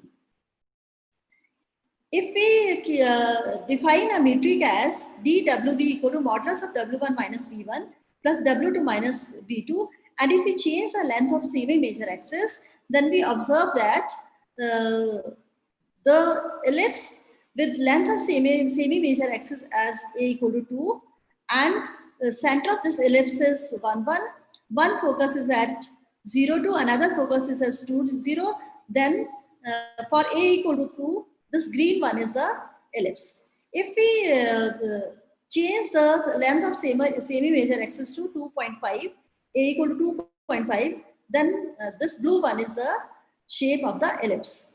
If we change the length of major axis, semi-major axis to be a equal to 3, then this is the orange one is the shape of the ellipse. And if we again increase the length of semi-major axis to be a equal to 4, then this pink one is the shape of the ellipse. Again, if we define the metric as maximum of modulus of w1 minus v1 and or the w2 minus v2, and for a equal to 1, 2, 3 means these are the length of semi-major axis. This is for a equal to 1, a equal to 2, and a equal to 3. The center is at 1, 1, and one focus is at 0, 2, another focus is at 2, 0. Then these are the different ellipses. And if we keep the focus fixed, no, if we change the focus and length of major axis is semi-major axis is 2. So if the one focus is at 0, 2, another focus is at 2, 0, then this is the ellipse with reference to the metric defined as dwv equal to modulus of w1 minus v1 plus w2 minus v2. If the focus is one focus is at 3, 3, another focus is at 4, 3, then this pink one is the ellipse. If one focus is at -3, -2, another focus is at -1, -2, then this is the ellipse. If one focus is at 3, 0, another is at 5, -2, this down one is the ellipse. So we observe that shape of some ellipses may change on changing the length of semi-major axis or foci. So first of all, we introduce fixed ellipse. If we define an ellipse with one focus at C1, another focus at C2, and A is the length of semi-major axis, and if we define a self-map A of a metric space MD as, and take AW equal to W, means W is a fixed point of A, for all W belonging to this ellipse, then this ellipse is called the fixed ellipse of A. A is the self-map, and this is the ellipse. Means if AW equal to W, means every point of A is a W is a fixed point for the elements of elements on the ellipse, then this ellipse is called the fixed ellipse. So if this is the ellipse on the metric space MD, and if we define sigma from M to 0 infinity as sigma omega equal to dC1 omega plus dC2 omega, where C1, C2 omega are the elements of M, and we take these conditions, we define these postulates for our theorem. In that case, this ellipse will be the unique fixed ellipse for A. And these conditions are indispensable for the existence of unique fixed ellipse. If any one of this condition is not satisfied, then in that case, ellipse will not be a fixed ellipse. So the geometrical one, we will see that the first condition show that this point AW is in the exterior of ellipse, and second condition show that AW is in the interior of the ellipse. If we consider a two-dimensional space, and if we define a metric as W1 minus V1 whole square plus W2 minus V2 whole square, and then the ellipse having focus at -3, 0 and 3, 0, and length of semi-major axis 5 is nothing but W1 square upon 25 plus W2 square upon 16 equal to 1. And if we define a self-map AAB equal to AB, for which AB belongs to 5 cos theta to 4 sin theta, and CD otherwise, then in that case, distance between AB and CD will be less than 1 upon 10 d omega W. So one may verify that all the conditions of our theorem are verified, and in this case, this E with focus C1 and C2 and length of semi-major axis 5 is a unique fixed ellipse. Or we can say that non-unique fixed point of this self-map A contains a unique ellipse having focus at C1, C2 and semi-major axis 5. I have skipped the proof of the theorem because there was a limitation of time. So this is the diagram. Blue lines demonstrate the ellipse which is fixed by the function A. And this is the unique fixed ellipse. And in this example, we show that all the conditions which we have assumed in our theorem 1 are necessary for the existence of unique ellipse. If we define a metric dWV equal to modulus of W minus V, and if we take the focus at one focus at 1 and another focus at 2, and we take length of semi-major axis as 2.5, then we have the ellipse -1, 4. And if we define a map like this, it is equal to 1 for the points on the ellipse and -1 otherwise, then one may see that A verifies only the first condition of theorem 1 and does not satisfy the second and third condition. And also one may notice that A does not fix this ellipse. And in fact, it does not fix any of the ellipse. If we define a metric M equal to dWV equal to W1 minus V1 whole square plus W2 minus V2 whole square, And if we take one focus at -50, another at 50, in that case, the equation of ellipse will be W1 square upon 169 plus W2 square upon 144 equal to 1.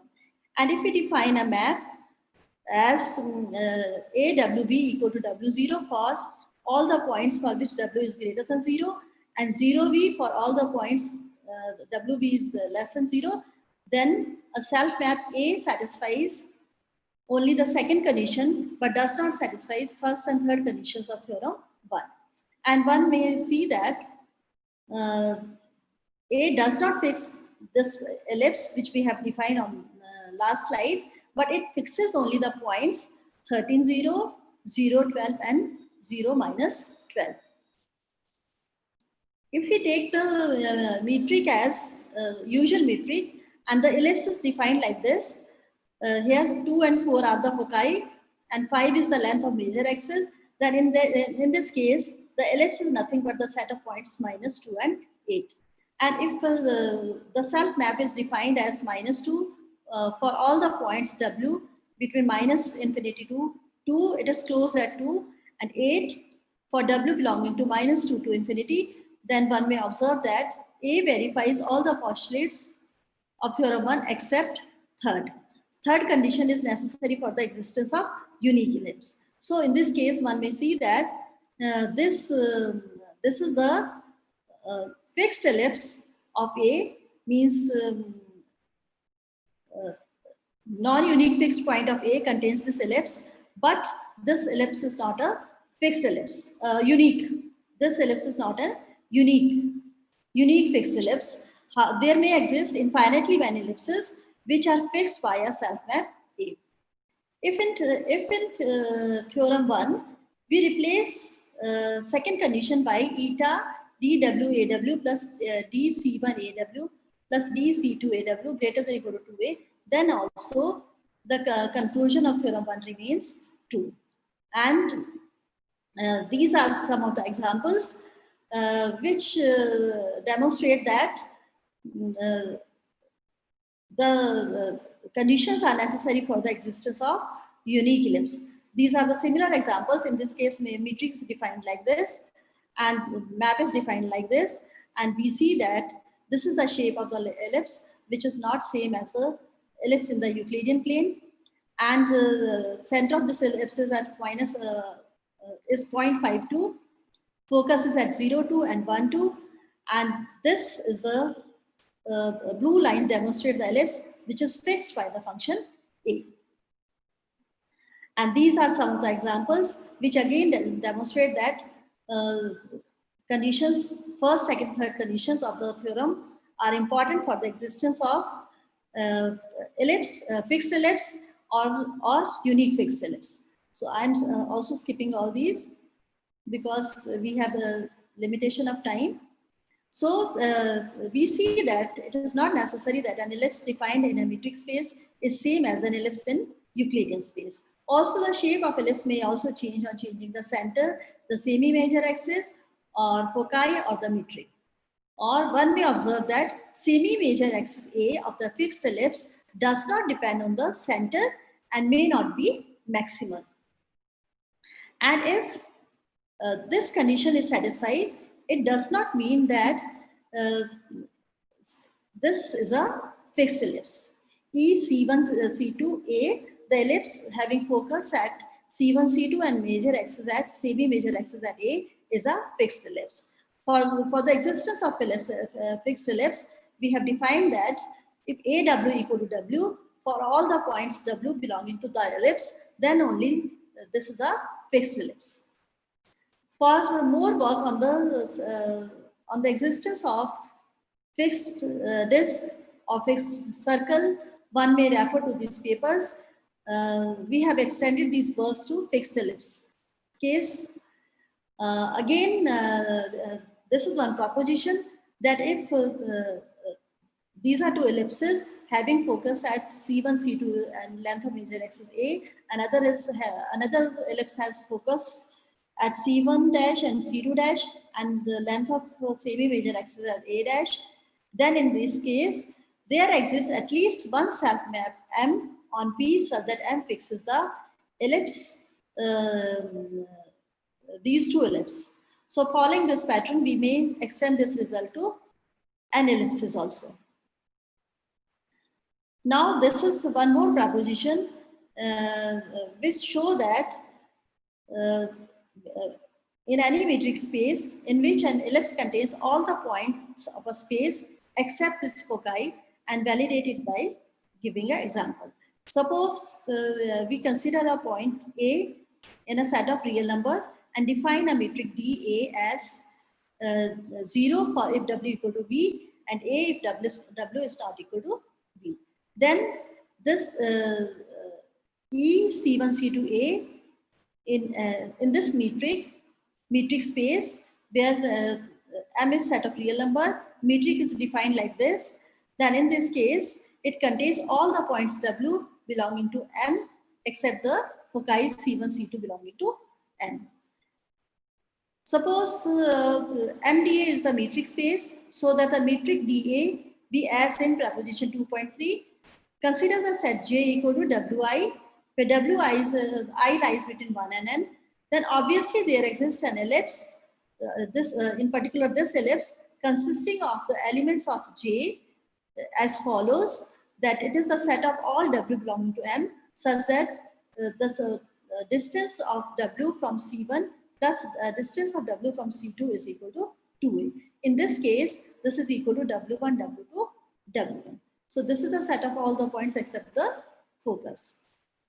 Now we will discuss the continuity of a self-map on a fixed ellipse. Suppose this is the ellipse, or in fact this is the fixed ellipse of a self-map A in a metric space MD, where the distance of AW and AB is less than or equal to eta NWB, where NWB is defined like this. Suppose for epsilon greater than 0, there exists a delta greater than 0 satisfying this condition. Then in this case, if A has a unique fixed point, say U, which belongs to this ellipse, and limit of AWN as n tends to infinity is equal to U belonging to M, then a self-map A is continuous at an ellipse if and only if limit NW and U, W and U as W tends to U is equal to 0. Or in other words, we may say that A is discontinuous at an ellipse if and only if this limit is not equal to 0. So we know that the storage capacity of a discontinuous activation function is higher than the continuous activation function. So motivated by this fact, we discuss a Mexican hat type non-monotonic discontinuous activation function, which is used to introduce a non-linear properties to the neural network.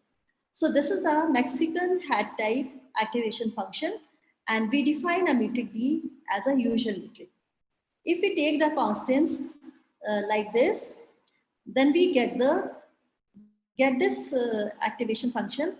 Obviously, this is a discontinuous activation function, and one may verify that it satisfies all the properties of theorem 1 and theorem 2. It means it has a fixed ellipse.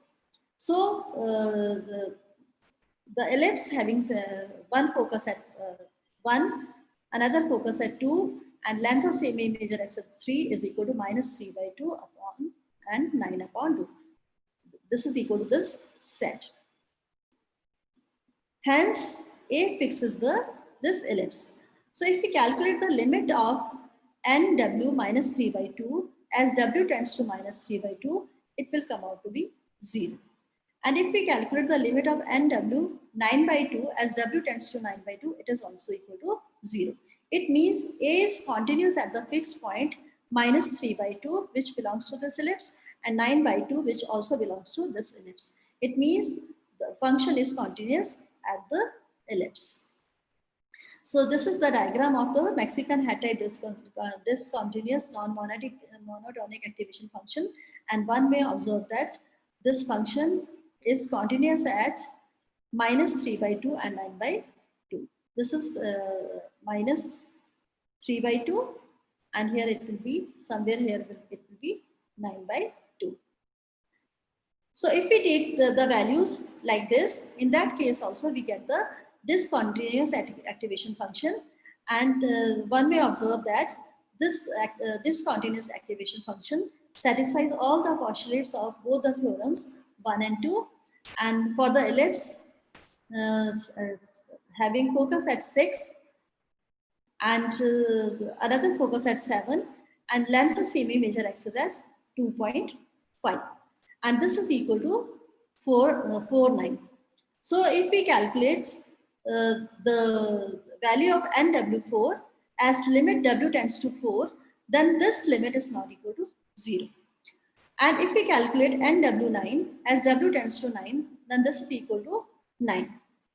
So it means A is discontinuous at the point 4 belonging to the ellipse having one focus at 6, another focus at 7, and the length of semi-major axis as 2.5, and is continuous at the point, at the fixed point 9 belonging to the ellipse, the same ellipse.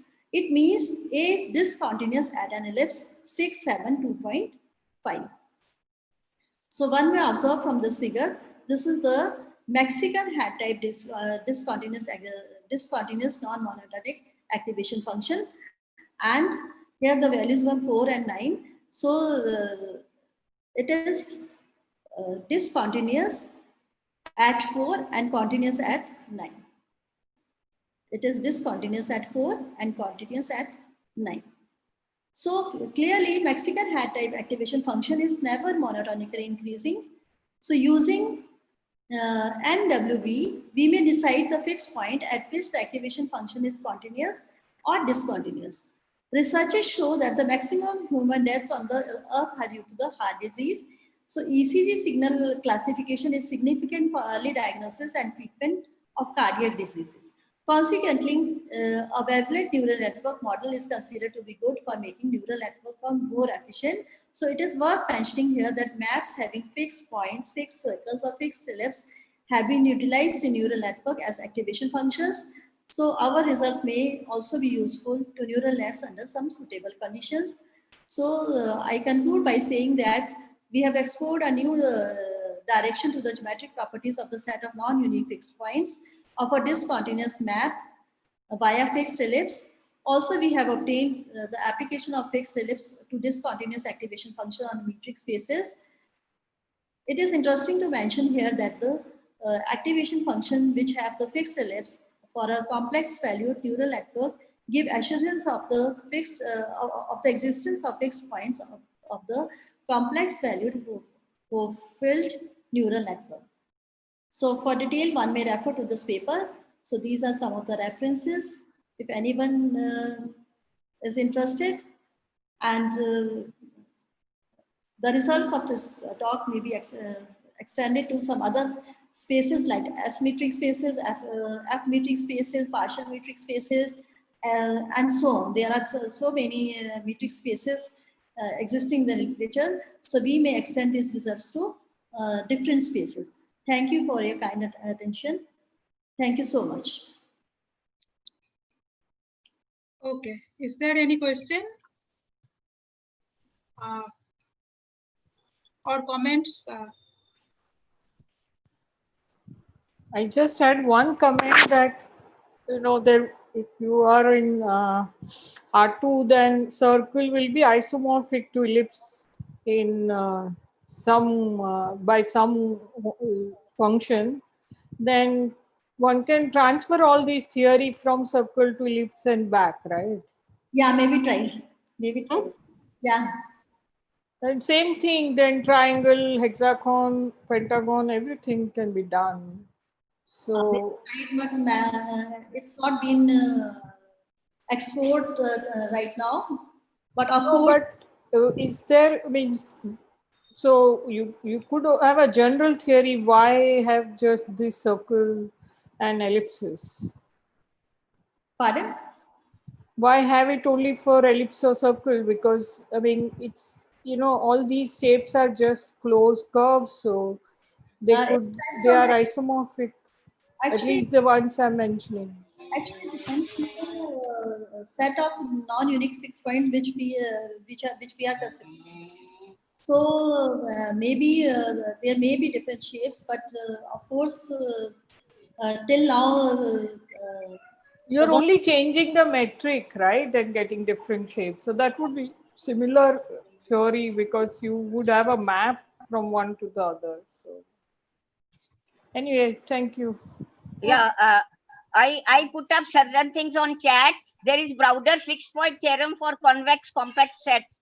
And since she considered mainly vector spaces, normed spaces, that will apply Browder fixed point theorem. And moreover, fixed point theory was built for integral equations and things like that with applications to solutions of differential equations. So I would like to see more literature or using or having applications to differential equations, integral equations, or something like that. And please read the remarks that I wrote on the chat. Okay, thank you. Okay, thank you. Okay, so okay, if there is no other question, let's close this, end this meeting.